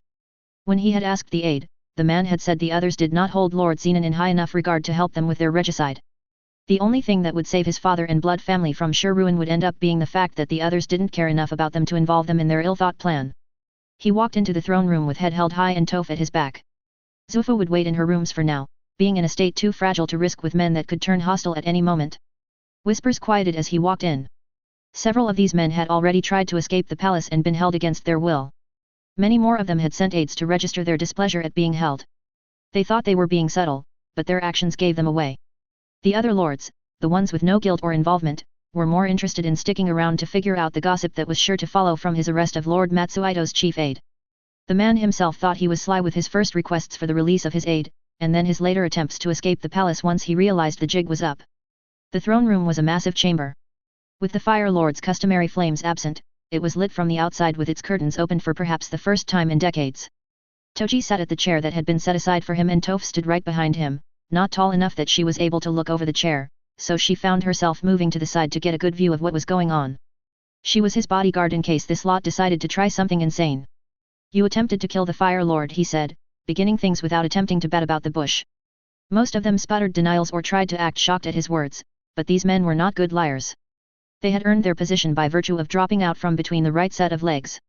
This was far from the Fire Nation court of old, where the lords were political animals bred for the battlefield that was the royal court. Since Sozin began his war, it became far less fashionable to idle about in the court. The parties stopped happening, the wine stopped flowing, and being seen sitting idle led to questions about why you weren't on the front lines bringing glory and honor to the Fire Nation, so the royal court became drier and drier. That change meant these men were not the political monsters their ancestors were, and it showed. Their ancestors would never have tried something so clumsy to achieve the goals they sought. "Stop the denials. I have already interrogated Lord Matsuhito's aide, and he has confessed the full scope of your plans to me," he said, tired of the whinging. "But High General, surely you will not trust the word of a mere aide over respectable lords like ourselves." One of the lords, Kaizen, spoke on behalf of the lot, receiving nods from the rest of them. "Of course. That would be ridiculous. Instead, I have my guards searching each of your rooms now, searching for supporting evidence, things like promissory notes for gold, letters containing sensitive communication detailing notes of the plot, the likes, you know," he said, with a smile. Unsaid was the fact that even if the evidence did not exist, his people would plant the evidence there. Each of them knew it already though, it was what they would do in his stead, and he watched Kaizen take a deep breath, deciding his course of action.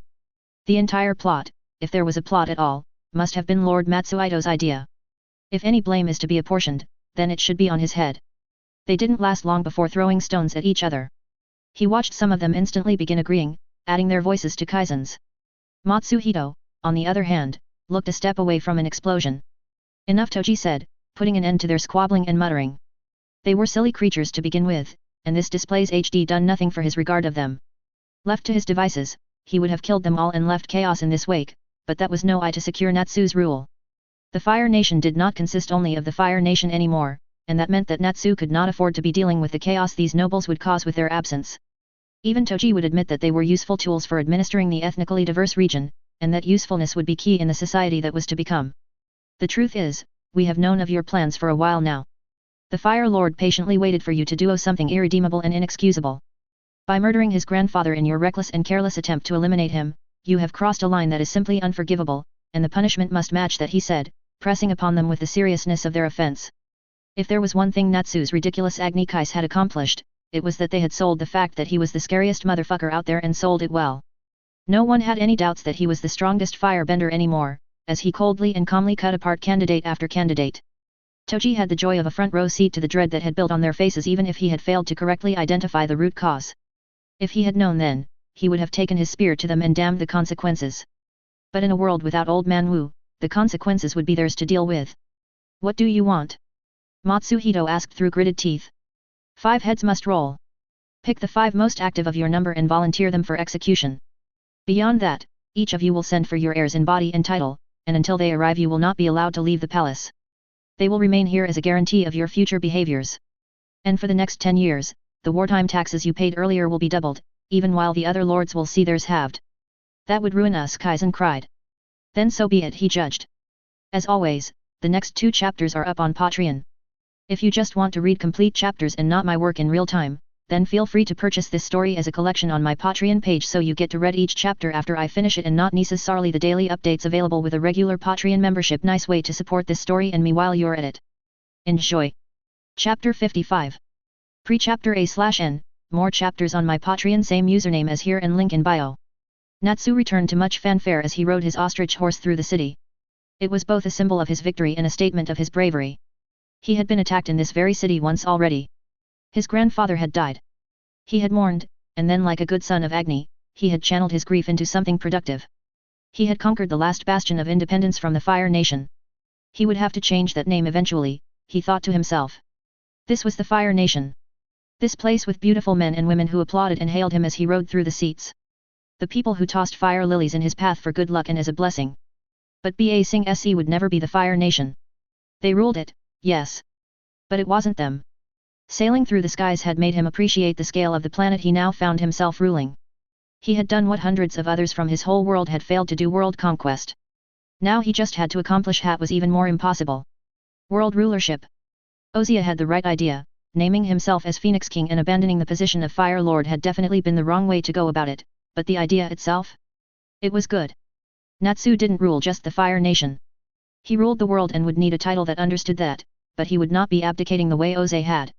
For one, his position was not nearly so secure. For another, the Fire Nation was going to be the source of his power and support for the foreseeable future, and so putting it in a situation where it was ever less than 100% under his control would be stupid. He smiled and waved at the people as he passed. He kissed babies, blessed pregnant women who wished for their children to be strong benders like him, and showed off his green flames for children as he made his way through the city. The journey from the gates of Ajalan to the palace would take a man on a horse about 30 minutes if he moved at a reasonable pace. It ended up taking him about 2 hours with all the distractions. He still wouldn't have had it any other way. The line of Sozin had ruled by keeping themselves far and separate from the people. It had made people view them as more gods than humans in certain ways, but it had also meant that the average person hadn't been too attached to who sat the throne. They'd only protested and opposed Zuko because of the foreigners he brought in tow, not for killing Ozai and taking the throne. The identity of who sat the throne did not matter to them, but it was important to him that they wanted him there. Not just because being loved was good for his ego, even if he wasn't so blind as to deny the effects of that, but also because if they loved him, then they would serve as a good backbone behind which to push the kind of reforms he needed to. He had to centralize power in a way no one after Sozin had dared. He had to hobble what remained of noble power, and not to leave a vacuum, but to claim that power for himself. After what they had dared, he would have to. His flames flared at the thought, scaring and exciting a few of the kids he was showing off for before he brought it under control again, moving to juggling green balls of fire in dizzying motions. When he finally made it to the palace, he was just about done with social interaction for the day. After he had started kissing babies and the rest, it wasn't like he could just stop without causing some offense, so he had to stick with the bit, and that was when he realized why other Fire Lords hadn't done it as often. It was tiring as all hell. He rode in, and the head fire sage in front of the procession to greet him wasted no time in dropping to his knees and pressing his head to the ground. All hail, Fire Lord Natsu, the Conqueror. He smiled at the epithet added to his name. Natsu the Conqueror had a nice ring to it. Even better than most epithets like Tiamat the Great, or Jinpi the Merciful, his epithet had the additional flex of being true. He had done it, conquered the world and made it his. He'd won. Rise, my loyal subjects, he said as he stepped from his ostrich horse. Toji was the first to reach him. You have done well, High General, he said, implicitly confirming what had once been a provisional appointment into a permanent one with his words. He gave him a hug then, whispering his question into his friend's ears. Is it done? He asked, and Toji nodded against his body. He smiled. That was some good news at least. Toji's letter had reached him upon arrival, and it had contained what was his plan for dealing with the fools that had sought to kill him, and while Natsu wasn't the biggest fan of the chaos that the executions would cause, preferring that they just disappeared with no trace, he could recognize the value in a public execution. Setting an example for the rest of the lot with a few reeled heads would be useful.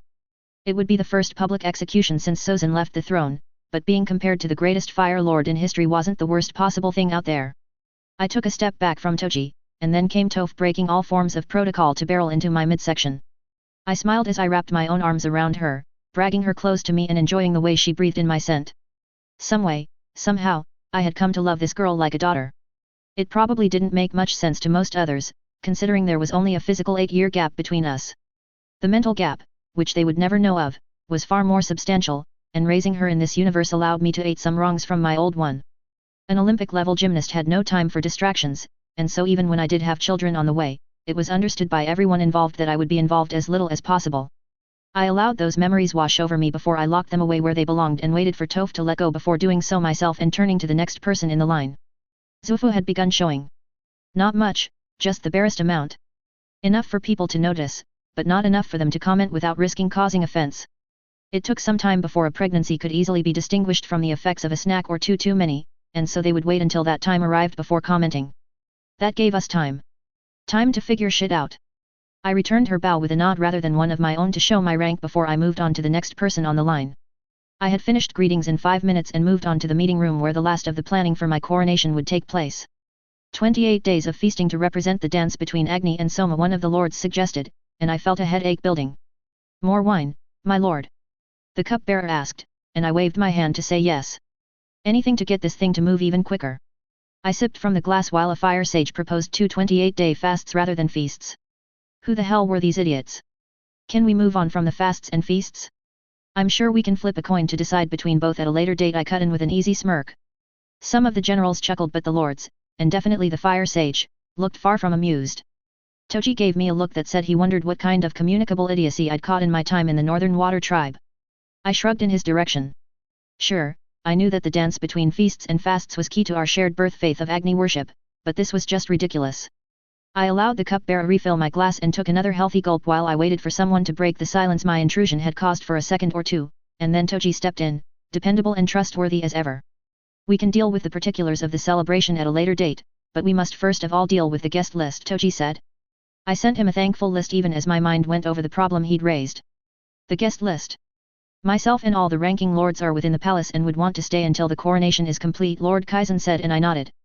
He had been one of those who had tried to have me killed, but beyond that tidbit, he was a nice enough man. If only Toji hadn't gone ahead and promised them that they would keep their lives after they rolled on Matsuhito and came together to confess his crimes and whatnot, as well as the increased taxes he'd been able to get. If I was being objective, it was a good deal. Hostages to ensure good behavior in the short term. High taxes that would severely damage their chances of doing anything in the medium term. In the long term? I'd be too entrenched for them to touch, or even to attempt to. It was a good plan that gave me the one thing I needed to get everything in order time. So why did it piss me off so much? Grandfather. The only reason I'd even said yes was the voice in my head that sounded like him telling me that it was a great deal that turning my back on would be stupid beyond stupid. I took another swig from the glass, emptying it in one go, before gesturing my assent when the cupbearer asked if I wanted more. Send an airship to BA-SI. I cut in during a period of silence. Long Feng, the head of the Dai Li, should be in attendance for the coronation. It would be a good way to show that I am not just the lord of the Fire Nation anymore, but the lord over a unified world, I said. Speaking of, I had an idea for a different title, Toji said, tossing a scroll in my direction. Grand Emperor of the United Continents, I read out loud with a raised eyebrow. Toji smirked in reply while much of the table looked scandalized at the thought. Lord Protector of the Four Nations, I read the second entry, and had to admit that I did enjoy the ring it had to it. The only problem was that it kept the identity of the Four Nations intact, even if there were really only 3 nations anymore. The airbenders were dead and gone. It also did little to recognize the fact that I wanted them united as one instead of remaining separate things because balance. Ruler of the First Elemental Empire? Really? This one, I scoffed at. Toji shrugged, showing that he himself wasn't going to do much to defend that choice. I took another sip of the wine, before just knocking the rest of the glass down my throat and dropping it to the side to be refilled. More wine, my lord? The cupbearer asked, and I waved him ahead. Well, only one of these is even passable, I said, skimming through the rest of the list. I don't know, I'm quite attached to God King of the Elemental Nations, Toji replied with a smirk. God King? That bastard. Of course, repackaging history from my old world as creative stories that I had come up with myself would come back to bite me in the arse. But what are new titles needed for? The Fire Lord is the Fire Lord, and that is how it has been for centuries. General Ho cut in. Well, the Fire Lord does not rule over only the Fire Nation anymore, does he? Toji asked, raising an eyebrow. He does. The Fire Lord rules over the Fire Nation, and the Fire Nation rules over the rest of the world, he said as if it was obvious and the two of us were failing to see it. I closed my eyes, feeling a wave of dizziness coming over me. Your wine, my lord, my cupbearer offered, and I nodded, picking up the glass and emptying it. Let me get this straight. You believe that because we won the war, we now stand above the other nations, and they are subservient to the Fire Nation? I asked. Yes, he said, clearly believing that was the only way to possibly see it. Shall I go fetch more wine, my lord? The cupbearer asked when I turned to my glass and found it still empty.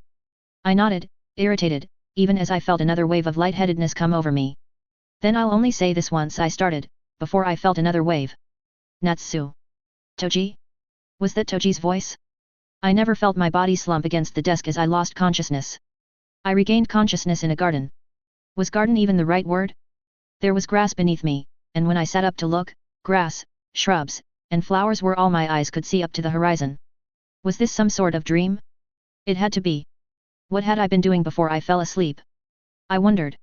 Nothing came to mind as I pushed up to my feet and began to walk around. I took a straight line from the place I woke up down the empty garden. The grounds were neatly cropped grass that tickled my bare feet as I walked. It was then that I noticed that my shoes were gone. At least I was clothed. A red shirt and trousers made of silk, just like my pajamas. I took a left, and then the garden shifted. There was a hush.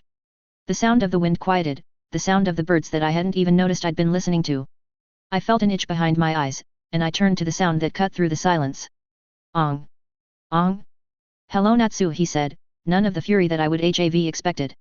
It made sense, though, this was my dream, after all. But why would I be dreaming about the avatar? It's not a dream, Natsu. It is, I refuted. Is not. How do you know what I'm thinking? Because you're a part of my subconscious just like you would be if this were a dream, I pointed. Think, Natsu. Remember. You were drinking wine in your meeting, and then what happened? He asked, and his words stirred up a memory within me. I was in the meeting hall. I'd been talking about the effects of our rule on the 4 nations, and then I'd slumped. It was the wine, I realized now. The cupbearer had been compromised somehow even with all I'd done to ensure his loyalty. How disappointing. So I'm dead, then? This is the afterlife. I wondered. All I saw when I died the first time was darkness. And even if Ong surely hated me for what I had done to him and his friends, he was still a step up from the cold, unfeeling void. Try again. You're in the spirit world, Natsu. The spirit world? How the hell am I in the spirit world? We brought you here, of course. His smile was bright. Why was he smiling at me? I killed him and everyone he cared about. Was this some sort of mind game? He was going to let me drop my guard so he could take revenge when I wasn't paying attention? A smart plan, but he clearly knew nothing about me if he thought that was going to work. His smile faded, and he looked almost sad. Did you ever learn to trust anyone? He asked, and the pity on his face made me want to lash out with my fire. Except that I could feel none of my flames. I remembered the rule from the Korra show. No bending here. Even without my bending, I am not the easy target you might think I am, Avatar, I said, taking my stance. I had trained to fight since I could walk. Sure, most of that had been with bending, but even without it, I was still a dangerous man. We didn't bring you here to fight, Natsu, he said with a sigh. I felt for him then, the air nomad forced to fight in a war. He had been dealt the shorthand by fate, and in a different world he would have triumphed. Here, I did. And then I realized what he had said. We? Who's we? I asked. As if my question was a cue, they appeared. Roku, then Kyoshi, then Kuruk, then Yangchen, then Zeto, and on it went. They formed a circle around me that led to another circle that led to another. It was like a spiral that went all the way to the beginning, to Wan. Hey, the irreverent firebender said, appearing in front of me out of thin air. I didn't step back, but I did feel the shock. We have a lot to talk about, Avatar Natsu, he said. A/N, okay, I lied. This isn't the final chapter. But we're close, though. Did anyone see this coming? Next 2 up on Patreon, same username as here and link in bio, support me there and read them early. Chapter 56. Pre-chapter A/N, final chapter on my Patreon, same username as here and link in bio. What? What the fuck did he just call me? No, he had to be fucking tweaking. I assure you, I am not fucking tweaking, the first avatar said with a sly smile on his face. Then you have to be permanently insane because I'm no avatar. I said with a scowl. What was this waste of my time? I needed to get back to my body, to arrest that cupbearer and reap vengeance on those who would shake my hand with their right whilst daggers lay behind their backs in their left. To begin with, what do you think the avatar is? He started, and I gave him a purposeful blank look.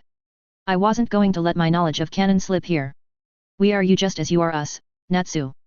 We know your every memory and thought, even your memories from your first life are ours as well. And I do have to say that Kyoshi here has not been too pleased to find what people in your world were doing with her likeness, he said, and I had to fight down the flush that rose to my cheeks. I knew exactly what he was talking about, but I was just a teenager at the time. It was far from my proudest moment, but definitely not what I was worried about here. What is there to worry about? We're all dead. There's nothing we could do with the information you have given, and truth be told, it's not like it was of much use in the first place. You took us out of the canon, as you would call it, a long time ago. Can you stop reading my mind and responding to shit before I can even say it? I said instead. Sure. If that is what you prefer. So I sense you have questions. I'll let you ask them so I can answer. You never explained how this could be possible because I was starting to believe their bullshit. How else could they so easily get into my mind? I knew from what writings my ancestor had preserved from his time with Zeto, the avatar cycle was not just power being reborn. It was a person being born in different eras over and over again.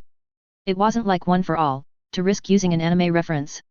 Well, you know the avatar was created when Rava and I fused the very first time. When I died, she went to the next person, taking me along. That was the beginning of the cycle, and it created a line that went unbroken down from fire to air to water to earth nationals for millennia. Until you. Until me. You killed the avatar in the avatar state. Yes. And that was supposed to end the cycle. But why would you have been so sure? It's never happened before, has it? We were literally in uncharted waters, Juan said, smile still solid on his face. Oh, stop beating around it. Tell the foul boy the truth. An old man in red robes walked out of the line in my direction. Roku. When you stabbed me in the back like the coward you are. Rava had a choice. She could either have stayed with us, died with us, and then given me the power to smite you and take you with us, or leave us for you. She chose the latter. She betrayed us, and your presence here is the fruit of that, you foul boy, he said, stepping into my face. I've got no idea the shade, color, or shape of your problem, old man. But step off. Before I make you, I said, stepping closer to him and making it clear that I would not be intimidated. Especially not by the piece of shit that lost to a volcano of all things and left the world in the mess I'd found it in. He scoffed, stepping even closer, and I matched it until our foreheads were practically touching. Avatar Roku must have been a tall man in his generation. It showed in the way his back stooped forward, but all that height meant nothing. He might have towered over me, but I was his better in all the ways that counted. I'd fought the war his inaction had started. I'd won that war as well. In my day, I would have laid you flat on your arse, he said. Now, it was my turn to scoff. I killed him, I said, pointing to Ong. He was 10 times the avatar you'd ever been, and I've grown stronger since then. I tightened my fist. I had no doubts regarding what had happened with Ong. I'd taken advantage of his distraction to stab him in the back and I'd had help throughout. Alone, I would have lost. Not now, though. I would give it a 50-50 chance if we fought now. Why, you, the pissed off avatar began, only to be physically pulled away by the first of the line, Juan. No fighting, guys. We agreed, he said. I don't see why Roku is so annoyed. If he wanted the boy dead, he should have done a better job of killing him when he possessed Ong here, Kyoji said, herself stepping out of the circle of avatars. Roku had been the one to take over Ong's body? How interesting. Especially since he'd relied on water and air more than I would have expected a Fire Nation avatar to have. Enough, Kyoshi. Not the time, another avatar said, this time it was the woman with air-bending tattoos across her body. Yang Chen. So ignoring the old man, what you guys are trying to tell me is that when I killed Ong, the avatar spirit left him and entered my body instead? I asked. Exactly. That was easier to explain than I expected. Juan breathed a sigh of relief. I scoffed. He hadn't explained much of anything. So why did you call me here? Well, we've been trying to reach you, but you've been closed off from us. Your poisoning made your body weak enough that we could finally pull your spirit from it. And that tells me exactly nothing about why you called me here.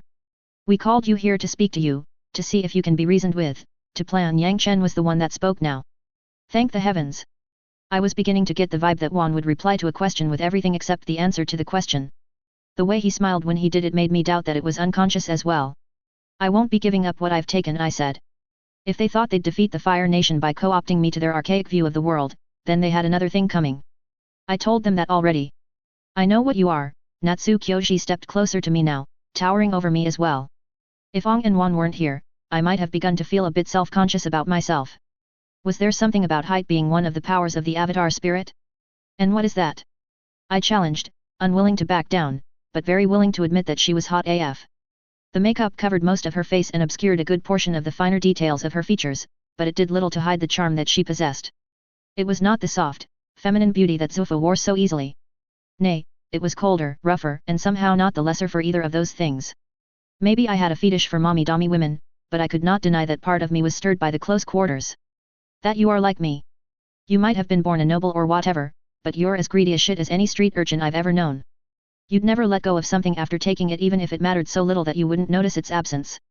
She said, and I hated that she was right. Not because I thought there was anything wrong with the way I lived, but because I just didn't like the idea of being read so easily. I scoffed, and turned my head to the side. What we decided to ask you for doesn't require you giving up anything you've taken, don't worry, Juan said, stepping in. I tilted my head in his direction in lieu of asking the question I had. Maybe this would get a straight answer out of him, You've brought the 4 nations together under your umbrella, but we need you to make sure that they remain 4. What do I gain from that? I asked instantly. Why do you think there are 4 nations? Okay, I've had enough of the lessons in disguise. If you want to say something, Juan, say it, I pushed. He sighed, before beginning. We call them 4 nations, but there are more than 4. There were 4 air temples, and 2 different water tribes. In truth, it was never about the geography of the thing. It was more about the conceptual nature of the nations. The nations exist because people believe they do, and the belief in the balance between those nations helps to maintain the boundary. What? The boundary that separates your world from the spirit world, dummy. Kuruk stepped in now, smile on his face. He was clearly one of those who didn't have much of a problem with me. So you're saying that if I bring the nations together in my empire, then the spirit world boundary would fall? I asked. Yes. Exactly. Ong was the one who replied, nodding his head while he wore the gravest expression I'd ever seen on his face. I shrugged. Then, we'll win, I said, feeling a smile break out. What happens to a soldier when there are no more wars to fight? He withers and he dies. But these people, they'd brought me a war worth fighting because I would never allow some dead people dictate how I ruled the world I had conquered. You can't be serious, Ong said. Juan swelled up. Kuruk looked furious, but Kyoshi? She smiled. She could see the same thing I could. Trust me, Ong, I'm serious as all hell. If the barrier drops, and the spirits come, then I will accept them into my empire where they bend the knee. Those who do not will be destroyed wholesale. I will burn them to ashes, and then burn those ashes until naught remains. I will salt their earth, kill their young, annihilate their great and bring them low. If they threaten my empire, I will not hesitate to bring an end to spirits as a species. You are mad. Roku flinched backwards. I disagree. I'm the sanest man in the whole world, I said. Well, the good news is that none of this will matter until it's at least been a few decades. Juan said with a sigh as he took a deep breath and stepped in Roku's direction, placing a hand on the other firebender's shoulder. So was that the only thing you wanted to tell me? I asked. Not just that. Also, to deliver a warning. You have changed the world not just with your actions by winning the war. You have shown the world that killing the avatar in the avatar state does not end the cycle like expected, but instead vests in you the power of the avatar. There's no chance that this doesn't cause an arms race that outlasts you by some margin, Kyoshi said. I shrugged. What did I care for what happened after I died? If anyone felt stupid enough to come after me, then I would welcome their entertainment. This was all no use. The boy is crazy, Zeto said. Hold up, old man. Would have expected you of all people to be on my side, I said. With how much chaos you have brought to the nation I valued above all others. If I were still alive, I'd have killed you myself, he said, even as the other avatars gave him dirty looks at his words. That was when I decided I liked Zeto more than the others. Why? Because he was honest. They all valued their homes more than anything else. Kyoshi had created Kyoshi Island rather than actually trying to stop Chin the Conqueror, who died because of his pride. Roku had failed to put Sozin down even when he knew the fucker would never stop.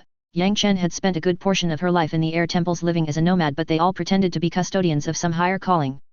Only Zeto was honest. You know what? Fair. I don't think you can take me, but the animosity does make sense, I said with a light smile. Is there anything we can do to convince you to see things differently? Juan asked with a sigh that was more tired than anything else. Nope, I said instantly. I could dress it up however I wanted, but the truth was I didn't like these people, so why should I give two shits about problems that were theirs? Then keep our world safe, Avatar Natsu. We will bide our time and wait. Even you will fall one day, and when you do, we will be on hand to guide the next avatar to fix everything you break in your madness. We have survived many a terrible avatar, Juan said, patient tone disappearing for the rage he had been trying to bury. Good. There it is. A son of Agni through and through.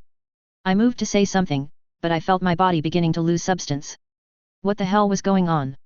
I thought as my soul was dragged from the spirit world. XXXXXX. Natsu? Natsu? Can you hear me? I heard Toji's voice coming from above my head. My eyes snapped open, and I could feel the heat that my internal flames had reached. So that was how I'd gotten rid of the poison. How long? I asked. 3 days, he said instantly, stepping to the side to allow me to swing my legs to the side. I noticed Zufu slumped against the chair, asleep. Didn't wake her? I asked. She still thinks you're asleep, and I wanted to talk to you before she could, he said, and that was strange. I tilted my head at him. Her father was one of the conspirators. He was the one who facilitated the meetings with your prospective assassins. Interesting. What would you have me do to them? And with those words, I could tell Toji was just as wrathful as I was. And with what I knew about him, I knew there was one fate waiting of them regardless of what I ordered. The only difference would be that my orders would lead to a quick one. I want them all dead. Damn the consequences. Your wish is my command, First Dragon, he said with a bow. First Dragon? That sounded good. XXXXXX 85 years Abe, after the birth of the Empire, Korra. She dodged to the side of the blast of flames, running along the arena's walls as she felt herself move like the element she controlled. More flames shot in her direction. She pushed off against the wall into a backflip that sent her right above the fire. She felt for the water in the air that surrounded her, coalesced it into a ball, and sent the mass at her opponent.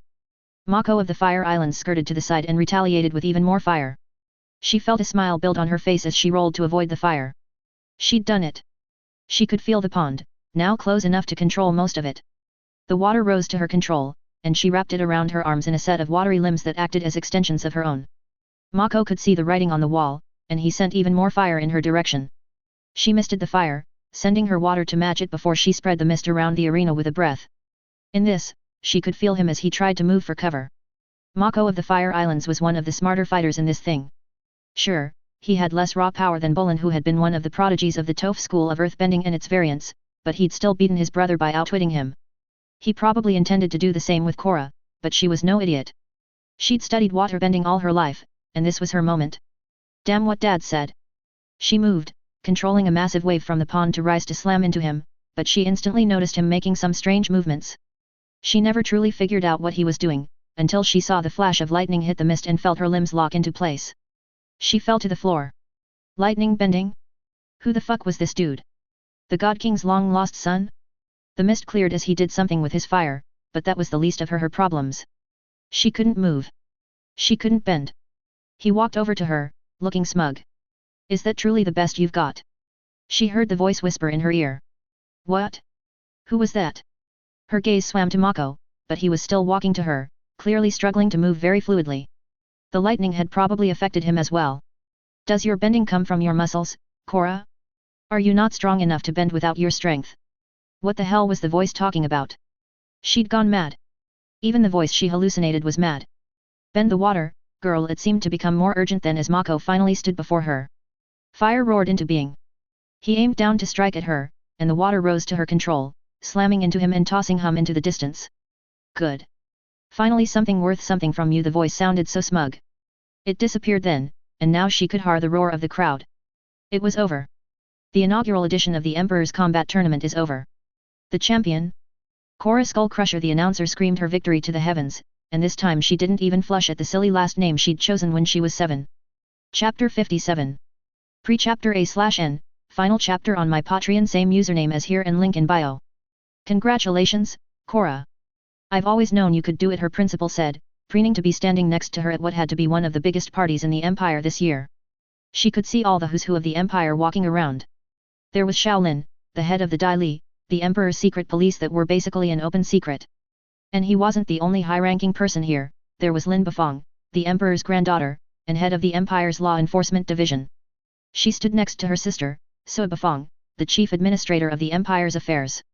The two of them weren't next to their mother, but she seemed to tower over them, even from the opposite side of the room. Toph Bafong, the Emperor's daughter who looked like she was in his 30s rather than the 90s she should have been. She was an immortal, just like the Emperor himself. Speaking of the Emperor, the man stood at the center of the party. Her first thought on seeing him up close was that he was handsome. Black hair worn in a ponytail, golden brown skin that said he got more sun than most firebenders she'd seen, and then the black eyes. They seemed to have a flame perpetually smoldering within them. He had 2 of his children around him. There was Shifu, his son by his first wife, Fire Lady Zufu, and then there was Shinra, his other son, by his second wife, Fire Lady Maki. Shinra had the marking on his forehead that showed mastery of combustion bending, but beyond that neither the Emperor nor his children were marked in any way. Of course, she couldn't look at them without thinking about how strange it was that they both looked older than their father, who looked to be in his 20s. The Emperor was immortal, and all-powerful. There was a reason he was known as the God King, after all. And then she realized he was moving. In her direction. What? Your Royal Highness, her principal said, dropping to his knees once it became clear that they were the ones the Emperor was walking towards. She did not need him to look at HR to know that she should be mirroring his movements, but she felt frozen. To have those black eyes focused on her the way they were was something else. It took her more time than it should have to rip her gaze from his and drop into a deep curtsy just like her mother had taught her. Please rise, I came to speak to Miss Skull Crusher here now, She had no choice but to blush. That was such a silly name, she thought to herself. Who even let 7-year-olds pick their own last names? A psychopath, that's who. The Emperor's eyes narrowed in her direction and she remembered all that she had been told in preparation for if today ever happened. He could read minds, never think a negative thought in his presence. She turned her mind towards other things almost instantly, like how the Emperor's second wife had passed this year and people insisted that he was on the hunt for a new one. Yes, Your Highness. She is all yours. Her principal did not even take a second to consider sticking around to try protecting her or anything. Well, it wasn't like anyone could protect her from Emperor Natsu Wu, of all people. He walked with the aura of a man who was dangerous and knew it, the slayer of the Avatar, the butcher of the Ginseng Plains, and a million other titles. Walk with me, Korra, he said, stretching his hand towards her, and she felt something in her mind. His voice was familiar in a way it should not have been. Why was it so familiar? Yes, Your Highness. She curtsied again before she put her arm in the crook of his elbow and allowed him to lead her around the hall, hearing straight to the dance floor. She flushed as she felt stares be directed in her direction. She was no stranger to being whispered about, but this was a different sort of thing. She wasn't being whispered about by Deska and her cronies or anything, but by the Empire's elite. Even Uncle Unalak, Imperial Advisor on Spiritual Affairs, was giving them a look out of the corner of his eyes. His expression was blank, but that was as much a trick as anything. She still remembered the fury on Father's face and the placid acceptance of his as they argued after he had almost drowned her the first time. How do you find the Imperial Palace? She did a double take when she realized she was the one he was talking to. It's beautiful, she said, lying through her teeth. This was not what beauty looked like to her. Beauty was nature, tall trees, lush gardens, ice caps, that kind of thing. Not this behemoth of stone and steel that acted as a testament to the Empire's power. It stood in the center of Natsu's Rising, the city formerly known as Ba Sing Se but converted into the heart of the Empire, its capital city. Now what do you really think? He asked with a smile that was not unkind. She felt pushed to honesty, like she could tell this man anything, and that was a dangerous position to be in when the person in question was the Emperor of the United Nations. I think that you could do with a few internal plants, she said, and to her shock, he started to laugh. It was not a subtle thing. It was a loud, boisterous laugh that drew attention to them and their position. Anyone else would have shrunk under the weight of so many stares. Her dance partner? He turned and met each pair of eyes himself. Blame Toji for that one. He's insistent that having plants here would be a ready source of water for any prospective waterbending assassins to use, he said, making the admission with a shrug. What she was quickly beginning to learn was that the Emperor was the sort to say the quiet part out loud and more or less expect you to do the same. Well, he's right. Is that why the air is so dry up here? To deter waterbenders? She asked. To some extent, yes. The truth is that we just haven't been able to figure out mechanical air conditioning without waterbender utilization to cool the room while retaining its humidity. It gets lost in the bleed, so we take it as the happy coincidence it is. Why specifically without waterbender help? You have both the water tribes loyal to you, I can't imagine there's any scarcity in that regard. It comes down to a thing of demand, to be honest. If you look at the demographics, you'd find that the water tribes have the lowest ender populations. And then there's the demand. Everyone and their mother wants, or as they claim, needs a waterbending healer, and it's not like it's safe to say no to all of them. Piss enough people off and the Empire stops running. When I was younger, I'd have shortened the lot of them by a head and moved on, but that's no way to rule. Well, good thing you're no longer randomly killing people, then. Yes. Now I only kill people who deserve it. Now, answer me, Korra, are you in on it? He asked, smile turning sharp as he spun her around the room. In on what? She felt her throat begin to constrict. Not from anything he was doing, not overtly at least, but from the weight of his stare. I believe you, he said instead of answering her question as he smiled. Then the whole world changed as he pulled her closer to him before executing a perfect backflip with her form pressed against his chest. He lifted her like she weighed nothing as he jumped over a watery tendril that hardened to ice right as it had been about to hit him. What the hell? She found herself asking, but if she expected a reply, then she did not get one. The Emperor gently placed her on the ground before stepping towards the aggressor, a woman with no physical hands but watery tendrils in their place. There was a movement to the side of the Emperor, and his son stepped in the way faster than she had ever seen anyone move. He braced himself and the air shivered around his combustion-bending tattoo. It met something else in the air and the both of them exploded, nearly blinding much of the hall. Step off, Shinra. If you ruin this for me, you'll be grounded for a year. I'm too old for that, Dad said. Son replied with a chuckle even as he stepped to the side. And Toph, no funny business, he called off to the side, pointing at the most powerful woman in the world like she was an errant child to be disciplined. Got ya, Dad, she replied with a tone that was as fond as it was exasperated. The two assassins were clearly irritated at being taken so casually. The woman who had sent what Cora now understood to be combustion bending at the Emperor stepped forward and shoved her head forward in an obviously telegraphed attack. She watched as the distortion in the air seemed to zig and zag through the air while the Emperor, to the shock of everyone else, stood there as if he were waiting for the attack to land. Cora felt her water come to her control as she sought to do her part as a loyal citizen of the Empire and protect her Emperor, even if from himself. Before she could move, though, he jumped right at the distortion in the air, tapping it with his fingers and then stretching his fingers towards the water bender with no arms. The distortion that marked combustion bending disappeared as he touched it, and came out of his other arm almost immediately. The water bender had little chance to bring forth her water to shield herself, and even though she tried, the explosion that the combustion bending created when it hit her shield was much larger than that had proceeded from two attacks of like nature hitting each other. Sorry, added a bit extra to your attack if you don't mind. The Emperor smirked at the firebender even as her friend fell to the floor, the top half of her body gone completely. Someone suddenly began to vomit, breaking the lull between both combatants. As the woman realized there were others in the room, she turned to them, even as the ground around the Emperor turned to lava, becoming red hot. The Emperor scarcely even reacted, shifting his stance only to point his finger at a corner of the room ceiling. The lava, boiling only a second ago, turned to cool stone, and from the Emperor's fingers came a rush of hot air that lanced through the room's regular air. It hit the man who had been hidden in the shadow of one of the columns, and the man fell to the ground. He wasn't even screaming. Cora had never seen burns so severe. The heat had burned through his skin, muscle, and gone down to the bone. The fire-bending woman screamed in rage and made as if to fire one of her attacks in the crowd. For the first time, Toph Bafong seemed about to move to intervene, but it proved unnecessary, as the Emperor appeared in front of the woman so quickly it was like a mirage. She stumbled backwards, and he stepped into her space. She tried a roundhouse kick. He shifted his stance into something that looked like what Bolin had favored in his fight with his brother and blocked the attack with his forearm. He shifted to the side to avoid something that screamed as it soared through the air. Her eyes calibrated quickly to note that it was a disc made of stone with lava at the core and at the edges, fashioned into the shape of a throwing star. It cut back, clearly under the control of a powerful earthbender. Toph Bafong herself was the only master lavabender out there, and Bolin, the prodigy of her academy, was the only other person known to possess the ability. Some theorized that to learn lava bending, then you needed to have a fire-bending father and an earth province mother, just like Toph herself did. The Emperor jumped above the star as it came at him again, and he ignored it thereafter in favor of attacking the woman with combustion bending. The disc sailed into the crowd before coming to a stop in front of a man with tan skin and long hair that parted at either side of his face along with flowing down his back. He stepped forward, slamming his feet against the ground and turning the ground between him and the Emperor into lava. The Emperor paid little attention to it.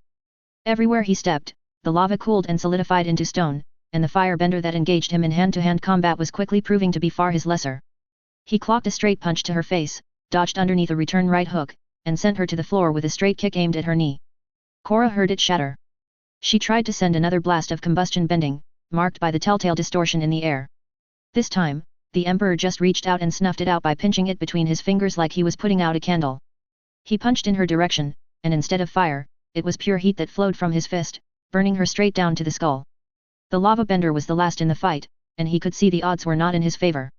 He turned around, trying to run, but the Emperor smiled and reminded everyone of the first name he received in his youth. He stood straight and just pointed two fingers at the fleeing man. The world flashed with light, and Cora was blinded for a second. When she could see again, the man had been reduced to ash, the only thing to survive being the boots he had been wearing. The Emperor walked forward in the silent room to look at the boots. Dragon scale. Would you look at that? He said as he picked them up and took a sniff. The room erupted in applause, and Cora herself was one of the loudest. Her father could say whatever he wanted, but the Emperor clearly deserved his position. Now, ignoring the festivities that occurred early in the evening, I do hope you were able to enjoy the rest of your night after we spoke. It sure was something. I had a lovely time, Cora said, blushing as she remembered all the chaos that had taken place once the drinks had come out in full. The Emperor clearly knew how to throw a party. Good. Perfect. That was as good an introduction to the Empire's high and mighty as any. Now, tell me why you think you're here today? He asked, gesturing to the massive office they sat in. If there was any doubt about the Empire's wealth, then it seemed this office was designed to put those doubts to rest. The floor was a gleaming marble that she knew would take only the most skilled earthbenders to effect, and the giant pillars that dotted the massive space were gilded in gold. The table in front of her that separated the Emperor from her was larger than the bed she slept on at home and was made of polished wood. The chair she sat on had gold along the armrests, and the cushions were so plush and comfortable that it felt like she had sunk into it when she had taken her seat. And then behind him was a large aquarium with 2 fishes swimming within it, one of them black and the other white. There was something about them that drew her attention, but the emperor's cough brought her back to him. Because I won the tournament. Yes, you did. Now, why do you think I organized such a large tournament? They say you were bored, she replied before her brain caught up to what had left her mouth. She looked up, expecting to see fury on her face, but only being met with amusement. Benders from all over the empire have coalesced here at Natsu's Rising at the empire's expense, no small expense, with sending airships to every nook and cranny of the empire, I assure you. And then a special stadium was designed and built to ensure that every element was equally advantaged before being built in less than 2 months. It was a pain and a half to get this thing together, so tell me why I did it. You wanted to know who the best bender in the empire was. That's not a hard question. It's me, he said, leaning forward and pinning her with his gaze. It sounded so arrogant the way he just casually claimed to be beyond her and everyone else. But after what she had seen yesterday, she found it difficult to argue. She had never seen fire bending like that. He never even called forth the green flames that the world knew him for, instead being raw heat to deadly effect.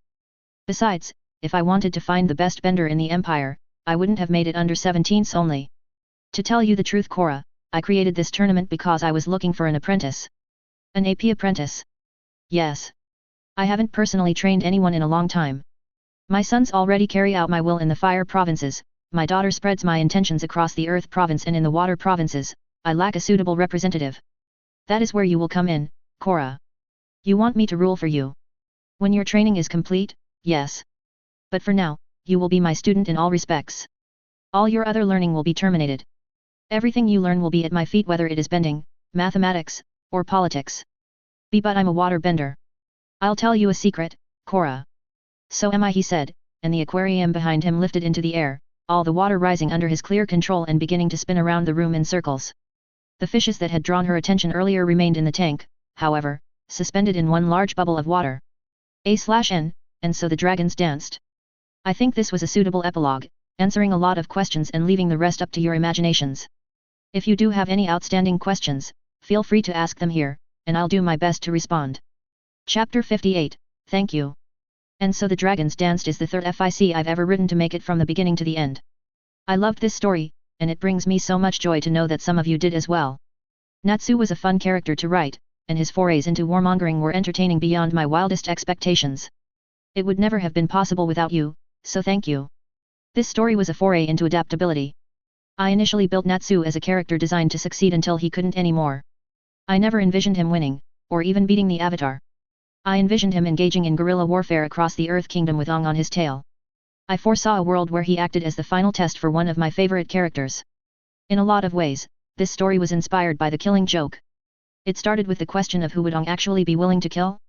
The answer, the biggest, baddest, war criminal out there, and that was the path Natsu was initially meant to take. This story was to end in a similar eye to the comic, Ong given the knowledge that the only way to stop Natsu would be to kill him, and Natsu at his mercy. But one thing I've learned from years of writing is to listen to the characters when they tell you who they want to be. This was Natsu's story even more than it was mine. He decided who he wanted to be, and what he wanted to do. I simply put pen to paper. So thank you, Natsu. The question on your mind might be what next? Well, the answer to that is the world of Ice and Fire. I've finished one Naruto FIC, one Pokemon FIC, and now an ATLA FIC. I've tried playing in this sandbox twice and failed on both instances. This time, I'll be more reasonable. The chosen character? Leaner Vilarion. The chosen period? Why, the Dance of Dragons, of course. The first chapter went live on Patreon 2 weeks ago, and is live here now. Just click on my profile to find it. Thank you so much for sticking this through. Love and light.